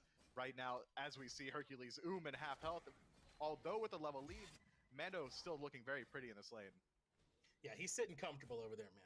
No problems for him at all. And I think that's just what Camazotz can do. It's so hard to fight his boxing potential, his sustain in lane, the safety once the ultimate's online. It's going to be tough to pressure him out, even with a pick like Hercules, who so often can be a bully in his own right. But I don't know, man. I know that Locked and Goated have this Anubis mid, but I don't think that they're too upset by this start. Yes, it's 600 gold in their favor, but if they can find plays like this on a Diesel, then maybe they can turn things around. He does get pulled back in. The leap's on cooldown, but that's all their CC. So Diesel makes it out. I think that as long as Locked and Goated stay calm here, Myth, they're definitely still right in it. They are absolutely still in it. If they can maintain their farm as well and stop the bleed completely, they are favored around these objective fights. The second Gold Fury spawns up. That's when Mixati Onset has to be ever cognizant of that because of the Anubis in mid, able to constantly be able to burn it. Diesel getting a little bit of rest on here. Yeah, and he still has no bead, so he's got to be careful. That's his leap on cooldown as well, but Stewart really only has the autos. So despite all this pressure, Diesel still surviving, but cannot survive the last auto. He even had the turnaround impale to create some space from Quig, but they finally punish him. But look at the cavalry on their way. Jingu Bang, Sops, and Mort Brooklyn all rotating in to punish. There's so little mana available for Locked and Goated. It'll be difficult for them to survive. The dive bomb allows for Stewart to make it back to the tier 1, and Quig gets around the corner. Sonic Boom does connect, and that's enough to find at least one kill, even though Stewart makes it out. Some signs of life from Exati Onset. They grow the 600 gold lead to about 800 now. But at the same note, shutting down the Khepri, Quig, not a fantastic trade there for your ADC. Stewart making out alive is a big deal there. Mando Warrior getting aggressed on here. It's going to fizzle out. This objective, I'm really keeping my eyes on the first gold free of the game to indicate how the rest of this match is going to go. The first team to get a sizable lead should be able to run with it either way. I think that those gold free fights are going to be important, but how comfortable can Anxiety Onset feel on it? I feel like both of these teams have a ton of burn potential, right? Like either one of them could steal it away if the other team's not patient. But when it comes down to confirm, no one has the big burst all at once. Both of these teams could strip it away from the other one, so those fights are going to be really big. It's much more likely, I think, we'll see skirmishes and then someone take it on the back end rather than someone choosing to try and sit on it as Pagon gets dove underneath the tier 1, but does manage to survive as Diesel gets aggressive again. The Desert Fury comes out early. The Impale creates some space, but he's being chased. That's why you see the rotation coming in from Mort Brooklyn as that Ricochet hits for a good amount of damage, not enough to kill, and Diesel makes it out. That Ricochet looked like it could have been good. If it was just an inch forward, it might have even found the kill. Instead, both make it out alive. Diesel playing overly aggressive in this lane, especially considering how much presence Quig is showing over there, but he's afforded that opportunity from the Onher pick. Onher is a guy that needs to continue to put on his pressure because he's one of the best early game hunters available. But on the same note, keeping Quig over there is opening up mid lane to ganks for Jinku Bang. If he decides to get involved early, that's going to be nice for him. They're favored in the fight because there's a numbers disparity. Or he can continue to farm, and then it'll be a late game Mercury at some point, which is also nice. Oh, this looks like a potential bait, though, from Locked and Goated. They know there's not a ton of vision, so they're lurking around the corner. And Mort Brooklyn, low HP and low mana, does recognize what's happening in time, though, to make it back to the tier 1. So Locked and Goated really don't find much at all there with that positioning around the Gold Fury. And that's okay. You know, maybe someone comes in, we can catch them off guard, find a nice quick pull, and if not, they'll just retreat back. So instead, we can talk a little bit more about these builds. It's the Bancroft from Pagan early on. He was sitting on the Talon's Trinket. And like I said, seen a bit more about that Typhid's Fang with Prime starting it up early. Maybe that'd be the call. But I think Bancroft's just in a lot of cases just flat better. It makes a lot of sense for this Anubis. Yeah, no surprises there from the Anubis build. Neither is the Merlin. Bancroft is just a nice flat power item to have. You get stronger the lower health you are, and it also affords you some lifesteal. It's almost kind of like an Aussie. Just instead of increasing your lifesteal, you increase the power, which by the same note does increase your lifesteal. Sure. However, it's this next item that is going to be really indicative. I imagine we will see the Typhon's Fang coming out from the Anubis. We'll likely see some CDR coming out for the Merlin, or even a Karen's coin going either way. I'm still just ever waiting for this Gold Fury fight to erupt. Both teams have been showing that they're willing to take fights. It's just one hasn't really started up just yet. Are you surprised at all that Diesel's on the spiked gauntlet? I mean, I imagine that's going to be the Bloodforge, but I feel like so often with these Onhers, we see them start with the Transcendence in the long lane, but he has been under a lot of pressure this game, so maybe that's why he's electing for this lifesteal route. I think it is truly he is going to go towards that Bloodforge just for that 75 power increase. It's going to be very nice for him, as well as being able to find kills with his ultimate, even though he isn't getting that CDR that he would have from Transcendence, that passive is going to afford him a lot of survivability, especially considering he's going for this, what has constantly been a 2v1. Pagon avoids the Sonic Boom, finds the turnaround Mummify, and even lets loose with the ultimate. A bit ambitious there, as he didn't really have Jingle Bang for that long, but that does force him to use the beads and get right on out of there. So it's a favorable trade for Pagan, I'd say, if they both use their ults, but he holds onto the beads, that Mercury a good deal more vulnerable. And Sino lurking on the left-hand side. Diesel has now used the leap, gets stunned out, and is in some trouble. An easy cleanup kill for Sino on the Bastet. It is. That's one of the issues of playing aggressively in the long lane. That lane has the longest lane. That's why we call it that. So if you play towards the center of it, getting back to your tier 1 tower is going to be so hard. He used his leap there, still wasn't in the tower. That's easy gank potential for a Bastet, especially. The high damage output as well as the CC. Now with the rework on her 3, she is going to be able to sit over there as much as she wants. However, she might have to let go of this soul lane. Her Relentless One has been getting pushed in the entire time, and Sinosure hasn't made his presence known on that side of the map. Mando Warrior kind of running away with the trades, but Relentless One getting an XP lead. Yeah, I'm sure Mando's not complaining. He doesn't have to worry about Sino and Quig here this time after what happened to him in game 1. I think we even saw Relentless One commit the boulder over the wall to strip the blue buff away from Mando. I think that's why he doesn't have it here this spawn, and that low mana could potentially be a problem. Driving Strike puts him into the wall, but really only Hercules providing any additional damage, so not a ton of kill potential as the boulder even comes out without finding much damage. Mando Warrior, even with Quig showing up, stands tall relatively easily.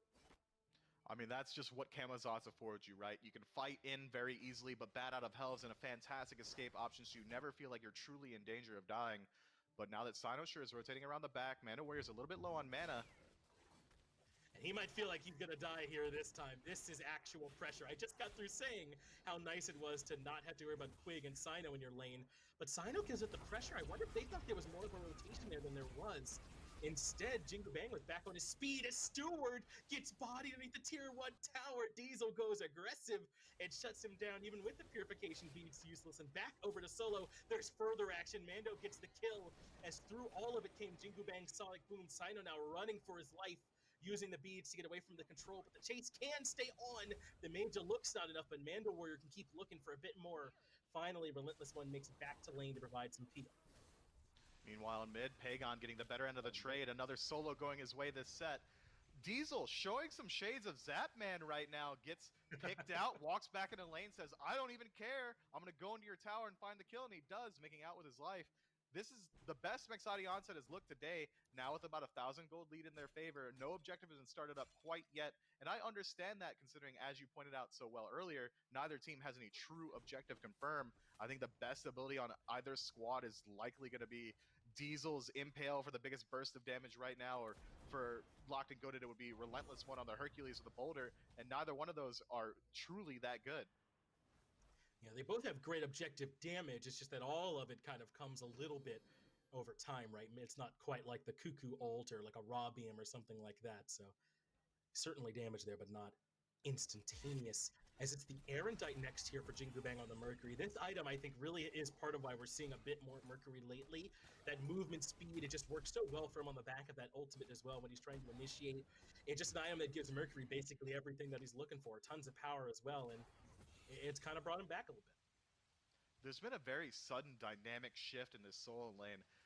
Mando Warrior's been getting the better end of every single trade. He's been keeping them Hercules under his tower the entire time, but now he's got a level deficit as duo lane starts to find their fight around the purple buff. And that does force Brooklyn out, but really nothing much comes of it. But as you said, despite the fact that Mando Warrior, I think, has outboxed Relentless One almost every time, he has fallen behind in terms of gold and experience. Relentless One is, for all intents and purposes, winning the lane. He is. I thought you were going to make a Relentless joke there, and I was really holding my breath. I was going to force a laugh for the sake of the cast, but I'm glad you didn't force me into that. As Quig finds his aggression on a Sop, forcing out that flicker early, the damage is coming through, not quite enough, as Sinosure is backed off by Mercury. Yeah, Jingle Bang steps in, throws out a couple of those punches, and that's enough to send Sino back. He didn't want to catch the hands, as Relentless One has turned the lane around entirely over in solo, shuts down Mando Warrior with a boulder to the face. That's a nice solo kill for him over in right. It sure is, but that's not the end of the aggression. More Brooklyn now getting gone on by Pagon. This lane is starting to shift around. Diesel getting his ult force as well. Jinku Bang on the left side might be able to find the ultimate, might think better of it as well. Mexati Onset had the early game lead, but now Locked and Goated suddenly turning it around, getting 100 gold in their favor, essentially bringing this game completely back to even and using their objective burn wisely on the Pyromancer. They have brought it back to parity. It's just a question of experience deficits and where they're showing up. And Relentless One and Pagon both have leads in their matchups in terms of experience, even with that gold. Now favoring Locked and Goated, the experience tipping in their favor too. So Jingu Bang knows he has to act quickly, but Pagon, quick on his ability to get out of there with the Purification Beads as well, has the turnaround, and now Jingu Bang doesn't have the safety, has to use Aegis, both his relics forced after trying to gank this Anubis. I loved that play from Pagon. I know the communication between Pagon and Quig there was, my stun's down, he's used beads, how long in your route so I can drop my ability? Had he used his 3, the Anubis that is, a little bit earlier to self-heal, that damage wouldn't have come out, and it wouldn't have forced Jinku Bang's Aegis. Now Jinku Bang has no actives or ultimate available. It's really going to relegate that Mercury to kind of waiting a bit, I think, before he can get active again. That should be time for Sino to start operating, and that is the call. He's looking for Diesel and left, but Mando, the solo laner, is rotated over, and there's no way Sino is expecting this, right, to suddenly have to deal with this Amazots, and he starts to get burned, but who comes in but Quig with a great ultimate to save him, and Stewart going to continue to get aggressive. He does force Diesel out, but now he's left on an island, and there is no Scarab's Blessing for him, so Mort Brooklyn and Sops work together to punish the Ho Yi. Locked and Goated, I think, get caught off guard by Mando Warrior's presence, and they lose life. And now Sino has to keep on running, but the dive continues. Mando Warrior now chasing him into tier 1. The shell is there, but Brooklyn catches him out again, so Pagan finds the return kill, but suddenly a 3-for-1 in favor of Anxiety. It is a 3-for-1, but Diesel didn't use that time to return to base. He's low health, as is the rest of Mixati. This might not open them up for an objective. And meanwhile, the entire time, Relentless One choosing not to rotate, instead going to take away that tier 1 tower and the blue buff, increasing his lead even further, now 2 levels. Just farming that right side of the map, and even a chance to catch out Mando Warrior, who does not have the ultimate and is waiting on that Devour, that leap to come back up so he can reposition, is avoiding the autos from Relentless One, does make it over the wall, but chases back up into driving strike range and ends up getting caught out. Relentless One finds an important kill. Now, more Brooklyn considering starting gold, but yeah, just between him and Sops, I don't know if they have enough. They have to give that up, and Locked and Goated keep this game even. That looked like hesitation from Mando Warrior to me. It seemed like he didn't exactly know where he was on the map. Maybe he just got caught out unaware. And after he jumped up that wall, he could have continued moving downwards towards Locked and Goated's side of the map, or Mexati's rather. Instead, he jukes back up, maybe potentially trying to avoid a boulder that wasn't coming. But either way, that is a big pick. And now, what was a 3-for-0 turns into a 3-for-1. No objectives dropped just yet. Brooklyn in some trouble as he gets abducted, and Relentless One's just waiting to push him back towards the squad. Doesn't get displaced, but does still get stunned. And that's enough for the kill there in favor of Pagon. And Sobs, though, with the turnaround burn, even eats the boulder. It says, Relentless One, you've been building Shield of Regrowth and Contagion, but that don't stop me, and he burns that Hercules quite easily. That's one of the downsides of having an ultimate that locks you in place, even for a short amount of time like Hercules Boulder does. Opens him up to all that damage from Merlin. Now Pagon focusing his attention towards Mando Warrior.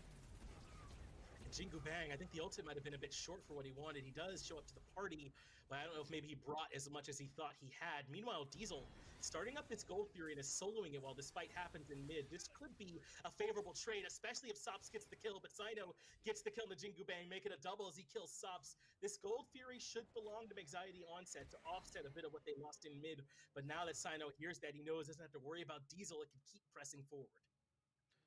Keep pressing forward, he will. I would have liked to see for Locked and Goated to maybe shift their attention towards that tier 1 tower.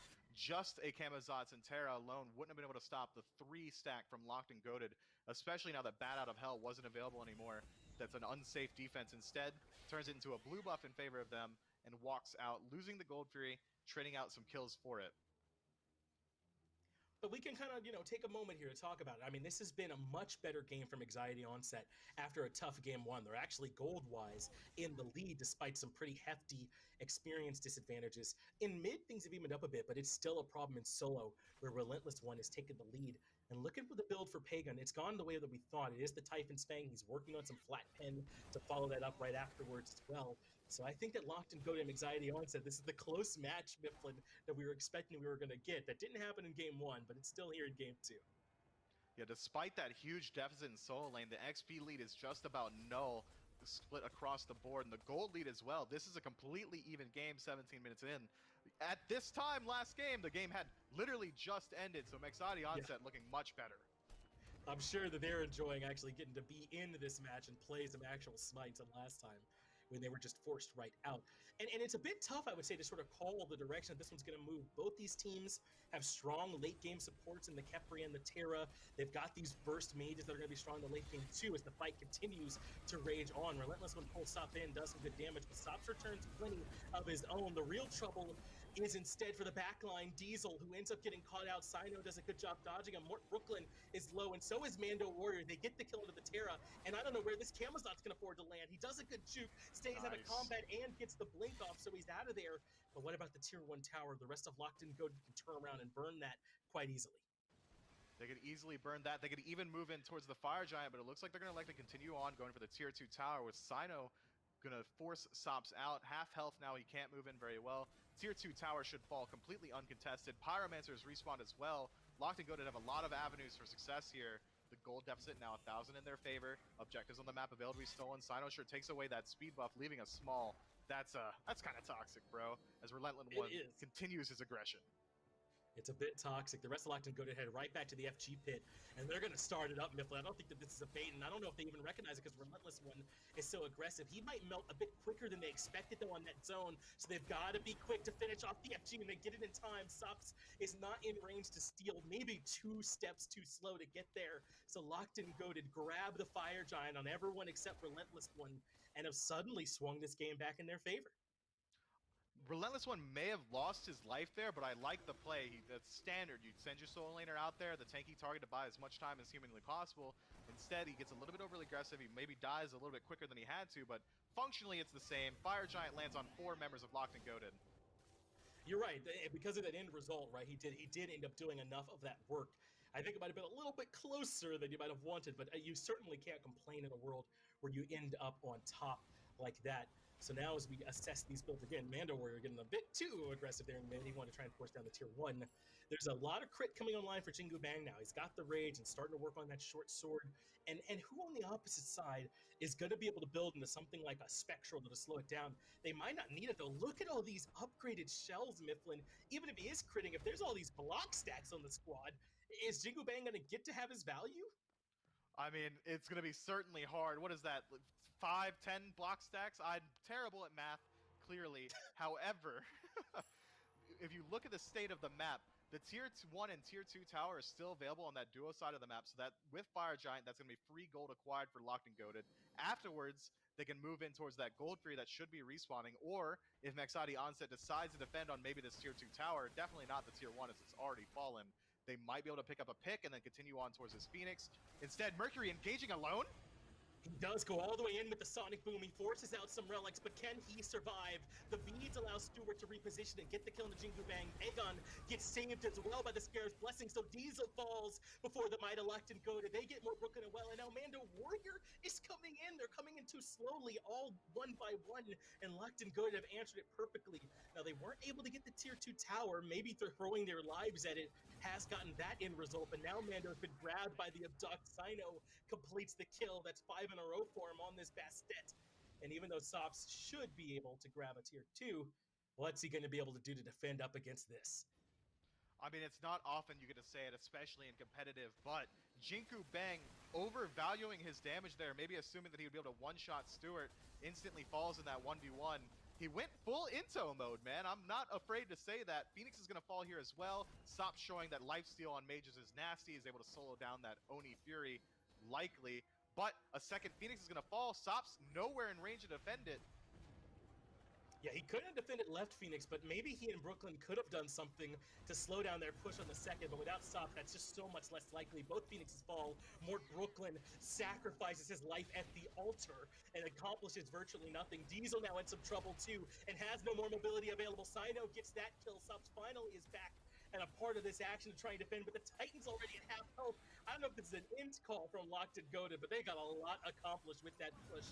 even though Subs does finally clean up one kill at the end. There's Jingu Bang back up, though, with another Sonic Boom. He does get to Pagan in the back, but Pagan still has beads. After all of this, he is able to find the shots, and Locked and Goated finally get punished.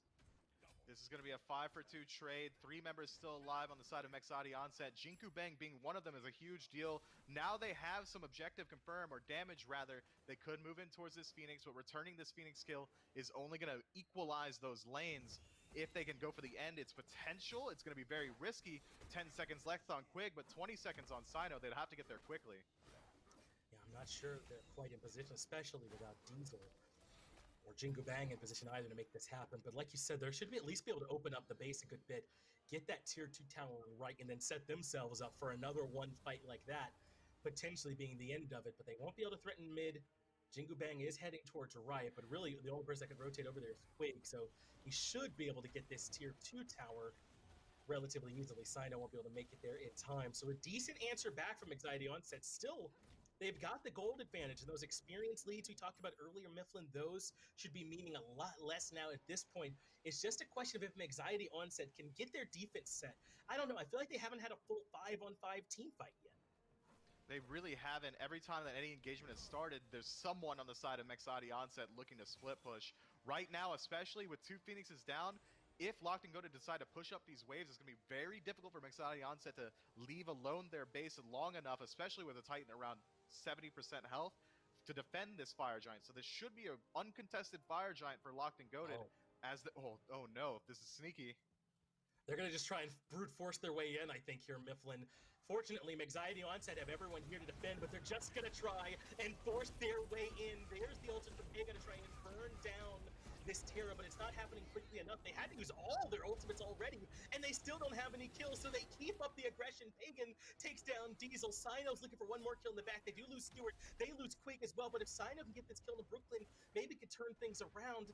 I don't know if I love this strategy from Locked and Goated. When they realize how much force was waiting for them, I think they should have pulled up, but an excellent defense from Anxiety. It looks to me like Locked and Goated, they know they could have done Fire Giant there. It's obvious the entirety of Mexati Onset was sitting in their base, but that was a bit of a disrespectful call, and I'm not afraid to call it that. Now, Sure. 4 members strong on the side of Mexati Onset, 30 seconds left on a spawn from Locked and Goated. They can challenge the base here. It will be close, but they could definitely do it. And it looks like that's what they're electing to do. Fire Giant is available. Instead, they're moving towards Middle Phoenix. Now 10 seconds on Quig, 20 seconds on Stewart. It won't be easy. This Phoenix is falling incredibly slow. I doubt they move in towards a Titan. They might still have a good shot at him, Mifflin. I'm not so sure. Yeah, Quig's up, but I don't know how much he can do by himself to defend.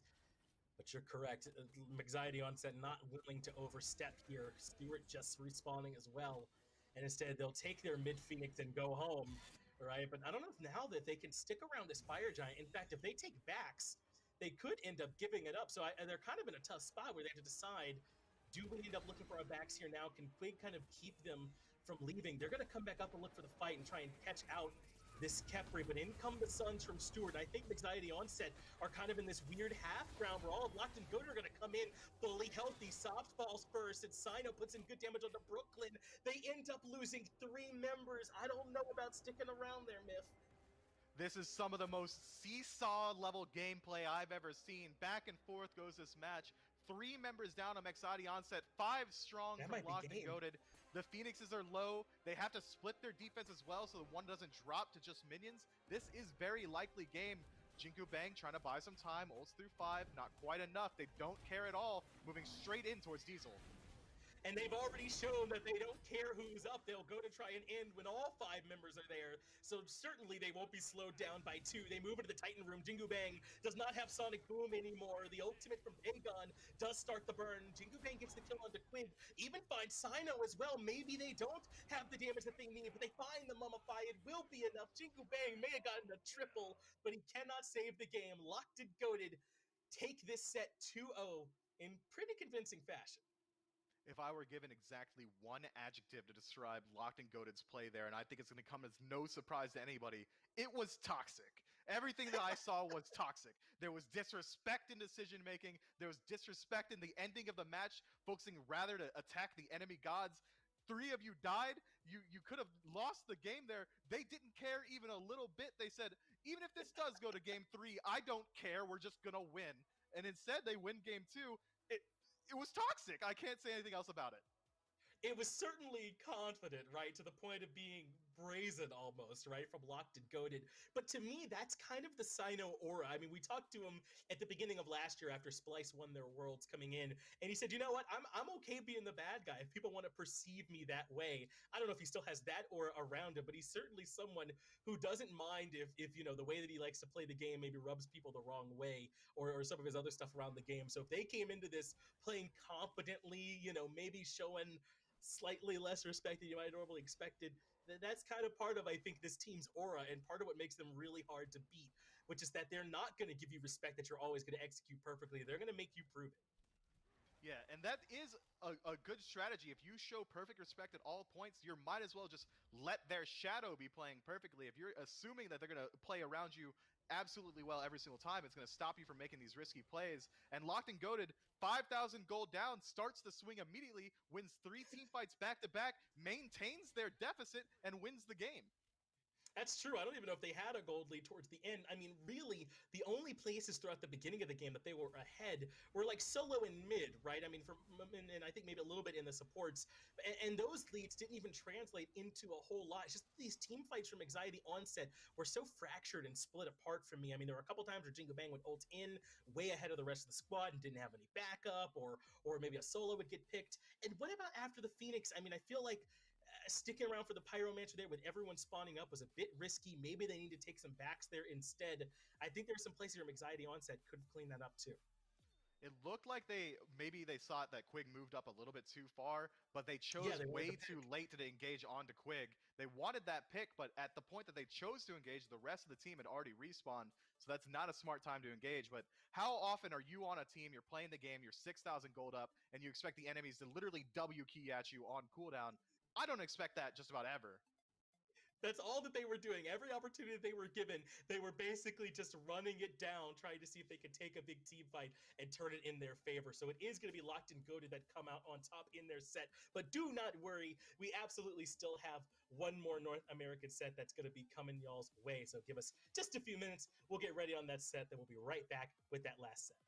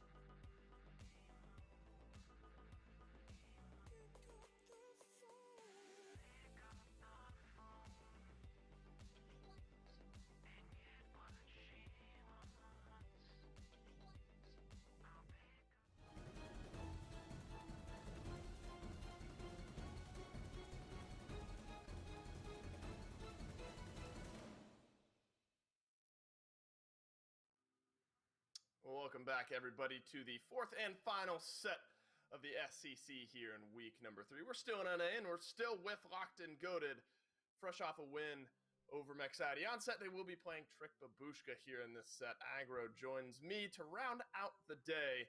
And I think Aggro, Locked and Goated rather, they're probably riding high on some of that momentum after a big win.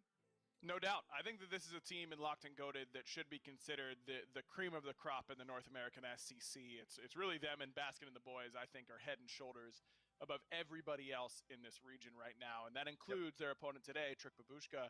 Though Trick Babushka do have a lot of things going for them. I've liked the way that Minerals played so far in that support role. Brandon Balls has looked okay in that solo lane from time to time, though consistency seems to be a bit of an issue for him. I think that you're looking at this Locked and Goated roster as one that has potential to be a premier contender in this region. I absolutely agree, and as we mentioned, fresh off a 2-0 win over Mexadi on set, we'll look to replicate that performance here against Trick Babushka. But I think one thing, Aggro, that we have to look at, especially just prior to jumping into picks and bans for game number 1, is some of the curious and maybe oddball picks that Locked and Goated obviously feel comfortable wrapping towards. I mean, whether it's a Hercules jungle and Anubis in the mid lane, swapping where you might expect the Najah to be, whatever it is, Locked and Goated seem comfortable trying it out. I mean, Sino has always been that type of player to play different things all the time. He's played Chernobog jungle, he's played Raijin jungle, he's playing Hades jungle now. He's clearly started the shell trend. The last game that his team had 4 shells on it. This is a guy who's creative, who's won an awful lot of Smite games in his career, and is clearly a leader for this team. And I think that makes them fun to watch, man. You never know exactly what you're going to get when you're watching Locked and Goated. Well, Hebo, the only maybe curious ban taken away from Locked and Goated here. We have seen some success out of the Hebo, so not another world of surprise there, but not mainly in that first round of bans. But that does open up Locked and Goated to pick up Camazotz first. And I think you have to do that. If he's left open for pick number 1, I think he's too strong, too important. I think you have to take him away. Yeah, I completely agree. Kukulkan is open, and I like Trick Babushka going straight to that for Shadow Chair, and I love pairing it with this Najah. This is a classic combination. Najah plus big damage mage ult equals consistent success, and this Najah is a flex pick. It can go into the jungle. It can be played support by Mineral. Relentless One's been playing it in solo lane, so maybe Brandon can do the same, but it takes it away from Locked and Goated, and it gives it over with a really good first 2 picks here for Trick Babushka. I like it. And I like the Xbalanque, though, locked in from Locked and Goated. We've seen kind of the rise of X-Ball, I think, over the last couple of weeks, especially, in that Hunter role, of course. Maybe a time or 2 in that middle lane. But teams are really starting to pick up on what he brings and that late game potential that Xbalanque has. And teams are really starting to enjoy picking him up as their Hunter. And I don't think a lot of teams are enjoying playing against Xbalanque necessarily. That ultimate's still completely game-changing in these team fights. You can use it early to get assists. I love Xbalanque in the meta right now. I think it's a strong pick in the top 3. Alongside Xing Chen, You got to like what Locked and Goated have so far in their top 3. I think they've come away with a very, very strong top half of the draft. A lot of it, I think, for Trick Babushka is going to be mitigating that Camazotz and the X-Ball as well. But we have seen a Camazotz just off the leash and is near unstoppable, much less a Camazotz that just remains even. You brought up Chernobog. He is locked in here for Trick Babushka, and that likely will be a long lane Chernobog. Though we have seen some swaps in that. We saw Kukulkan in the long lane and then a Hunter in the mid lane, so I can't say with complete confidence. But with a Thoth locked in there for Locked and Goated, Akali will round out their draft as well. I love Locked and Goated's draft from top to bottom. The one thing that they are lacking, though, is early game pressure. They really don't have a lot of early game gods or lanes where you feel like they're going to really, really pressure out the opposition. Camazotz should have a pretty good time over there in the short lane, but that's really the only lane that you're feeling great about your early game. I wonder if Sino is going to spend some extra time over there. But if this game goes late, I don't really see a world where Locked and Goated lose it. They've got Xbalanque, Thoth, Kali. That is nasty as far as 3 late game hyper carries. Yeah, I can't think of 3 better gods that I would like to have on my team as you move into the late game. Quig will be piloting that Xing Chen, and one of the things that he does so well is obnoxious in the jungle, or be obnoxious in the jungle rather. And Ryan, I think that this is something we've started to see a little bit more often. Not the complete annoying, let's stick to the jungler all throughout the jungle in the early game, immediately to speed, rotate over to the Harpies and then the blue buff, but kind of just try to be annoying on that purple buff and see if I can take something away, plug a little damage, and then leave this long lane early. This start is something that Locked and Goated has done basically every game so far this year, and I haven't seen a team really find a way to punish them effectively quite yet. They let Quig mess around on that left-hand side, harass the enemy support on purple. It also gives information to Locked and Goated on where the enemy support is. Sino starts on his team's purple buff, and then goes to red, hogs red the majority of the time, and then goes back to speed, and that's exactly what he's done so far here. And if they end up taking his speed, then he just moves along and keeps kind of the train rolling on that left-hand side of the map, opens you up for left side of the map invades. It's a weird start, but one that has been very effective for Locked and Goated. They've done it very consistently, and I just don't think a team has really found a way to exploit it yet. Well, this duo lane has just been under duress early on from Trick Babushka. Locked and Goated really been in control pressure-wise, so that it's obviously good to have that amount of pressure, but I think you also have to be mindful, and a lot of these guys are for Locked and Goated to play safe, ward up, because that opens you up for a gank, especially when you have a double assassin composition for Trick Babushka between a Naja and a Bastet. There's plenty of burst damage, and you'll get deleted pretty quickly if you open that door.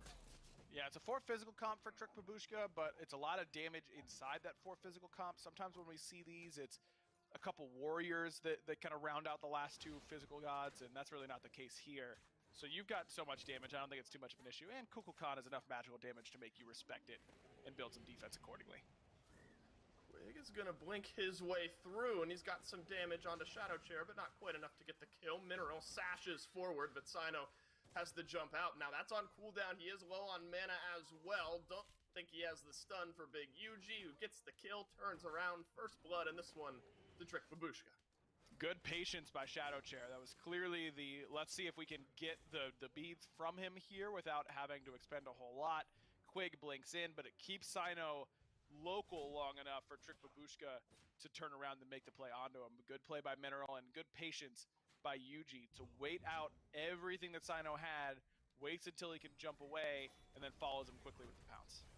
And I think that's a double win for Trick Babushka. I mean, not only do you get the kill, but you shut down Sino, one of those late game gods that you pointed out for Locked and Goated that is just scarier if you're able to find a first blood and really get rolling 3 minutes into this game. So a bit of a double win, I think, there from Trick Babushka. And we got a slight glance at the short lane there, and that's going to be a Camazotz versus an Osiris matchup. And aggro, I think that's something we've seen a good bit, is if you're laning against the Camazotz, Osiris tends to be a pretty popular pick.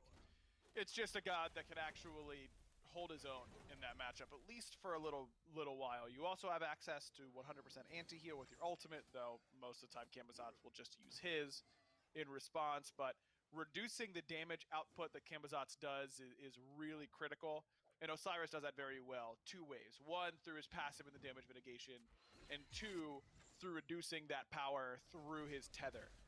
Those 2 things together, most of the time Camazotz is just hard out trading. Between the tether and the damage mitigation, Osiris can do things like this, actually come out a little bit ahead on trades from time to time. He's been able to hold his own and then some. Picked up an early hog, just maybe sensing some presence in his jungle. Didn't have to use it, Brandon Ball, so he will still have that next time around if need be. And one thing you sort of talked about, I think, for Trick Babushka is the presence of, maybe a lot of physical damage. It really is, though, for both sides, isn't it, if you look at it? I mean, between Relentless One, Sino, Pagon, Quig, and Stewart, Pagon's going to be doing most of the magical damage. Relentless One, though, might not be able to escape. Talk about a solo kill. Brandon Balls, he snags one under Relentless One. Not used to seeing that on the Camazotz. No, he made it look easy, too. A bad decision, though, by Relentless One to go back and try and clear the wave with that ultimate, but that was a cut and dry solo kills. Relentless One gets hit by that Lord of the Afterlife, so that negates any healing that might come through for a little bit. Brandon positions himself well, just between Relentless One and the tower, and Camazotz thought he could clear it better than he could with that ultimate, and ends up swooping in a dangerous spot. And remember, lifesteal is, you're getting a percentage of the damage you're dealing. So reducing that damage by way of this damage mitigation and by way of the tether makes a huge difference up against the Camazotz, because he's just sustaining for less because he's dealing so much less to you in those moments. And Brandon's really leveraged his passive well. He's tethered Relentless One at the right moments. Osiris is a character that seems very, very simple on the surface and is really, really hard to squeeze every little last percentage point of power out of him. And Brandon clearly seems to be pretty comfortable on this god. He's doing very well on it. I'm certainly not used to seeing just cut and dry solo kills in that short lane, but Brandon Balls has found one on that Osiris. And as much as, or as scary rather, as a Camazotz is once he gets online, or even before he's online, we have seen a time or two where an Osiris gets a few kills under his belt and just starts to run away with it. Might at least get an assist here, but can't forget that Relentless One has that get out of jail free card. Mineral sticks his head into the short lane. Relentless One is able to pop that ult and get out alive. But that's still 2 ults on the side of Locked and Goated for just 1 for Trick Babushka. And Brandon has CDR between the blue buff and that Glad Shield to not really be too concerned. And the gank is on in the mid lane. Sino finds Shadow Chair, so I said Kali at least didn't get a kill, but finally Sino has one here. Relentless One, no escape this time, but not enough damage from Trick Babushka to snag the kill. We'll get some healing thanks to his kit and a potion there right towards the end. So obvious early game priority into that short lane to shut down this Camazotz as Big Yuji jumps right back in onto Pagon, who has no mana. A little bit more damage is all Yuji needs, and he certainly has that. Kill number 3 to Trick Babushka. Still had to use the beads because Pagon was threatening the root, but at the end of the day, that's certainly worth Yuji's time getting that kill in exchange for his beads. Yuji's been all over the place so far and really been putting out quite a bit of damage on this Bastet really early on, but needs to continue to keep the pressure on. As you highlighted, that Kali getting a kill for Sino, it's not going to take long for him to get to that point where he feels like he's pretty much unstoppable. Mineral has been all over the place this game, and is going to assist the rest of Trick Babushka in cutting down about 2/3 of Quig's health bar there. Big Yuji still in rain. Whirlwind of Rage and Steel tosses back the Bastet. Stewart, that's the freest kill of his life. He dashes backwards, last hits that Bastet, and is able to get a kill on the Jabalanque. So some of those late game carries for Locked and Goated starting to get some kills under their belt. Leaps exchanged. Relentless One, though, is here to peel for his jungler in the short lane. The action continues early and often here, Aggro, 8 minutes into this game. All over the map as well. Great ult by Quig, knowing that beads were down for Yuji. Remember, we just highlighted Pagon pulled those out in the mid lane a little bit earlier on, so Stewart's able to get the easiest kill of his life, as you highlighted, but because of that ultimate from Quig. And Sino attempts that invade on the right-hand side. Brandon didn't get the blue buff around him, but I believe that Hand of the Gods was enough to confirm the buff. So golden experience worth more than the actual buff effect itself, especially on a god like Osiris, who does want to spam a lot, so it's valuable on him, but can get by without that blue buff sustain. Oh, and as even as this game is, 300 gold in favor of Trick Babushka. I mean, the widest XP gap is really between Mineral and Quig, a 2-level lead. Or in that Naja, Quig could grab some experience for himself here, assisting in a gank. Over in the short lane, Brandon Ball's taken low, certainly in range for a few swoops from Relentless One on the Camazotz. Down go the lights thanks to Stewart. Finally, Brandon Balls goes down. But you get a sense of how long it's going to take to kill this Osiris. That's a 3-against-1 gank. Opens up a Gold Fury as well on the Trick Babushka side of this map as 4 members in the left side jungle. So yeah, you get a solo kill if you're Locked and Goated, but Gold Fury over to Trick Babushka. It gets Sino on his target, so he gets that extra bounty gold, so it is valuable. It's worth Sino's time, but needing Quig there as well makes it a lot harder to defend that goal. Yuji's down here one more time. Up, down he goes. Back out beneath the tier 1 tower. Day to remember. Not enough range to finish off Stewart there. Tense moments. And I think, well played by Stewart, holding onto those beads, not getting locked down, and somehow escapes alive. Boy, was that close. I think that pounce did land from Yuji, just doesn't have a whole lot of points in it quite yet. Imagine he's maxed the 2 and is working on maxing his second ability, but I'm not sure if he's maxing pounce or that used to be Declaw, now it's the cat call or whatever it's called. So now it is that yeah, he's not putting points in the Pounce. Pounce does an awful lot of damage. Ensnaring Claw, that's what it's called now. There we go. It does do a lot of damage on that one, but it's scary to incentivize yourself to jump in oftentimes. Now, it's a lot better on Bastet, of course, because she can jump away, but not having that extra point in the one may have cost a kill to UG in that instance. In aggro, I mean, this is maybe a bit more zoomed out, high level, but I don't think I'm overextending too far in thinking that, you know, both teams have somewhat similar compositions here, and, you know, they have a big chunk of physical damage on their team, some good objective secure between Pagon on the Thoth and Shadow Chair on that Kukulkan. Or do you think the mindset maybe of both teams and what they're looking to do is pretty similar? I think so. I mean, you've got assassins who will one-shot your backline in the late game. You've got frontliners that are really not CC heavy, but more damage heavy in both Camazotz and that Osiris. You've got big damage mages, CC setup supports. I think both these comps are very similar. I just think that Trick Babushka's has a little bit more late game prowess than that of Locked and Goated have more late game prowess, I should say. Could be a good whirlwind of Rage and Steel mineral force to use the bead. Spirit of the Nine Winds flies itself in. Mineral low health. Pagon with the snipe from downtown. Goes down, though, to Brandon Balls, who pulls back one kill for Trick Babushka. We do stand at a 1-for-1, but Big Yuji gets another onto Sino. So this Bastet is starting to swing. She's starting to swing hard. Third kill on the board for the jungler of Trick Babushka. Really good use of the just peel by damage by Yuji on the back line there, as Yuji actually still has that ultimate, is going to go in looking for the tanks, but not dealing that much damage to them yet. Tier 1 tower, though, will end up falling here in favor of Trick Babushka. So not only do you get 2 kills, which is somewhat even with what Locked and Goated were able to do, you get a Tier 1 tower now actually pull out, look towards this Pyromancer. That will be locked down as well. So what was about a 1k gold differential has moved to 2 and some change 12 minutes into this game. Certainly not insurmountable, but enough that Trick Babushka have been able to build on a small lead and now built themselves into a great spot. They are in a very good spot, but I still think that they have to be worried about the late game potential for Locked and Goated. I know that they both have similar composition, but Bastet usually just dies in the backline very, very quickly. Kali has that destruction that prevents her from just dying when putting out all of her damage. I do want to see Data Remember continue to play well in this Chernobog, but maybe use that ultimate for a little bit more global pressure so far. Trick Babushka is not really taking a whole lot of fights in that right side of the map by their will. It's been a lot of diving by Locked and Goated, but this Chernobog ultimate can change games right around this moment where you've got a slight lead, start to go group up, go for invades, and use that global presence to your advantage. I know Stewart has a global ultimate as well, but it's temporary. It doesn't teleport him to the fight like Chernobog's does. And we've drawn a lot of similarities as well, of course, between the two team compositions and more specifically maybe even the mid laners and what they look to do.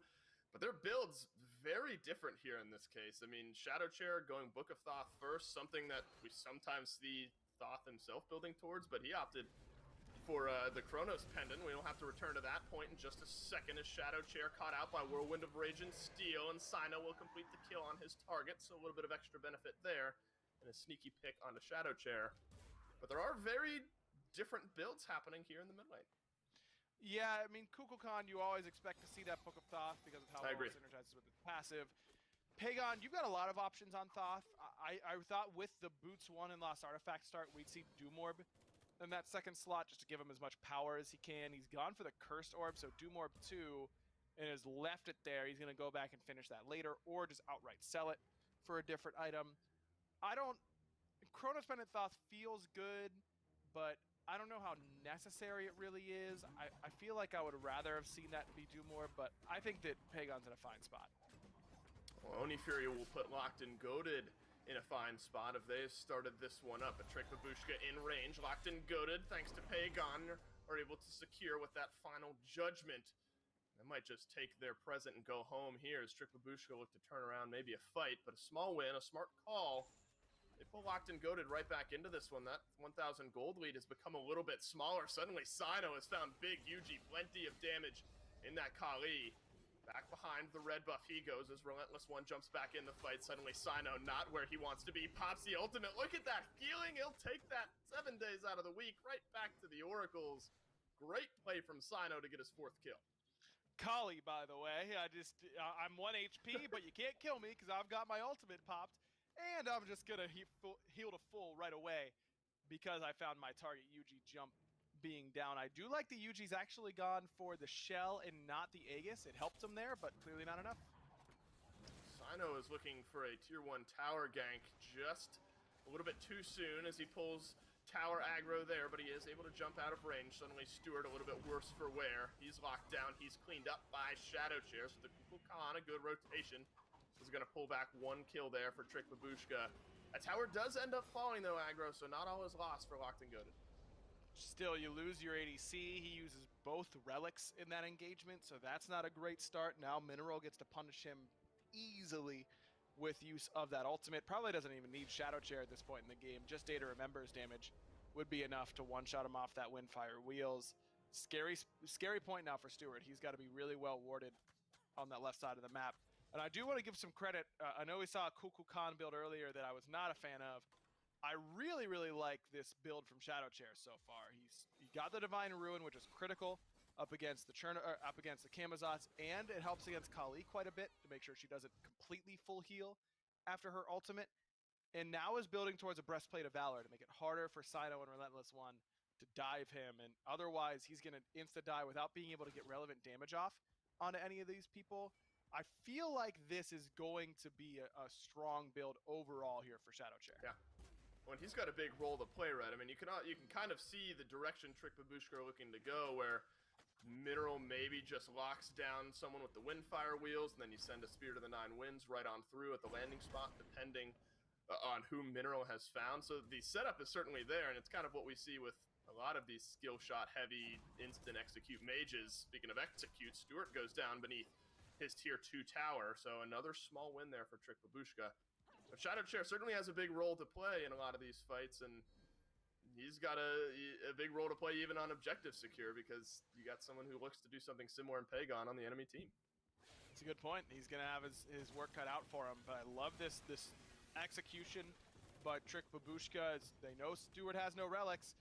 Let's just use that Chernobog ultimate. We'll know exactly where everybody is. We know how many rotations are coming our way.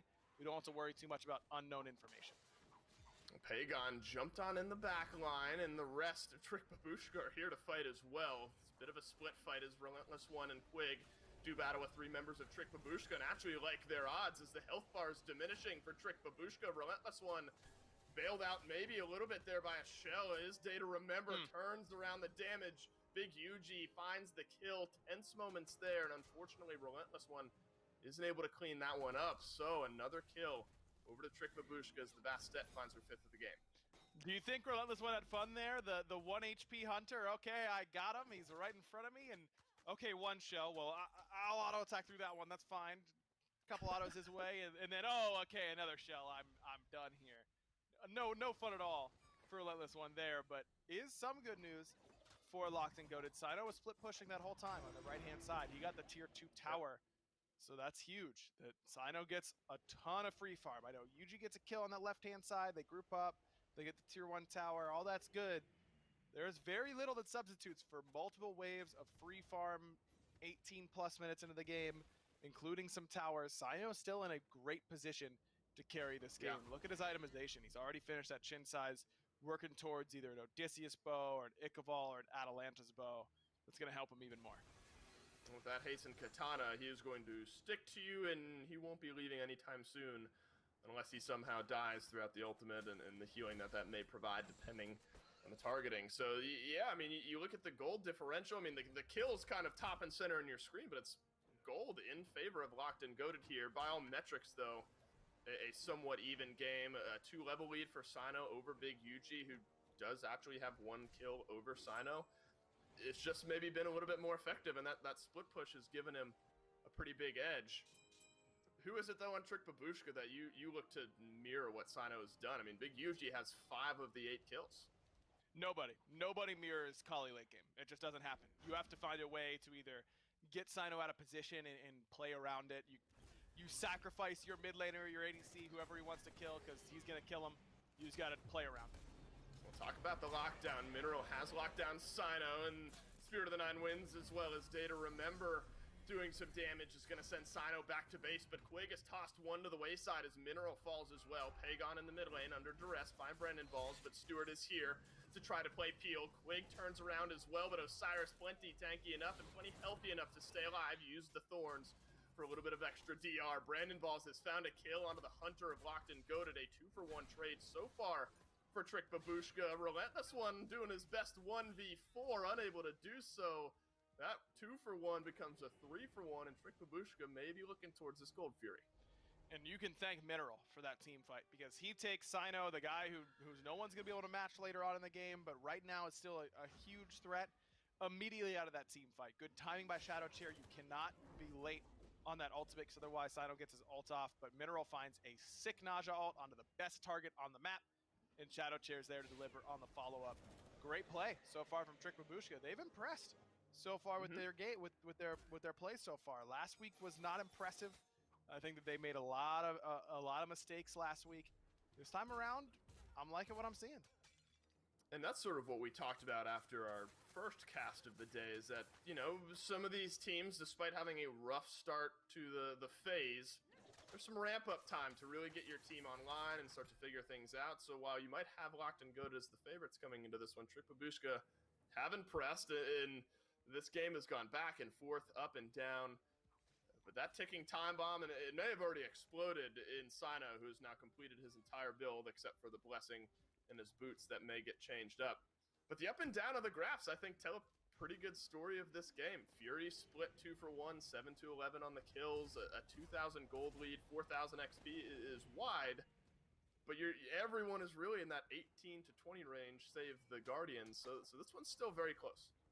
Very close, and that's where you want to be if you're Trick Babushka, in a way, but I don't know if they're far enough ahead at this point. I think it's still a little bit too close for comfort. I mean, that fight went well, but it's because Sino insta-died. If he doesn't insta-die, then I don't think that fight goes nearly as well, and Trick Babushka have to recognize that and just make sure they're trying to do that exact same thing every time. Easy enough, right? The dream scenario, yeah, easy enough to lock down Sino, and if he plays a touch more passively, might not catch the Mineral ultimate at the beginning of these fights. Fire Giant now starting to be poised around 23 minutes into this game, and both teams, again, as similar as they are, have similar secure. So actually, Aggro, that's something I'm excited to see. If there's a big Fire Giant battle where both mid laners are involved, it's going to be an attempt at that last hit. That's going to be some fun to watch. But in the meantime, a tier 1 tower getting dropped down. Mineral has cut out Quig this time around, and the Spirit of the Nine Winds will knock down the pin one final time. So Quig back to base for 40 seconds. A tier 1 tower in exchange for your Guardian's life, but Sino has found a good target in Brandon Balls, who is rooted in place. Sino thinking twice about the re-engage, and Relentless One is going to pop the ulti to get out alive. So it is, at the end of the day, a tier 1 tower in exchange for Quig. Looks like Data Remember and Trick Babushka might want to keep going. You know, Daze used that ultimate just to slow everybody down, but Sino's still here with ult and beads is scary, for sure. I don't think Trick Babushka want to push too hard. They're at least pushing to this tier 2 tower. Brandon Balls is here, 5 members strong beneath this tier 2.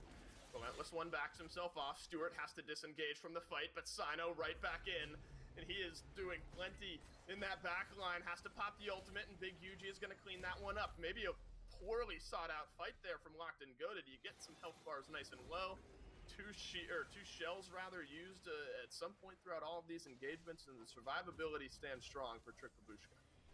Mineral has to use the beads, though, a bit overextended by him, but Sino's been controlled so far in these team fights. The front line, Relentless One and Quig, cannot afford to keep dying, and that's because those are the guys that are going to be taking focus away from Sino in these team fights. I know that at some point, Kali will get to the point where maybe there's nothing that you can do. You can have all 5 members looking at her, and she still might kill your whole team. But we aren't there yet. Sino isn't 6 items, 3K potted up. Right. It's really, really tough to knock him down at that point. You can still handle him. We saw it right there where Sino feels like he has to go in and just try and make something happen. You could feel the game starting to slip into Trick Babushka's favor. but it's because Quig and Relentless One have gone in and died too quickly. They need to be there in order to take some pressure, even if it's 1 or 2 members, off of Sino so that he can be enabled to do his thing in this game. I agree, and you get the sense just by positioning that this Fire Giant is likely to be the next bit of fireworks that we see in this game. It is a 5k gold lead for Trick Babushka and could grow further as Fire Giant has been started down about a third of its health, but the lights go out thanks to Stuart. Mineral takes Relentless One up to the sky, but maybe not the setup that Shadow Chair is looking for. Mineral, he's not happy to be in that position at all as Relentless One swoops on through. Spirit of the Nine wins from Shadow Chair, doesn't connect onto anyone. Quig sends one back. Pagon snags a kill onto Brandon Balls. A 3 for none. Locked and Goated find the fight they're looking for. Day to remember, he uses the actives.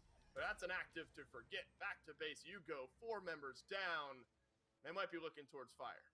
That's a beautiful fight for Locked and Goated because of the front line that time. Relentless One stands in front of Mineral, makes sure that he's the only viable target for that Windfire Wheels. And even though it's been effective to just ult the tank and then have Cuckoo also hit the tank and insta-kill them, Quig takes Shadow Chair out of that fight entirely. Make sure that he can't play in that team fight whatsoever. Sino's at the same time chasing Shadow Chair around, chasing Day to Remember around. I love the way that front line played. And meanwhile, Stuart and Pagon, they're chilling. They're in the back line, plenty of space between them and the nearest member of Trick Babushka. Locked and Goated right back in the driver's seat in this game. And you get the sense almost that a lot of the fights that Trick Babushka has been winning have been on great setup from Mineral and then Shadow Chair sending that ultimate through and executing the target that is locked down at that point. And that just didn't happen in that previous fight. So Locked and Goated take it convincingly, turn around, grab the Fire Giant. Right side Phoenix is now down. Still 2 tier 2 towers on the map between mid and that long lane.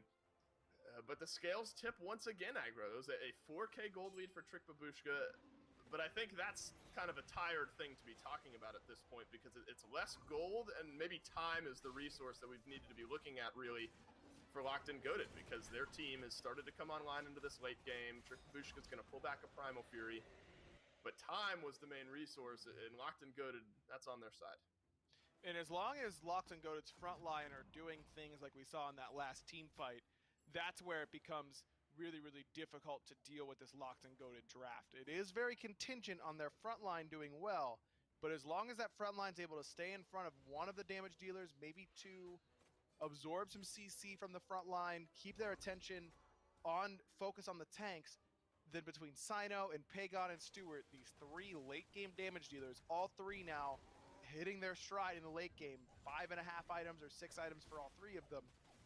I just don't think Trick Babushka have enough tankiness in order to withstand that. Mineral, while building very tanky, is still an assassin. So that's just kind of the way it's going to go for him. Even though he's going to build tanky, eventually he's going to die. Maybe if he builds a Lono's Mask, that would help. But then he loses a lot of damage output.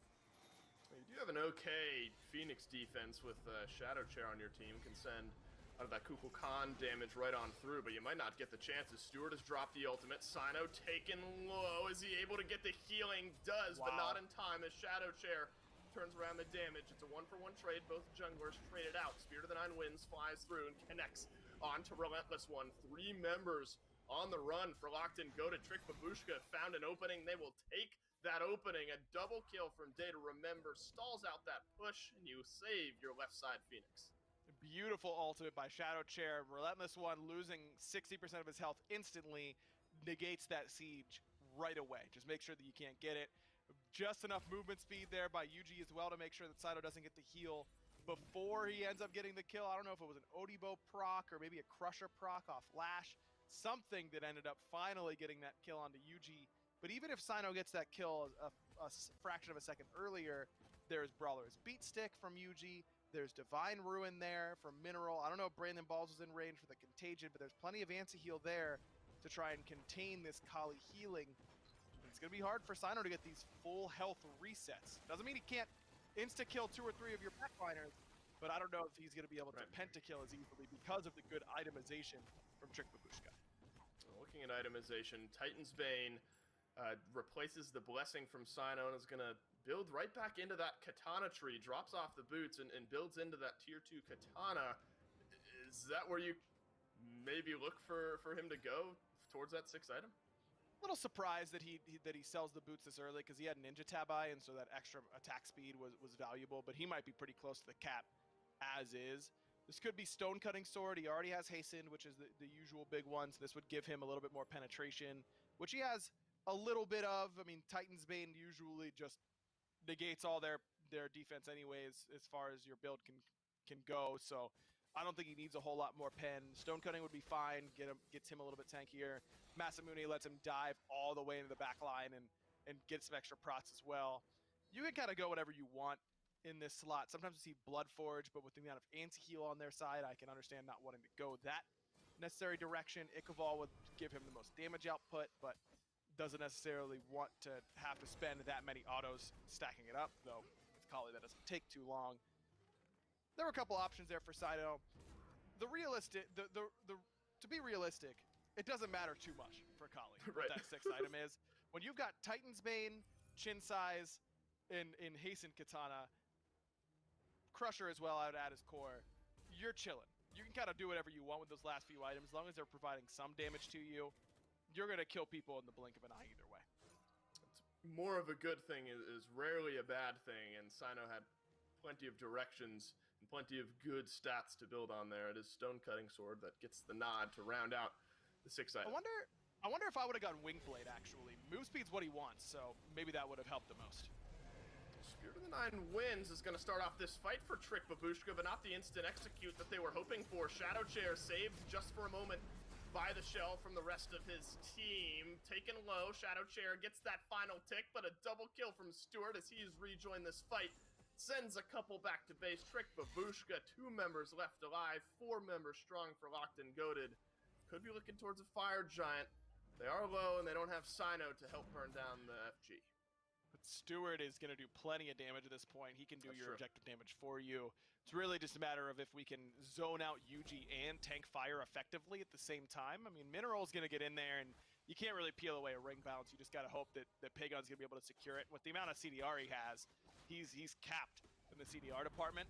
He's going to have his ultimate up and ready before this Fire Giant's low at this point. So this should be a pretty good Fire Giant pull for Locked and Goated. I don't know that they can risk holding it up for Sino, though. They'd like their Kali to get enhanced fire, but I don't know if that's an option. Still a 4 versus 2. Sino is 10 seconds away from respawning. Fire Giant, 10% HP. Oh, Maybe no! Trick Babushka jump in. Big Yuji with the steal. What a turnaround here. You have to get the kills if you're Locked and Goated, and they've at least gotten 1. The jump in, the jump out, the FG over to Trick Babushka. No, Pagon too early on that ultimate. It didn't end up getting that final blow in order to secure that Fire Giant. Yuji leaps in and steals it with that pounce damage. It's just simple math, Dave. You got to know how much damage you're going to do and how much damage the Fire Giant is going to take in that moment. And Pagon drops the ball on the secure. That's a pretty simple one. You don't have to worry too much about zoning Yuji there. I don't think that's a zone problem. You just got to trust that Pagon's going to land that ultimate and secure. It's not going to dissuade Locked and Goated, though, from attempting this right side Phoenix Siege, and Pagon is going to send another final judgment right on through. Sino will complete the 4v1 split and move down to the mid lane. So a couple ultimates down, or only a couple up, rather, for Locked and Goated here. It looks like they're going to think twice about sieging this right side Phoenix as Big Yuji is back on the respawn. It's been quite the day for objective secures and you and I casting, huh, Agro? Yeah, we're kind of cursing them, huh? I mean, it should be some pretty easy ones too. These are layups, Dave. These are breakaway layups that we're missing at this point. But sometimes those are the hardest ones. Sometimes those are the hardest ones. They come in a little hot. You can't decide if you want to put it off the backboard or not. They're tough. Well, here's another fight, and up to the sky goes 1, and the Spirit of the Nine Winds flies on through. Sino has found an opening kill in this fight and is able to jump over the wall, but Brandon Ball's right on his tail. Trades that one out. Still a 1-for-1 trade, and Pagon sends the ultimate right on through. Only Big Yuji has the Bastet ultimate for the remainder of this fight, and he rejoins Stewart. See you later. 3 members on the back pedal for Locked and Goated. Trick Babushka. They're going to stun one more. A double kill for Big Yuji. 4 members. They're going to barrel down the mid lane. That's beautiful. That is a beautiful fight by Trick Babushka. Just a little bit too aggressive there by Locked and Goated. Got to remember that there are members of this team that had enhanced fire. Might only be Mineral, but adding that extra damage and sustain to the support ends up mattering when he's playing that Naja, and that might be game. Titans started up, 2 members back on defense. You do have Pagon and Quig, so there's going to be plenty of damage to turn around, but suddenly Quig might be a non-factor as Data Remember snags the kill. Titan, half health. You only have a Thoth. 3-4 members of Trick Babushka look to the Titan, and they'll take game number 1. So, I mean, that's a great turnaround from them, because I really thought that, I know that they were in the lead, then locked and goaded, they get that Fire Giant, they feel like they're going to be in control, then you end up losing a Fire Giant because of that Bastet steal. Great play by Locked and Goaded, or by Trick Babushka, I should say. I gotta give credit to Shadow Chair. I think he's had a rough first few weeks in that mid lane. I thought he played very, very well today in that Kukulkan. That last ultimate by Gold Fury, I say it a lot. As a mid laner, if they want to kill you, they're gonna kill you. It's not a matter of how can I survive. It's a matter of how much damage can you get out on the right targets to try and make sure the fight goes your team's way anyways. And he forces Sino's ultimate really early on in that engagement, makes it so it's very easy for Brandon to clean him up with the Lord of the Afterlife over Red Buff Wall. Well played by Shadow Chair and the rest of Trick Babushka. They earned a big victory. A lot of credit goes to Yuji as well, man. 9 kills for him and the big play of the game, stealing that enhanced fire. I agree, and that was a massive turning point. You felt like all of the presence really was for Locked and Goaded, and then the Fire Giant gets stolen away, and if you're Locked and Goaded, you pull back a kill, but that's all you hang your hat on there, and then you end up losing the game just a few minutes later. I think aggro, this is one of those rare few moments where I've seen a Camazotz, I mean, I don't want to call him a non-factor, but didn't have as big of impacts as we're used to Camazotz as having. Agreed. Brandon, without a doubt, had the bigger impact on the Osiris, and that goes to show that you can't just play off the tier list, so to speak. You got to go by what you and your teammates actually excel at. I feel like Relentless One usually does pretty well in the Camazotz, but did not do so here today. And that affects picks and bans going forward. Now, if you're Trick Babushka, you think, okay, maybe we can let Camazotz through. If you're unlocked and goaded, do we now have to ban Camazotz, even if we were in the first pick slot in a typical power position to try and get that pick? Do we lose confidence in that selection for Relentless One? It puts you in a tough spot. I don't know what they're going to do. I think Trick Babushka, they'll feel just fine with how that one went, especially in a matchup where there were so many similarities for what both teams were looking to do. And I mean, we don't really have underdogs in this kind of middle of the table matchup, but I mean, you could argue coming in hot after a win, Locked and Goaded, maybe the favorites in this one. So I think that's a momentum swing, not only from game number 1, but you look towards game number 2.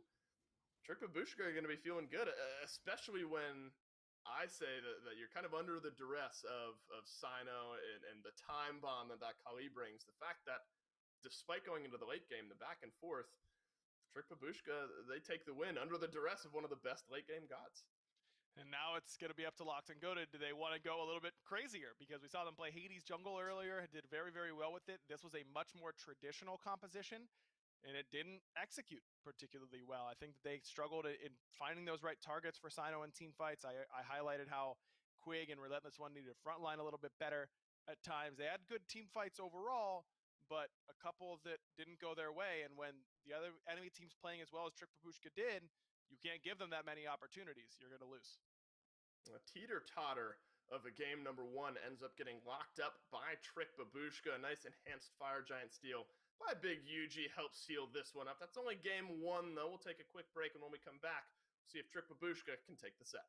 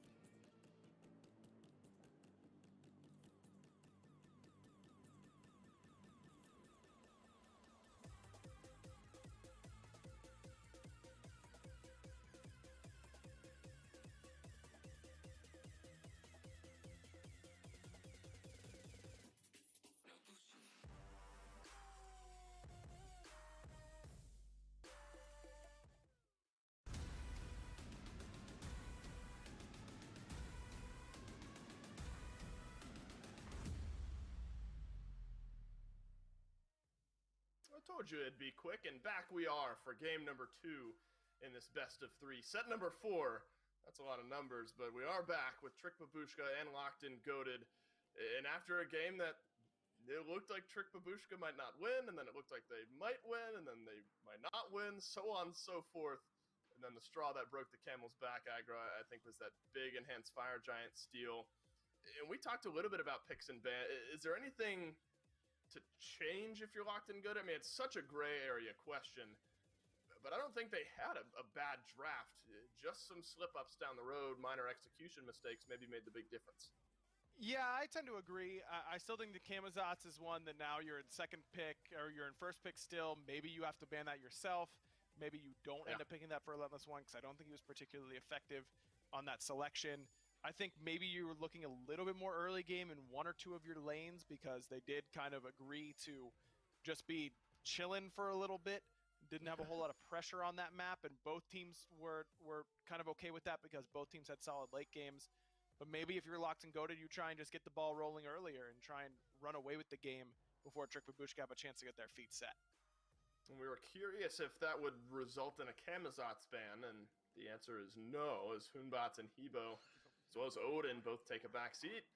Locked and Goated didn't see it as an issue, I think for good reason. I mean, one bad performance from a Camazotz shouldn't be enough to dissuade you from picking him at this point. He is still strong, just needs the right opportunity, but there still is an Osiris on the table for Trick Babushka, a god that had a lot of luck, and not necessarily luck, but favor, maybe is the better word, up against that Camazotz. Very surprised at this Hebo ban still. I mean, if you wanna leave open Camazotz still and still pick up that pick, I think that's totally fine. But I would have banned Kukulkan instead of that Hebo. As I said, Shadow Chair has had a bit of a tough go of it for the first few weeks, and this is I think that's his best game of the split so far. I don't know if you just give the hot hand the exact same thing that just looked really good last time around. I'm a little bit surprised by that option. Not so much the Camazotz first pick. I agree with what you're saying. One bad pick does not mean we have to change our whole strategy necessarily. But Kukulkan for Shadow Chair again is surprising.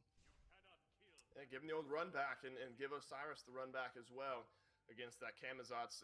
And just to remind, I mean, that was a solo kill. We so rarely see those in that short lane, and Brennan Balls was able to pull one over the Camazotz for Locked and Goated. And while the Osiris wasn't the crux of everything that Tricked and Goated were doing, was powerful and tanky and sustainy enough to be ever present in those fights. So I like Locked and Goated going back to something they found success with, especially in mitigating one of the most powerful gods in the game. In very similar bans, if not the exact same, for Trick Babushka. With Discordia banned out, they're going to try to limit maybe what Locked and Goated can pick in that mid lane. But no Bastet ban for Locked and Goated. They're a little bit worried about Naja switching over into the jungle. And Trick Babushka might just hard run it back here. Unless Locked and Goated pick Bastet themselves, which could be okay. Dives Kukulkan well enough. Not great against Chernobog because the pets lose him once he goes in the wall. Dot damage won't affect him either there. Feel like Bastet isn't exactly what Locked and Goated necessarily want. Instead, they're going towards the Hades, which is a volatile pick up against Kukulkan, because you lock yourself in place during that ultimate, of course. So you're guaranteed to eat Tornado. You're guaranteed to eat Spirit of the Nine Winds, and you get a ton of prots. But you still end up dying a lot of the time. I think this is risky. I love this Awilix pick, last pick for UG. How many jumps on the other side? 4 jumps. You've got a knock up from Kukulkan ult and Xingqian 2 and ult. I love this Awilix pick. I think Trick Babushka might 2-0 the set. Oh, aggro like Trick Babushka as we move towards game number 2. Locked and Goated have drafted themselves some more interesting picks that we've maybe seen as tradition from them. I was about to say, I'm ready for this Hades run back in the jungle, and Sana's going to give it another go. Hey, why not? I mean, it won them last game, so you can expect to have a really good performance last set, I should say. It did a good job there. Sino loves his selection. I'm a Hades apologist. I know everyone else hates Hades on the planet, but I think the character is okay. Not the best, but I think he's good. No character with a 2-second fear can ever be bad. That's what I'm saying, on a regular ability. That's nuts. Just got to pick your spots. I just don't know if this is the spot for Hades necessarily. I think that's entirely fair enough, but Sino was able to forge that Hades into victory in just our previous set. And to avoid going out 2-0, he'll have to do the same here. That means, of course, that Pagon will be on that Ull in the mid lane and Stewart on the Hachiman over in that long lane. How do you like that matchup between an Ull up against Shadow Chair on that Kukulkan? I mean, as far as standard goes, I mean, Hunter against a long-range sort of pokey mage, it's maybe what you'd expect.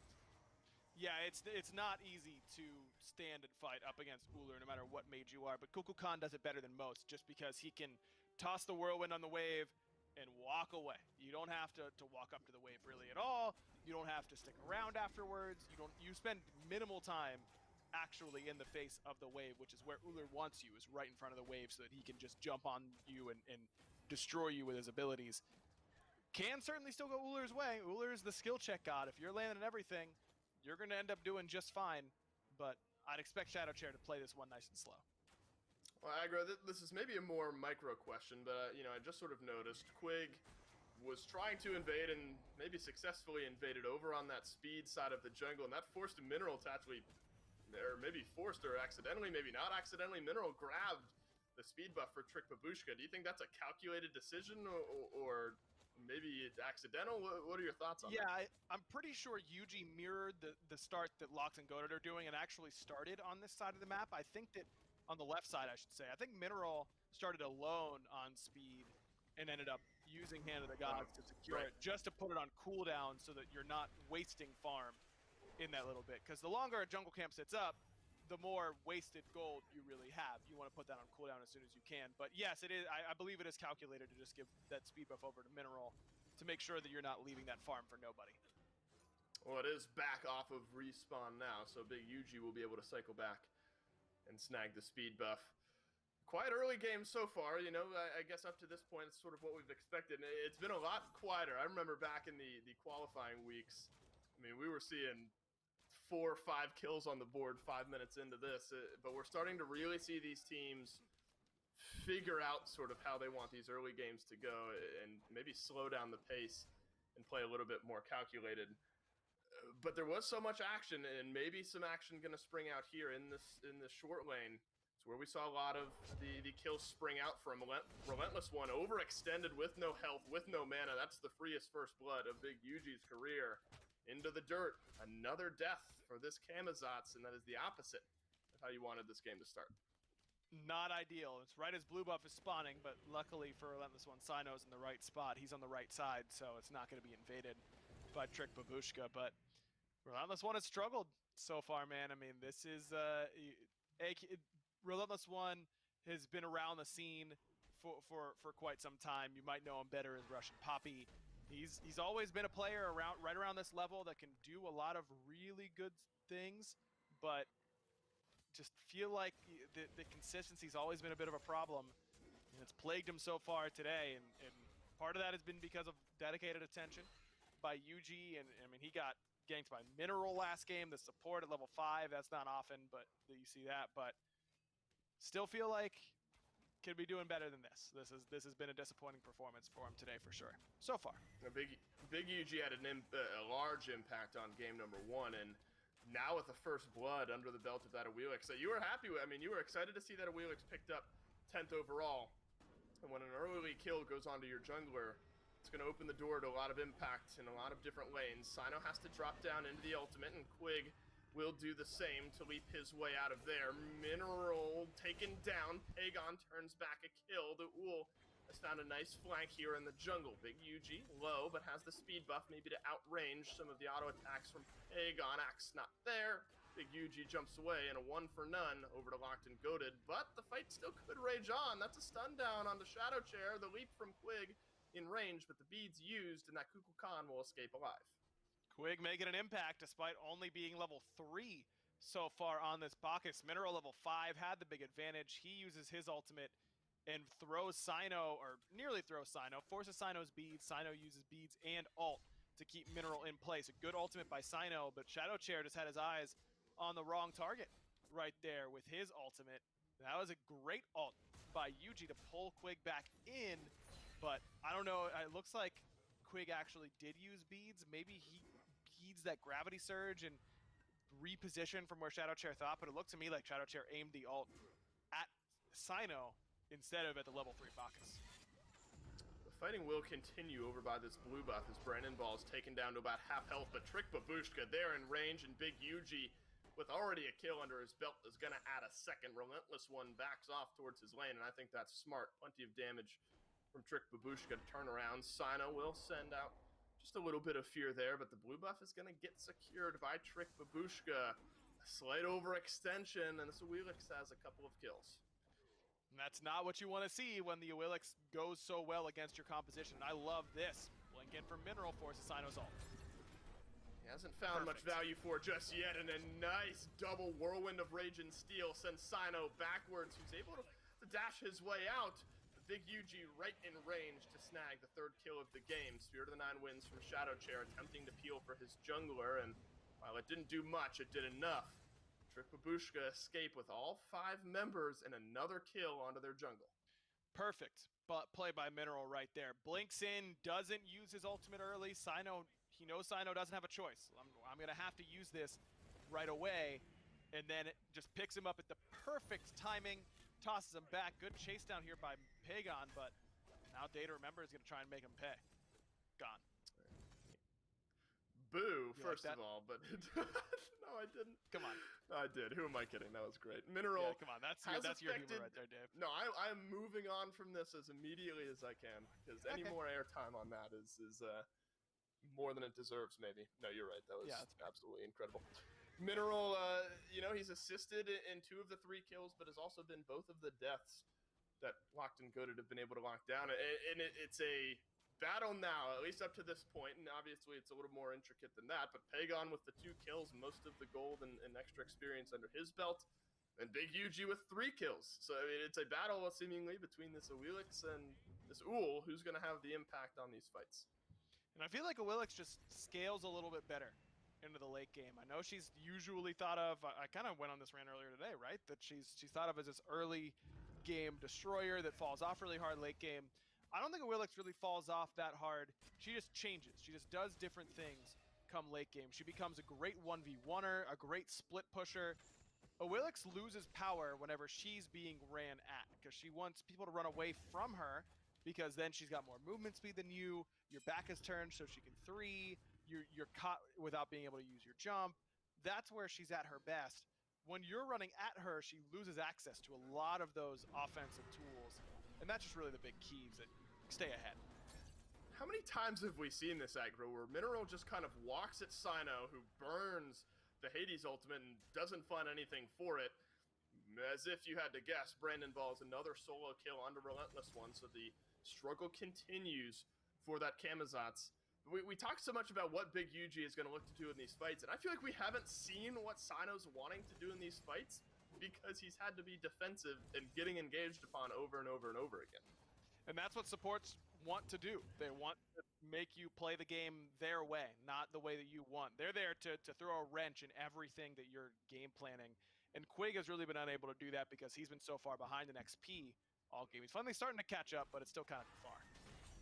Sino could finally get involved. Day to Remember into the wall. Sino does get involved to the tune of 1 kill, so what has been a rough early game for the Hades. Only 1 death on the board, so rough may be an overstatement, but finally finds a gank. And I was curious, because it's obviously not something you see all that often, kind of how the Hades ganks look, and I guess you just kind of walk up and fear the enemy. That's right, and they're feared for a long period of time, and then you've still got your jump in order to chase it out. Sino has been a long Hades proponent, so obviously I'm a fan, but it's weird to see it in the jungle. I wouldn't advise it for sure, but Sino's kind of been the master of odd junglers throughout his career, as we talked about at the very beginning of this set. And despite the counter pick here from Yuji, and Yuji certainly ahead, I feel like Sino still has an option or still has the opportunity to make a big impact on this game. What is tough, though, right? I mean, as a Hades, depending on how ahead or behind your team is, sometimes it seems like the enemy team will just say, okay, he's in his ult, he's not doing that much damage to us, just kill him because he's sitting there, right? I mean, it's always a threat I think you face if you're Sino. Yeah, it's the big problem is that I can try and all in, and then if my team is behind and I'm not able to get enough damage from them, I mean, Hades is not going to 100 to 0 you unless he's really, really far ahead, which is clearly not the case. So that's not happening. You need help from the team, and there isn't a whole lot of AoE to really assist with that right now. You're looking for Quig's ult to really help you out. Quig's a little bit behind. You got Stewart's ultimate. That's a little bit of damage, but it's not that much. I mean, Sino's got to do the bulk of the heavy lifting on the damage output, and that's not ideal when you're down to the enemy of Willis. And he has to use his dash here as well as the beads, so that'll be low. He uses the ultimate, but that's a last-ditch effort, and Day to Remember will make him pay. Sino back to base for the second time this game. Beads, ultimate, not enough to save the life of that Hades. Maybe it's easier, like he's almost like a reverse Hoonbats. Instead of the big utility ultimate that's going to send a bunch of people running away, he's going to try to pull you in and help out the rest of your team in finding some kills. Definitely, that's the design, and that's what we've seen from Hades historically, is that he's really a solo laner that wants to bring that ultimate as utility, to come in towards the back end after everyone's used their escapes. Just has not been the case, as Pagon can't play the game in the mid lane. Blink in for Mineral ensured that. That was a little bit of a trampoline act in the mid lane. Pagon knocked up a bunch. I am concerned, though, a bit about this solo lane and how this one might spiral out of control. Relentless One 2 levels down, 2 deaths. Brandon Ball's at 1-0-2. This Osiris is going to hurt plenty. All depends on how Relentless One maybe makes his way back into this game. Gold Fury started up but peeled off, and Day to Remember sends Sino to the dirt one more time for the 3rd time total this game. That might be the free Gold Fury over to Trick Babushka. Nobody from Locked In Goated in range. Nobody is going to take that chance, and that's a kill and a Gold Fury over to the red side. This has just been good Smite so far from Trick Babushka. I think they came away with a really, really strong draft, and then they've come onto the battlefield and really executed nicely. Yuji's been in the right spots. Mineral's had a great day so far in this matchup. And how about Brandon, who's really just crushing Relentless One so far today. By the way, I'm not sure if everyone's aware. I know I mentioned that Relentless One might be better known as Russian Poppy. Brandon might be better known as Bruh, who's been around this scene for a little bit. And, well, Bruh is right when you're watching the performance so far in the solo lane. It's been a rough one for Relentless One. Maybe a day to forget for him, and then maybe a day to remember, as you would say, for Mineral. See, I can do it too, Aggro. I'm just as good as you are, I think, on the puns. Maybe even one up. No, that one was worse. Much worse. But Trick Babushka. You want the smoke save? Is that really what you're looking for? I don't. That's why I'm moving on as quickly as I can, because I am nervous. Yes. Trick Babushka are confident as you are in your pun game, though, as they have about a 2,500 gold lead, 13 and some change minutes into this one. And I don't know, Aggro. I mean, things could become a little bit worse here, as Day to Remember is dove on, but will use his beads, has an Aegis as well, that won't be used. There's some good utility from Sino. Lock down the Chernabog and grab yourself a kill. But you've used a lot. The counter gank could be here from Trick Babushka. Mineral into the Whirlwind of Rage and Steel sends Stewart right back towards Shadow Chair, but Pagon in one more time. 2 members of Trick Babushka back beneath that tier 1 tower, and maybe that's where this one ends. Blink right back in from Mineral, providing just some body blocking. Long-range shot, no good, rather, from Stewart. Trick Babushka, in the meantime, have taken themselves a Pyromancer. So, yeah, Locked In Goated get a kill, but you lose the Pyro. That was a great play by Quig to get that whole thing started. He actually caught Day to Remember's dash with that belly flop and forced him to use the beads early because of the belch. That means it's easy cleanup for Sino with that ultimate, and probably shouldn't have burned the Aegis there for Day to Remember. Takes a couple ults for Locked In Goated, but getting any sort of thing rolling for Sino is really ideal because he's struggled so far. Well, I guess that's then the next question, and at least in game number 1, Sino was on the Kali. They're going to go right back to Day to Remember, who has no actives, and right back in goes Sino. Why not return gank when Day to Remember on the Chernabog has no beads and has no Aegis? So smart play there from Sino, especially if you're able to get Stewart out alive as well. Mineral will have something to say about that. Doesn't have the Whirlwind of Rage and Steel, but Stewart can mount up and get himself out. So another solo kill. On to Day to Remember, who's had a tough string of events here over the last couple of minutes or so. I mean, that's a classic maneuver for the jungler. We kill you, we know you use both your relics. Why not just wait there? It's not like Sino was doing nothing either. They push a wave, they get the purple buff invade, and it just so happens that's probably around the time that Chernobog's going to be waltzing back to lane. And that's the second time in a row that Data Remember has gotten his dash caught by a CC. Bit unfortunate for him. Also, just good timing by Locked and Goated. Looks like Quig might be trying to put this Chernobog even further behind and set Stewart up as a success story for this game. Stewart does have a 1-level lead over Data Remember. No kills on the board just yet. And very similar itemization for both hunters. And I think that's a topic that has gone, around, back and forth, up and down over these first few weeks of the SCC. Both opting for that Blood Forged into the Executioners. Kind of foregoing the crit build as we've seen pretty prevalent, at least for the first couple of items. I think people have started to realize that spectral armor is just so strong that it's not worth building crit, because as soon as you see a spectral on the other side, that person is just off the table as far as a killable option for you. Right. So it makes sense to me that we're not seeing a whole lot of crit as Relentless One gets his ult forced off a nice gravity surge by Yuji. I think that, again, this is on the older patch. The new patch is going to be next week, so for these players that we're going to be playing on. So we'll see then, whenever Devourer's Gauntlets have gotten their buff, what we're going to see there. We'll see. I still think that Devo Gloves have a place with that extra sustain. I think that it could be the new go-to, but Bloodforge still has a huge power spike right away that you don't have to stack at all. Devo's, Right. if you're going to buy it, it's going to be because you feel like you need that extra sustain. We're going to take a quick pause before jumping back into this one. Aggro, it's like a, 1,500 gold lead here for Trick Babushka, but just it's sort of that intangible vibe of the game. All of the presence, I feel like, has really been on Trick Babushka's side of the map. They have, maybe some lower towers, save the solo lane tower for Locked and Goated, both very low. But over the last few minutes, it's felt like Locked and Goated and mainly Sino have been driving the direction that this game is going, despite a slight gold discrepancy. I agree. I mean, I feel like this should have, Trick Babushka had all this momentum. They get Sino, they get a Gold Fury. They've done very well, but now in the interim, Sino's farmed up. He's pretty close in effectiveness to Yuji. This next team fight is maybe a weighted coin in Trick Babushka's favor, but it's not a very good weighted coin. Like, they bought it thinking it was going to be way better. All the reviews were really good, but it only lands their way guaranteed like 60% of the time, 55% of the time. Not nearly as consistent as you would like.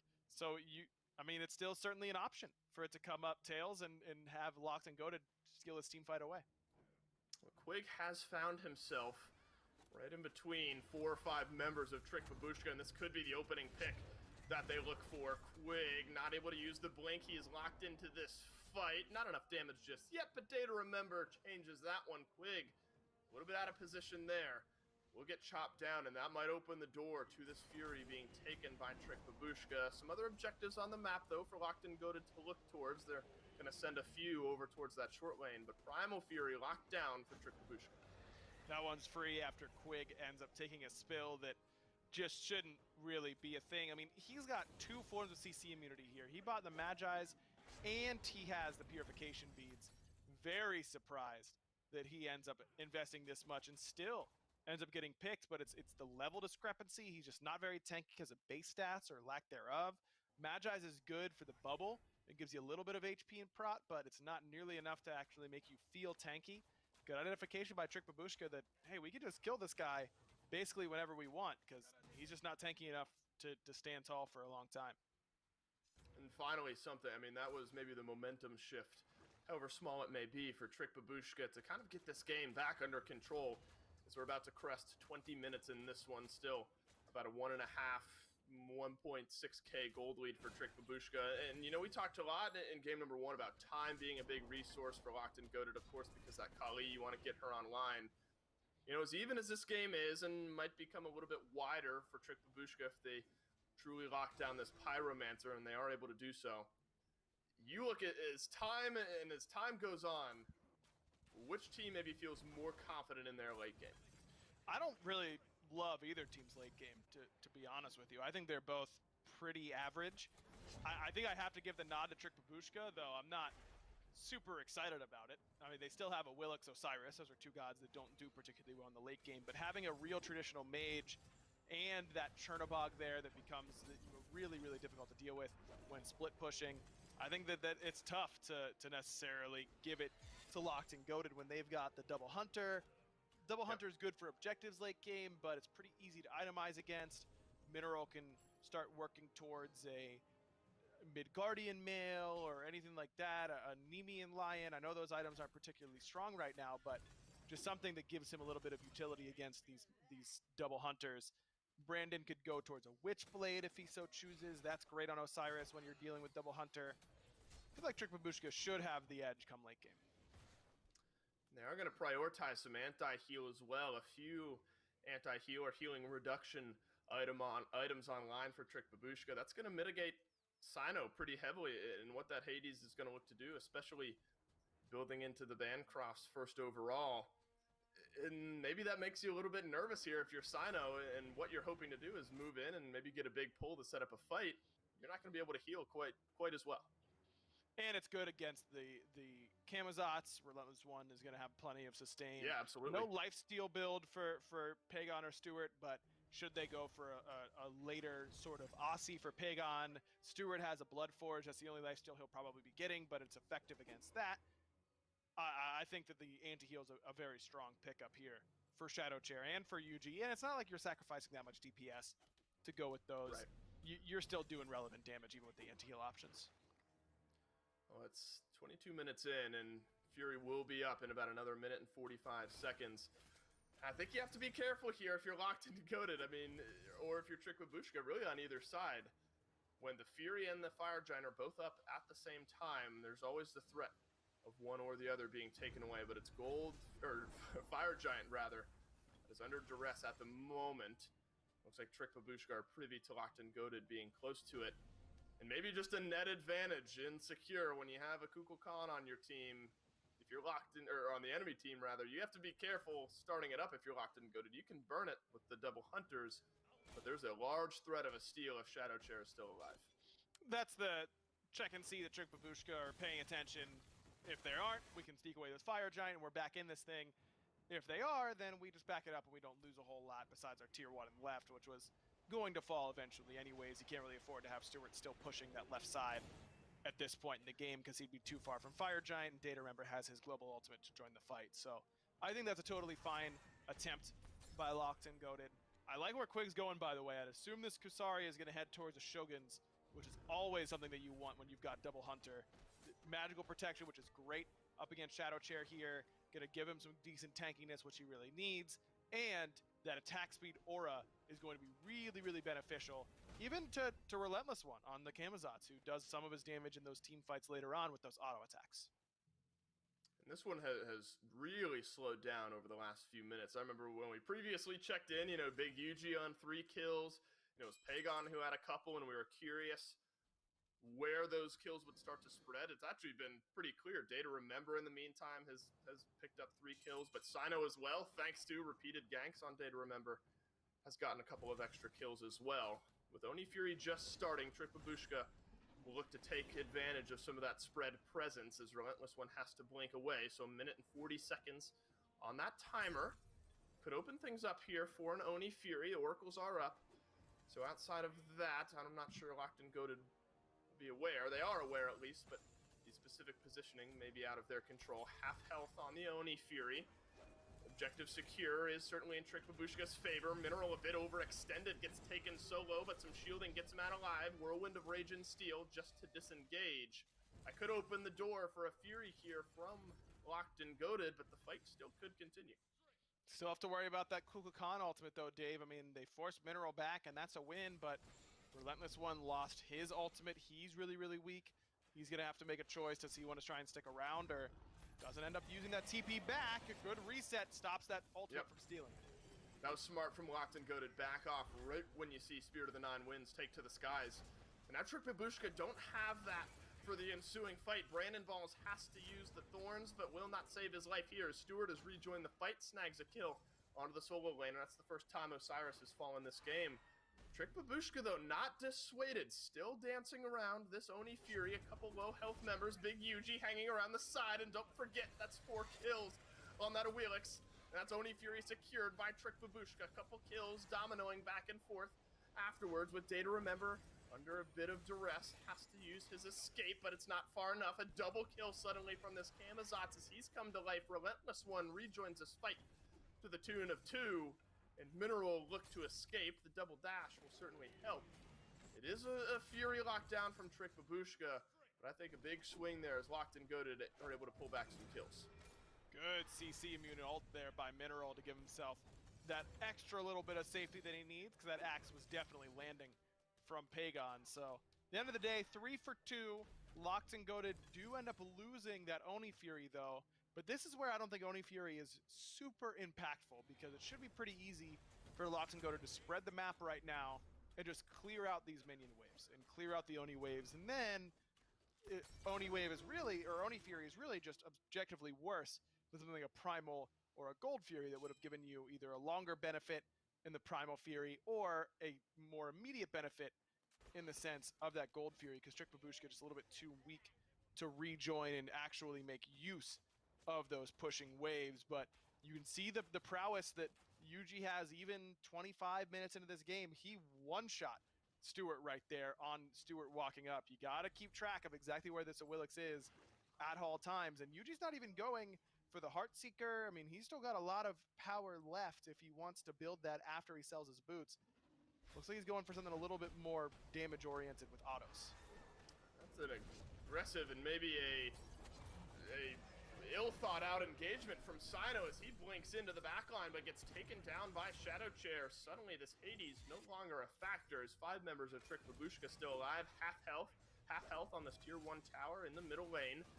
4 members of Locked and Goated still in range to try to defend, with all 4 members still having their ultimates. Only Brandon Balls with his ultimate still alive, and maybe that's the advantage that Locked and Goated need. They do find 1 kill to pull this one back in the back line. Relentless One swooping on through, but a shell provides some healing to Data Remember and Mineral. Stewart has found the kill onto Brandon Balls. Relentless One turns his eyes elsewhere as Pagon shuts down the Hunter for Trick Babushka, and they're looking towards this Fire Giant. Man, clearly not a big deal if Sino goes in a little into mode there in mid for a second, if the rest of the team's gonna bounce back and have such a great fight afterwards. This double Hunter is scaling better than I really gave it credit for. They're Pagon and Stewart are peeling well for each other, but they gotta secure this fire now. Yuji did it last game, Oh wait, he did! No way! Around the backside, he takes it again! Oh no, disaster from Locked and Goated. Big Yuji, 2 games in a row. Take the Fire Giant away. Mineral might lose his life for it, but this is a mirror. That's a nice whirlwind of Rage and Steel. You wish there was some follow-up on that one. Big Yuji, the miracle worker, 2 games in a row, and Fire Giant taken away by Trick Babushka. Bruh. Dude, I can't do it anymore, Dave. Aggro, that's you and I, dude. We're cursed. We are cursed. No team can secure an objective with us around. My goodness.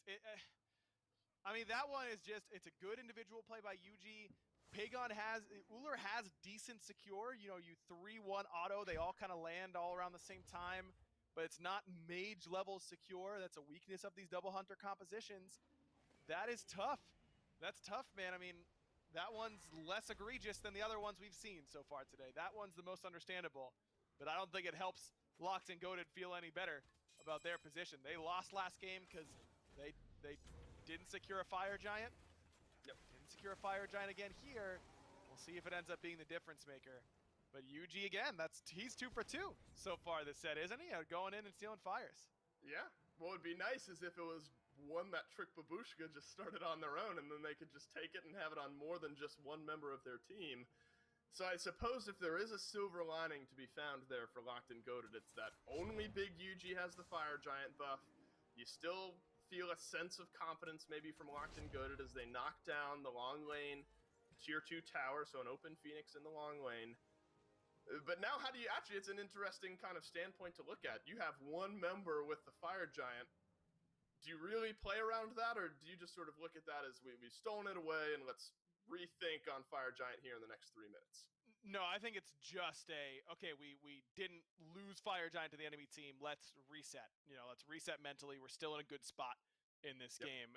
You can't really be like, okay, Yuji has extra power and sustain, so we're playing all around him in this next team fight.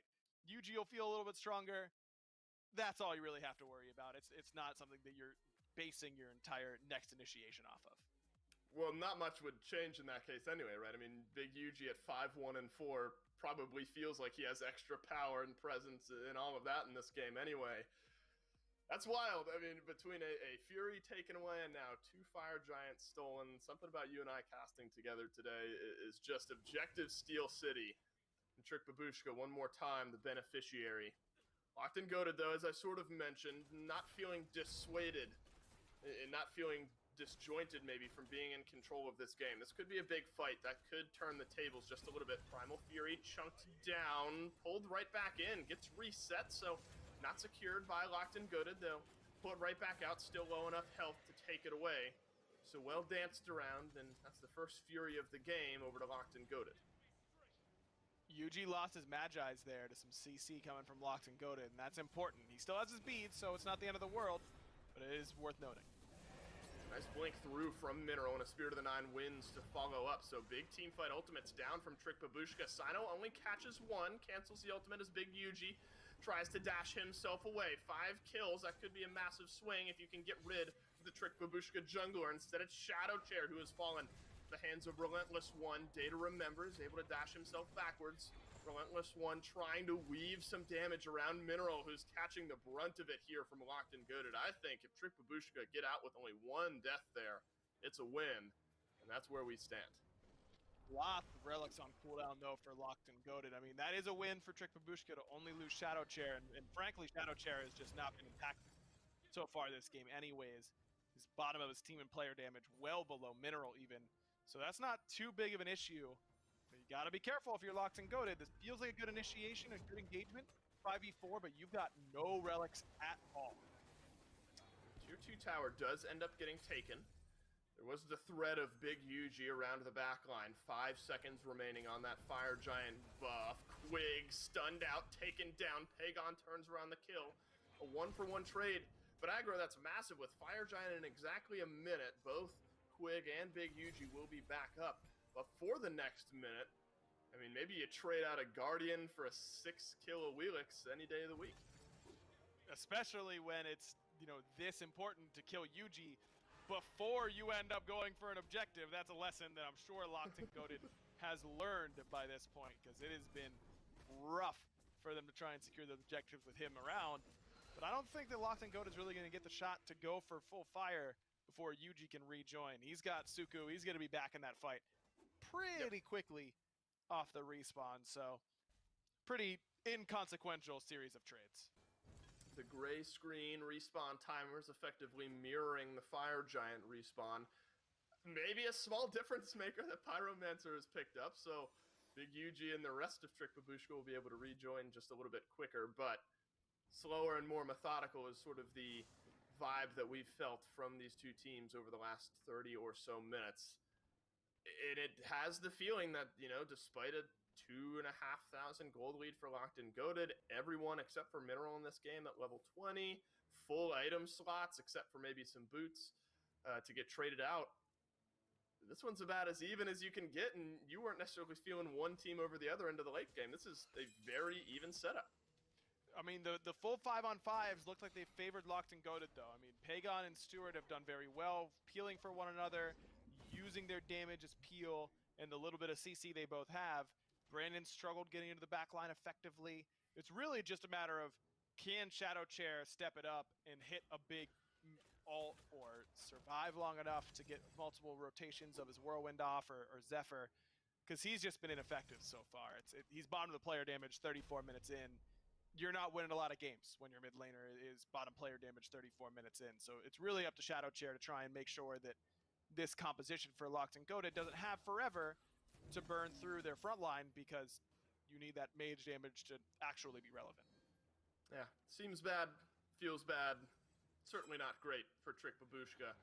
Shadow Chair will look to turn some of that around. I mean, he is approaching full build and technically is there minus the boots, so the potential is that Sky High for Shadow Chair has been engaged upon a few times in this fight. Some good, maybe shallow, since it's on the Trick Babushka side of the map, ward coverage to really sense out Locked and Goated. Sino is on a bit of a roundabout flank here and could find a big UG in the backline, who has to use some mobility to get out of the onslaught that Sino was sure to bring with him. Quig has found Shadow Chair one more time. Spirit of the Nine Winds will connect for maybe a scratch of damage, but a shell just to peel out for their mid laner. Relentless One has found the Kukul Khan, and Stewart finishes him off. Sino pulls in a few and gets the kill on the big UG. 2 members down. Low health bars, though, on Locked and Goated, so there's still a chance. Day to Remember gets one, but a double kill from this Hades has put Locked and Goated right back in control.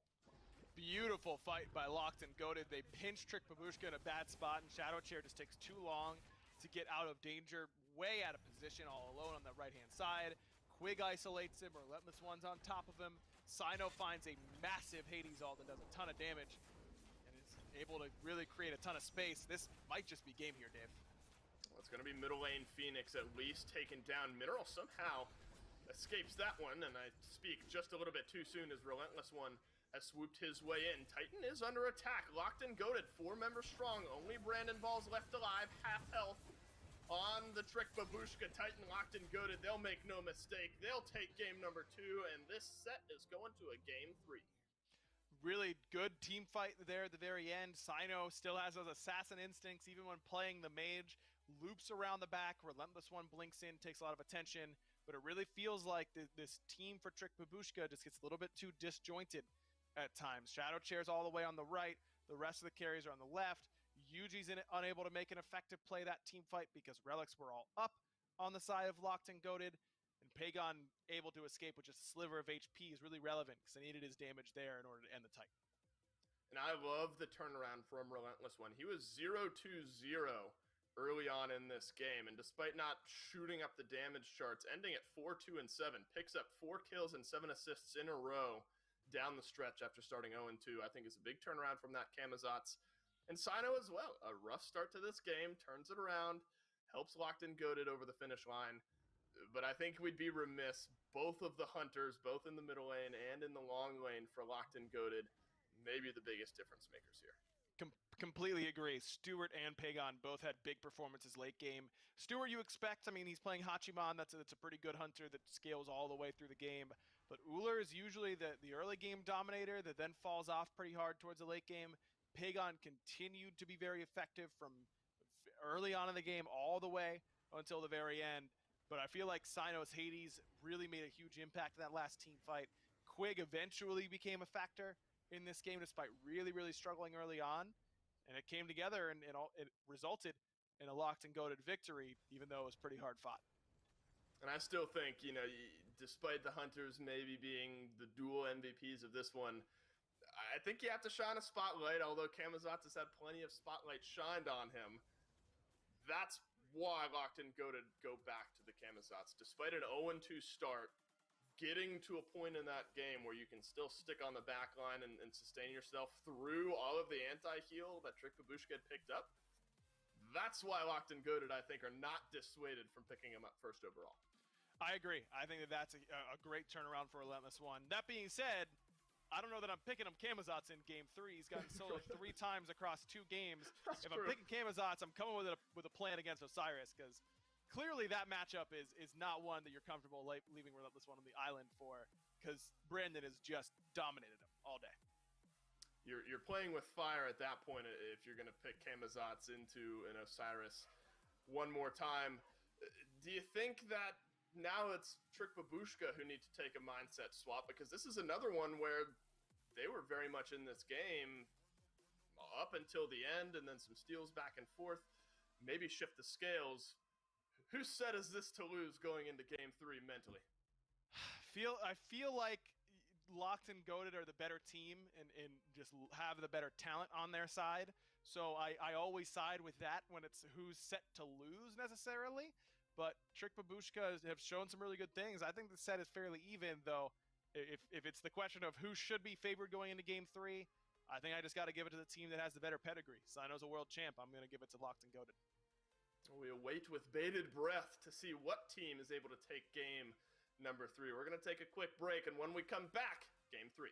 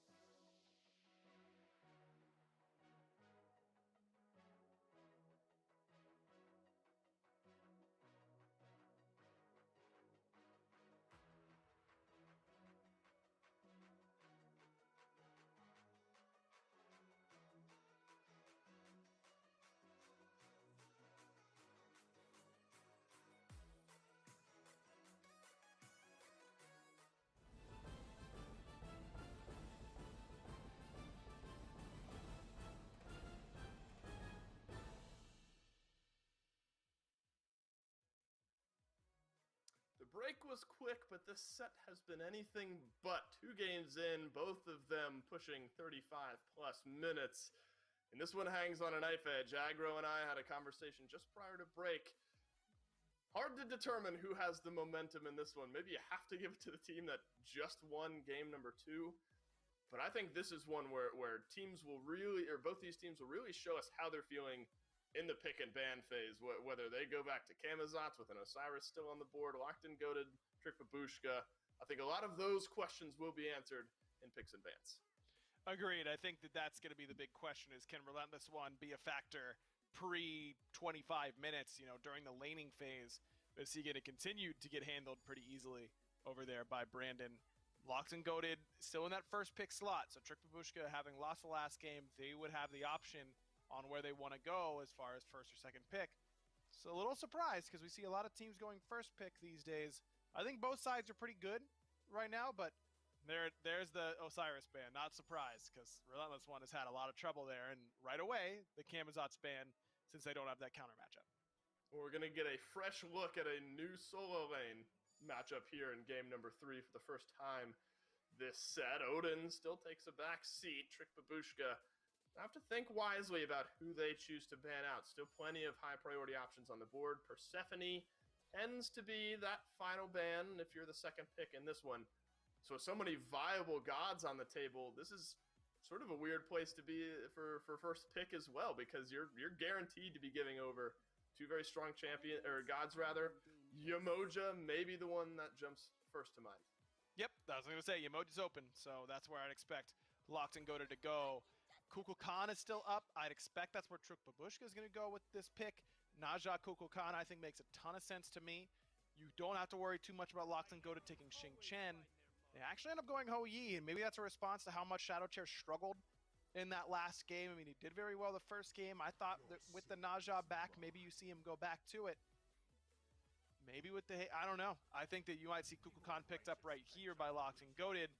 Maybe neither team wants him after that last performance. I don't know. It's a little bit surprised to not see him taken off the board yet. Has been somewhat hit or miss, hasn't it, for Kukulkan today? And Trick Babushka, answer that question. Raijin likely the mid laner here for Trick Babushka. Kukulkan might end up just foregoing the pick ban phase entirely. Raijin, absolutely a god that we have seen a couple of times and with decent success. I think Raijin's pretty solid right now. I think he's good enough at all stages of the game. I think his late game is really, really good. Takes a little, he kind of lulls out in the mid game a little bit where he doesn't do so hot, but overall it's a jump to get away from Hades. You can use your ultimate to have big impact in team fights. I don't love it in conjunction with Naja. It's not the one big burst that you necessarily want off of Windfire Wheels, but Raijin's just the all-around mage. I think you can do basically everything you need a mage to do, except for have that one big instant burst of damage. That's the one thing that Trick Babushka might be lacking here.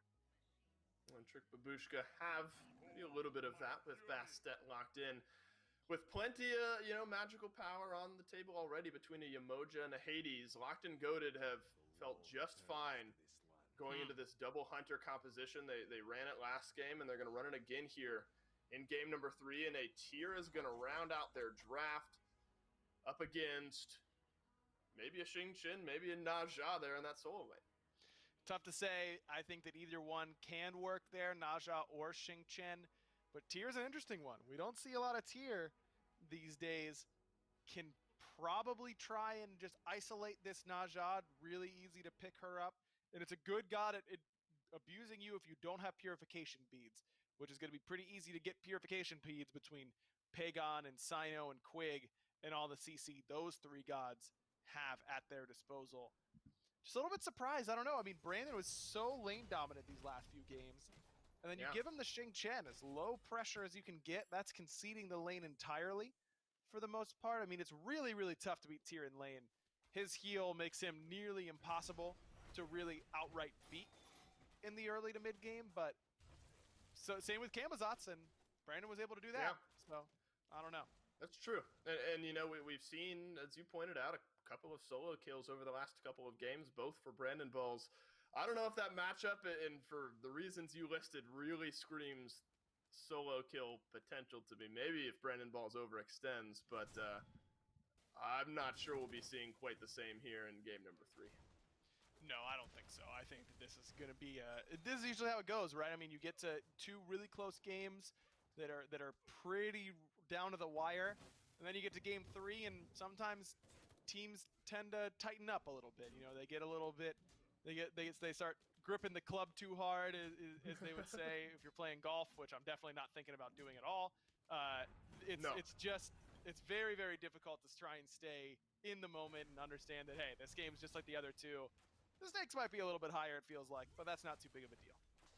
Yeah, but Aggro, I don't know how much more socially distant you can be than on a golf course, right? I mean, maybe that's the safest place to be. We definitely should be able to golf, right? Like, what am I going to do? Catch COVID-19 from the squirrel? Like, I want to go, but I know I shouldn't, so I'm not. I'm not. If there might be solo kill potential, eat your words, Aggro. Relentless one moves in. Brandon Balls goes down. To be fair, I was on your team through and through. No chance a solo kill happens, but Relentless One returns the favor for games 1 and 2. And the solo kill in the solo lane extends its streak to game 3. Looks like that blink from Tier caught Brandon a little bit off guard right there. Usually you don't see blink until level 12 in the solo lane, but because Brandon's gone such a low pressure god in Xing Chen, Relentless One knows that he can kind of back at his leisure and go whenever he wants back to base and not worry about getting forced out and needing to teleport back. I love this blink pickup early on. It catches Brandon off guard and results in first blood. Well, a sneaky rotation from Yuji as well, and we'll see the reactions when the duo lane of Locked and Goated realize their purple buff has been taken away. Back they turn, back towards the lane. So a smart rotation there from Yuji, who had his impact on game number 2. Unfortunately, not able to convert that over into a win, but he's going to get his second crack at jungling against Sino here, who's back on the Hades. And Sino has already made his presence felt as well, rotating into the Trick Babushka side of the jungle, but I think both of the junglers here now have a pretty big role to play. It's really been a battle of the two junglers so far in this set, hasn't it? I mean, Yuji stealing Fire Giants in games 1 and 2 has looked very, very good on Bastet, and last game on that Awilix as well, despite the loss. So I think Yuji's really stepped up and had a fantastic set for himself, and Sino is doing the things you expect Sino to do. You don't get to be a world champion, world's MVP, and fly under the radar. That's not really how it works. Expectations come with that title, and Sino, as usual, is delivering as advertised. And I think expectations not only for Sino, but really the entire roster of gods, specifically for Locked and Goated. Yamoja has firmly been in the ban phase throughout these past few weeks.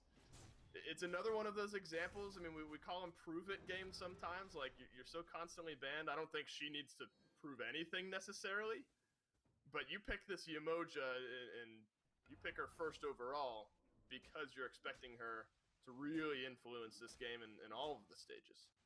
I think it's usually a little bit more show me, even for gods like Yamoja, if it's game 1 or game 2 of a best of 3 or a best of 5, a longer set, because it warps picks and bans if the god that you expect to be permabanned now no longer needs to be respected. It changes the way that you kind of go about everything. It's Pagon in trouble in mid. He has to leap out, but Shadow Chair in range for the follow-up damage. One back to Trick Babushka. 2 members of Locked and Goated on the chase. That's a nice River's Rebuke from Quig to separate this fight, and he gets a kill as well. Mineral pulls one back for Trick Babushka, and Yuji snags another. 1 kill on the board for Big Yuji, 3 total for Trick Babushka. Locked and Goated, they don't leave that one empty-handed, though, with a kill of their own. Beautiful engagement in the mid lane. Trick Babushka just using these double assassins so well, just as they did in game number 1. Mineral and Yuji working perfectly together. Good damage output there by Shadow Chair onto a priority target, and just ends up being perfectly played on that mid lane side, getting Pagon out of the equation early because he's going to be the one dealing the most relevant damage at that point. And that was without Data Remember even rotating in. Stewart rotates in, uses his ultimate, uses his dash aggressively, trying to keep a CC chain going, and he ends up paying for it. It's really, really good for Data Remember to not even have to worry about rotating to that fight. And still his lane opponent dies, misses some farm on that left-hand side. That's a great spot for the long laner of Trick Babushka. And hey, I said Quig, you need to show us why this Yamoja is so prioritized, and he did that. Mineral locked down, and Pagon makes good on the CC and pulls 1 for Locked and Goated. Just a bit out of position there is Mineral, so a kill now to the mid lane hunter of Locked and Goated, and we've seen what a fed on her can do today. I'm not going to say that 1 kill is fed, but if Pagon can push this advantage on her, absolutely one that you have to look out for. It's a great kill pressure god. It's not the best wave clearer necessarily at this point. Got a max impale all the way, but you're still chilling as on her at this point. You can still have great kill potential, and getting him back in after losing the death earlier on, it takes that early spill. Getting him back in the kill column is definitely a good sign for Locked and Goated, because Pagon clearly has the ability to bounce back. He did so last game. Uller wasn't particularly impressive throughout the early stages, then ends up being a huge impact even late into the game as the early game hunter. So no reason to doubt Pagon on the honor. I'm not used to seeing a brawl over the Totem of Ku, but rotation from Big Yuji just to help out Brandon Balls, who's had a rough go of things in this early game. Does get solo killed, and Relentless One is also able to rotate and help out with an assist. I suppose if you're looking at an upper for Brandon Balls, it's that he's even levels-wise, so despite an early game disadvantage, he's been able to remain relevant in the laning phase. It's just now he can convert that into rotations and some help in these team fights. Yeah, I mean, being down only 500 gold after getting first blooded is really not a bad spot, especially when you consider that it's Xing Chen in the solo lane up against a warrior. You'd expect him to be losing more blue buffs, but Brandon has been pretty consistent at getting his own blues. There haven't been a lot of rotations over from Sino in order to try and catch him, which is where you expect that to start to give him problems, but it's still not too big of a deal. Brennan Balls and Relentless One both having to use their ultimates there. One to engage, one to disengage as Brandon Balls makes his way back to where he's been farming effectively throughout this laning phase beneath his tier 1 tower. So you're right, though. It is about a 500 gold lead for Locked and Goated. With Gold Fury usually that first big firework fight that we see in this game, Oracles could start off and maybe tilt that towards one team or the other. But I think that looming threat of a hunter in the middle lane and a hunter in the long lane, the pinch potential of those two makes that Gold Fury a little bit more scary for Trick Babushka. Specifically, these two hunters as well, because Hachiman has the Heavenly Banner, which is an attack speed steroid for anybody who stands in it. That means Pagon's damage shoots up pretty significantly. And Pagon on the Anhur, his passive is applying that physical protection debuff against the enemy team. So that's Prot Tread on the Gold Fury that makes Stewart hit even harder. So it's not just double hunter, it's these two hunters that will help each other out at the exact same time. It will not take long for them to burn this Gold Fury down. It'll be gone fairly quickly. Not, though, that Shadow Chair on the Raijin is anything to scoff at. Picks up Doom Orb for plenty of power for the first item. Maybe sensing a small skirmish over here on the right side jungle. Quig is going to try to disengage. River's Rebuke will not be successful in doing so as Shadow Chair snags a kill for Trick Babushka. Up to the sky goes Sino thanks to the Windfire Wheels of Mineral. And he's not able to escape the grasp. The beads were used and the kill is found nonetheless. Trick Babushka, they pull up 2 more. Bit of a not great beads usage there from Sino, isn't it? I mean, he goes into the beads after he's already been hit by that Naja ultimate, trying to stop a potential jump in from Raijin Mez or a knock up from Brandon, but he's going to die either way there. Now he's even more vulnerable to Mineral as Stewart might get soloed over here on the left, costs him his beads, trying to hold on to them, but loses beads and ult off that stun.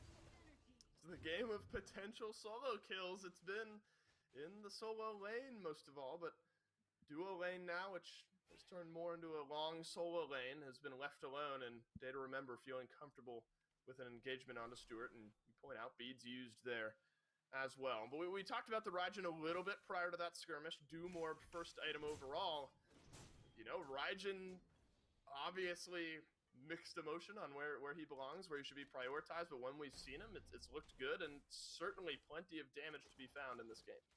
And Shadow Chair's had a bigger impact this game than he did all of last game. He's 2-1 and 3. He's been a part of every kill so far for Trick Babushka, and now he can build into Divine Ruin, which is going to be perfect against this setup from Locked and Goated, who continue to pick lots of sustain all at once. It really incentivizing the enemy team to get anti-heal and have it be even better against multiple members of their team. Divine's going to be great against Sino, it's going to be great against Quig, and it's going to be great against Relentless One.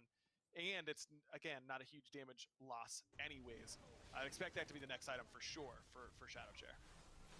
Gold Fury continuing to be the ire of everyone's eye here as Mineral gets locked down, but he's able to escape. Sino is taken low, has his ultimate if need be. A collapse from Trick Babushka seems imminent as he jumps into the back line and finds Quig, who's so low. Nice sash from Mineral is going to secure the CC, but Stewart turns it around in exchange for a 1-for-1. Both Guardians gone in this fight, so we do still have a 4 versus 4, but not quite, as Relentless One still over in that solo lane. Red buff locked down seemingly by Pagon. Shadow Chair sees a small opening, plugs away a little bit of damage. Ultimate popped, one final shot, and he finds it from range, but Stewart turns around the damage as well. Sino pops his ulti, pulls some in, but all he finds is death on the other end of that one. Fitting for a Hades. Trick Babushka, 2 kills, do lose 1. Good aggressiveness from Shadow Chair. He gets a 2-for-1 in his team's favor. Yeah, he ends up dying. Maybe he didn't need to miss the Raiju, which forces him to commit the ultimate, which buys enough time for Locked and Goated to rotate over. It just feels like that should have been going a little bit better. But at the end of the day, 2-for-1, you take those. Just feel like Trick Babushka's got to get more of a lead. I mean, they've gotten a lot of kills so far, Dave, but the gold lead really isn't there. It's about 500 gold before this Gold Fury goes down at the very least. We'll spike up here. The XP differential, the notable difference. 12 and 45 seconds into this game. There's a little bit of spike for gold for you. Now extending down to about 1,000 as some farm is going to pull things back either way. But it is the XP differential that's the largest one, but it's not wide necessarily. Big Yuji has about a 1-level lead, and Mineral has a similar lead as well. Gold Fury locked down, but that's an interesting point to maybe bring up. Obviously, plenty of objective burn for Locked and Goated, and Trick Babushka have some of the same as well. As we look towards some of these contested objectives, notably the Fury that just went down, and then Fire Giant later into this game, who are you feeling more comfortable on securing these objectives? Well, I mean, I guess it's got to be Trick Babushka, right? Or no, the answer should be whoever doesn't start it. That should be the answer. Right, the enemy We've team. seen very poor secure on today in general. Neither team has great secure. I already highlighted why Locked and Goated do objectives pretty well between the Hachimon and the Onher. But Trick Babushka, I mean, Raijin's damage isn't too bad. Houyi a little bit low on the DPS side, but if he all-ins with the ultimate, that boosts his numbers up pretty effectively. Realistically, both these teams are going to need to win a fight before they go for the Are we objective. flipping a These coin? Yeah, we're pretty close to flipping the coin. I don't love either team secure. I wouldn't be doing any sort of objectives with multiple members of the enemy team around, either way. Relentless one, the objective for Trick Babushka. Tier under some duress, knocks back a few. Plenty of survivability, but plenty is not enough this time around. Brandon Balls locks down the kill, so Trick Babushka widen that gap just a little bit wider. 1.5k gold lead after that Gold Fury is locked down. Now with 30 seconds left without a solo laner, that's probably the tier 1 tower in that short lane taken down. And that's when you see the gold lead start to spike. These permanent objectives taken off the board. I mean, this is kind of more the same, isn't it? Relentless One ends up getting picked off, a little bit too aggressive, not great ward vision, high on his side of the map, and Trick Babushka is able to make an easy rotation over and kill him without expending a whole lot. Just Brandon Ball's ultimate, and Brandon's got 20% CDR, 30% if he had blue at the time, so he's chilling, using that Whirlwind of Rage and Steel. Despite that first blood pickup for Relentless One, which is obviously great, he's behind now in this lane, and Brandon continues to make a pretty solid impact in this set. I would be nervous as well that Sino is a little bit behind, but this is a very similar spot to where we saw him in game number 2 before he ganked the long lane a couple of times in a row and really got him and his team back into it. Not sure that Data Remember will be making the same mistake, though, this time around. So then the question right back to Big Yuji, who for the 3rd time in this set has himself a decent slash line going at 207. This Bastet, I think, needs to continue to do what he has been doing up to this point, finding ganks, finding damage, and helping his team stay in the lead. Yuji's played great. He's continued to be really fantastic so far. As what do you know? Relentless One a little bit too far forward. No one even close to his side of the map, and it's going to take a couple ultimates, but they're going to kill him. Yeah, but Aggro, there's a blue buff over there for Relentless One to grab. That's maybe worth it. No, it's not. Not at all. He goes down. Brandon Balls finds his 2nd kill of the game. Elsewhere on the map, though, a similar vibe to what we just saw in the solo lane as a few members of Locked and Goated make their way beneath the tower to clean up Data Remember. So 1 kill traded out on either side of the map. Still a tier 1 tower to be found in the long lane. No tier 1 tower in the short lane, though, as they've abandoned the short lane either way. And Locked and Goated, they want to take that kill and get out alive, but with a minute left on that Fury respawn, this could open the door to some deep warding and really taking control of this left side. Man, I mean, in that situation where you know that you're 4-man ganking the solo lane, it's really Data Remember's job to just not die in that moment. All he has to do is back it up. If they want to take tier 1 tower, they're going to take it. We've already full committed to killing this tier on the right-hand side. Just doesn't respect the amount of people and the amount of damage that Locked and Goated have on the duo side of the map. They take him down pretty quickly. But they don't get the tier 1 tower. It's still not too bad, but Data Remember using both relics and still dying, that's concerning, because now it means this very important Gold Fury fight that could either break the game wide open for Trick Babushka or end up pulling Locked and Goated back into this game just got a lot easier for the Order side, knowing the enemy Hunter doesn't have any defensive relics. And that fight could potentially begin as soon as now, but the Fury won't be up for 5 more seconds. And it's an important one to secure this time around as the Fury pops out of the ground. Primal Fury next on the menu. Trick Babushka are going to pivot themselves through. Relentless One, aggressive blink into Trick Babushka here. Doesn't find much. A pillar is going to separate the two teams for the time being, and they'll back off and take a breather. But aggressive from Relentless One to try to pick a fight. Interesting pickup by Mineral. I thought it might be a cursed Ankh selection once he hits 12. It's actually a Phantom, and we don't usually see these against Yemoja quite yet, but I think it certainly makes sense. River's Rebuke is pretty impactful. He's got a couple locked in, but Shadow Chair is able to move his way out of it. Mineral sends Stewart up to the sky, but they come crashing back down with a little follow-up from Trick Babushka. Locked and goaded. Still 5 members, still near this Primal Fury. 3 ultimates ready to go for Trick Babushka. The leap in from Big Yuji is going to find a little bit of damage, but he has to leap right on back out. Shadow Chair is going to poke some damage, prevent Locked and Goaded from fully re-engaging, but they're so low. 2 members on red health bars, the other 3 near the yellow space. Relentless One is locked down. Big Yuji finds the first kill in this fight after a bit of a war of attrition there, but Trick Babushka played zone, and now they might just get a Fury. Sino gonna blink past Brandon though. Trick Babushka's already gotten the Primal Fury, and Sino has full committed. No ultimate for him, but he might be able to just walk out. Wow, Mineral still alive back behind the pillar. Pagon though finishes off that kill. They Trick Babushka do end up getting the Fury, so a win there for them. But a nice re-engage from Locked and Goaded after what looked like a sweeping team fight win from Trick Babushka. They stayed alive, and thanks in part to that, Yemoja could sustain enough to get right back in. Yeah, that not only the sustain from Yemoja, but Hades can keep this sustain going. Once he's near a minion wave, keep the siege going. A tier 1 tower in left. I mean, I don't blame Trick Babushka for thinking, hey, we should just fight this. These guys are crazy for coming back in, but kind of undervalue how much sustain this team really has. I couldn't tell you, Aggro. This is another game 20 minutes in. The gold lead is 3,000 in favor of Trick Babushka. Locked and Goaded 4 kills behind. Only 3 towers, though, left standing for Trick Babushka. The map objectives in favor of Locked and Goaded. We'll see about the numbers objectives. Pagon, he rejoins. Big Yuji, see you later. Does end up getting the kill onto Stewart thanks to the tick damage. So it's a 1-for-1 trade. I'm sure Big Yuji would have rather stayed alive. Pagon rejoins the fight at the proper time, or joins maybe for the first time. It is a 1-for-1. Stewart out for Yuji. Relentless One again going aggressive. Felt like that shouldn't have necessarily been a kill, though, onto Stewart. Quig had the Omi in order to try and get that, but Stewart ran away from him instead of stepping up and just receiving those mending waters. That's got to run to your healer at all times. That's a cross-game sort of notion that holds true in Smite as well. Oh, everywhere, yeah.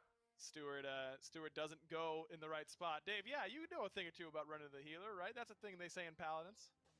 Oh, yeah. It's VHS on the old system. I need healing, and it doesn't matter if you're going to run away from them constantly. Sino will hope to run away, and will use his ultimate, and he's going to dash away instead. Has the speed buff, but maybe not fast enough. Quig trying to get his jungler out of danger. Some good healing, but only extends his life another second or so. Now, with no Omi, Quig is going to have to move away. Relentless One potentially overextended. Mineral looks for the stun, is not able to find it. Still, though, Trick Babushka have found themselves a small advantage, mitigated by the fact that Big Yuji still in the mid lane, pushing down this tier 1 tower. Babushka. So numbers-wise, even on I the never right watched side these of the map, in season tier 1 7 tower in the when mid there lane was under duress.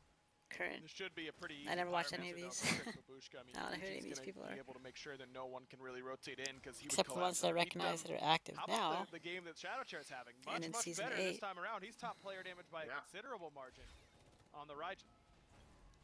That is Fire Giant, Like though, Stewart started and up. Quig Need and some Sino. damage to win the fight and take the FG. They peel Mineral. off to try to re-engage on I don't know who Locked and Day to Goaded. Remember is. Whirlwind of Rage and Steel catches out one, but Brandon Shadow Ball's Chair, taken too or low. Brandon Stewart Balls, turns around or with Big damage Yuji. onto the solo laner. Haven't heard Trick any of them. Babushka instead. Big Yuji a bit caught out here by the blue buff, has to leap away.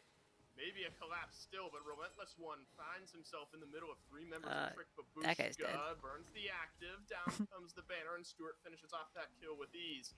in what looked like a great start to this Oh, fight. nice for Trick Riptide. Babushka suddenly collapsing around them as Relentless One will continue. The onslaught Shadow Chair pulls up into the ultimate. Oh, With oops. Sino, he's back from respawn and he's back for blood. Mineral, bye-bye. 45 seconds on the respawn. Fire Giant, Hades maybe jungle. the ire Jeez. of Locked and Goated's eye.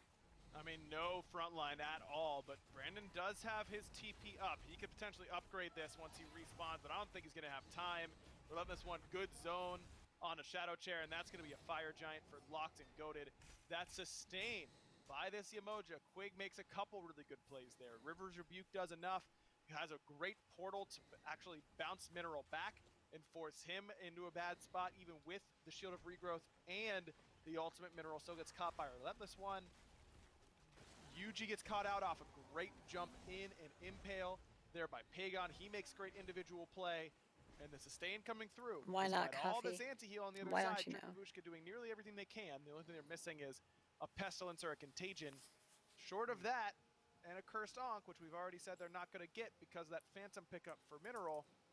I don't know what else they can really do. They've got to try and maybe burn Quig down himself. Quig's done a great job of staying really far back. He's basically playing Yemoja like a mage. He's playing with backline positioning and then just repositioning and making sure that his team is moving where he wants them to. The enemy team isn't going to be able to follow. And of course, the healing and the shielding output has been phenomenal. Yeah, Very 8K helpful indeed. almost from Quig, I've and learned a lot about how to start play to certain find out characters by watching the it's pros play 3,000 them. and some change, so Trick Babushka might have to mitigate Like I that used to give think that themselves a Yemoja's fighting chance Riptide here. was Relentless just One has primarily been the for like, aggressor more you know, kind of recently for dashing. Locked and Like that's Goated. how you like Will escape continue and to do the stuff. But same in this long lane as the Gold Fury has seeing respawned, how the but pros previous use it two so have much been more taken aggressively, I was like, by Trick oh, Babushka, and they'll look to make that you a actually 3 can for make plays 3. with it. It's like Looks a really Trick good Babushka CC just gonna let him have it, Locked and Goated. and a CC But chain. instead gonna If you turn know where this the one three around is, and take where their your first Fury of the game as Riptide is another going to tier 2 bounce them, you can then tower use awaits your Trick one Babushka for what will be a and Fire know where Giant they're going to siege. land, and you can stun them right Not after sure you they stand land. by and So they're defend this, just though. CC'd Phoenixes are constantly. much safer. They are only down about Then you drop 1,000 like gold though, and you drop don't your really ultimate want to on give them. up this much across the enemy team. Emoja's very Do you powerful really want to give up 3k if gold you're a with pro less player. gold? Don't think a 3k is I going to don't. make or break you though. The Nice. tier 2 tower ends up falling nonetheless, despite Trick Babushka being close by. Relentless One this time disengages thanks to the ultimate, and with 5 members still with the Fire Giant buff. Left side Phoenix open for Locked and Goated. Right side Phoenix open as well. There is a tier 2 tower in mid lane that separates Locked and Goated from that mid It lane feels really good Phoenix. to use it when you actually Mineral do does get not have the an Windfire enemy wheels launched for this back. fight, and that's Yeah. been a big engaged tool as Relentless I miss One most finds time. Me himself in too. the back line. The final tier 2 tower of this game will go down. But the more you do it, And the more Locked you'll and start Goated, hitting them, you know. still with the Fire Giant You just buff, have to get familiar with like it. to back themselves off The timing and stuff. by some of those items. Playing it pretty slow though. I mean, they've got Fire Giant still for about a minute 20. That's not really enough time to fully reset and give a good Phoenix Siege. You can try 1, maybe 2 waves, but I like the call overall to reset because look at how much True, gold everyone true. had in hand. Sino had nearly It's all about 4,000 familiarity. gold in his pocket whenever he backed, but everybody Yes, else please. right around that 2k mark. You got plenty to spend in that opportunity, and that golden pocket doesn't do anything for you in order to try and get you Nope, they broke it. advantageous for the next fight. You've got to actually spend it. They or it's gonna broke help you it. out at all. We see Command teams make that Z. mistake all the time. Exclamation They get a mark. big fight, they're up a million gold all of a Gamble. sudden, but they never reset. 2000. Spend Shift that gold to up. actually make it relevant. Control Locked and C. Goated, playing Enter. this one nice and slow. Does a gold And my lead timer's mean going off anything because at this apparently point there's in a this chess set? game, Apparently dude. not. Prior to that Fire Giant, a 3k gold lead for Trick Babushka. That has now been wiped off the map. This game, I knew he was gonna play I think now I F4. asked you whose set What this a was to punk. lose prior to this game and where we What a stand little 26 punk-ass minutes in. bitch. Just momentum, goal, Who plays XP, chess whatever you wanna anyhow? look at. Seems like Locked and Goated's to lose at this point. Agreed, and they haven't lost a full 5-on-5 yet with this composition because no one's been able to really punish Quig on this Yemoja quite yet. And until that happens, I don't really see Trick Babushka turning this one around. They've got to try to find a way to make Quig less effective in this team fight. And whether that's damage coming from Shadow Chair, he's finished off an Obsidian Shard now, so he's hitting a lot harder. Yuji with that Heartseeker is going to help out quite a bit. He's got to find better targets. Last time he got absolutely crushed by Pagon in that team fight. If Yuji and Shadow Chair can be a little bit more effective in this next engagement, they've been plenty effective so far this game. Those are the 2 top player damages for Trick Babushka. They've got to try and find it. Only even nerds more, play because chess. these last two team fights have Ew. all gone the way of Right? the other side. And there's some Nerd good ass coverage bitches. back behind that Fucking Harpy pit, gamers. but not enough that Do, make do, Trick Babushka feel do. comfortable moving through, as the two directly behind the pit are both for locked and goaded. And with the double I hunter wonder if this has composition, audio. Trick Hold on. Babushka have to be nervous. I mean, for all they know, this thing is getting melted down. This fire giant, at least in the next 30 Can you seconds, hear will me? be getting melted down unless they move in and try to face Yep. check it. They've Yep. sensed Mineral off to their I side, can hear and with me. Fire Giant not yet up, Locked and Goaded won't I sound like a their boy. heads towards that one. That's But unfortunate. Now we'll find out if these teams God. they want to fight I hate beforehand, hearing they my just voice wanna play sometimes. I'm more like, the ew, is objective. that really what I sound like right As now? we've pointed I'm out in like, previous conversations, the okay. secure isn't fantastic Yes. from either side. But Locked and Goaded have enough damage that they could burn I'm it kind of quick been blowing my enough nose that quite a Trick bit today, Babushka might not have so time to react. Still, That's Trick fun. Babushka, you feel like should have everything. I sound all dedicated against nasally this and Fire fucked Giant, up. because this is Agreed. not a Like you a can't stupid defend, you're gonna ass send in a Phoenix bitch. situation. Everything is This gonna be a isn't stupid ass a, bitch to me today. they've got Like such a business, every we've single gotta thing. waste our time to try and take these fights. Like Sort of this fire situation. giant, what a stupid ass 4K bitch. at 28 Bitch minutes ass is giant. not super scary. It's not super Absolutely. relevant to you at this point. So I think that I like Trick Babushka being here, and they really Yep. shouldn't be caught off guard by any pull. That no matter how fast Lock can go to do this Fire Giant, even with that upgraded Frenzy from Quig, there should be some sort of contest here from Trick Babushka. And really the only item missing is Shadow Chair with one slot open, and now we'll just see how fast Fire Giant gets Only melted stupid down ass by Locked bitches and leave Goaded, one and slot Stuart open.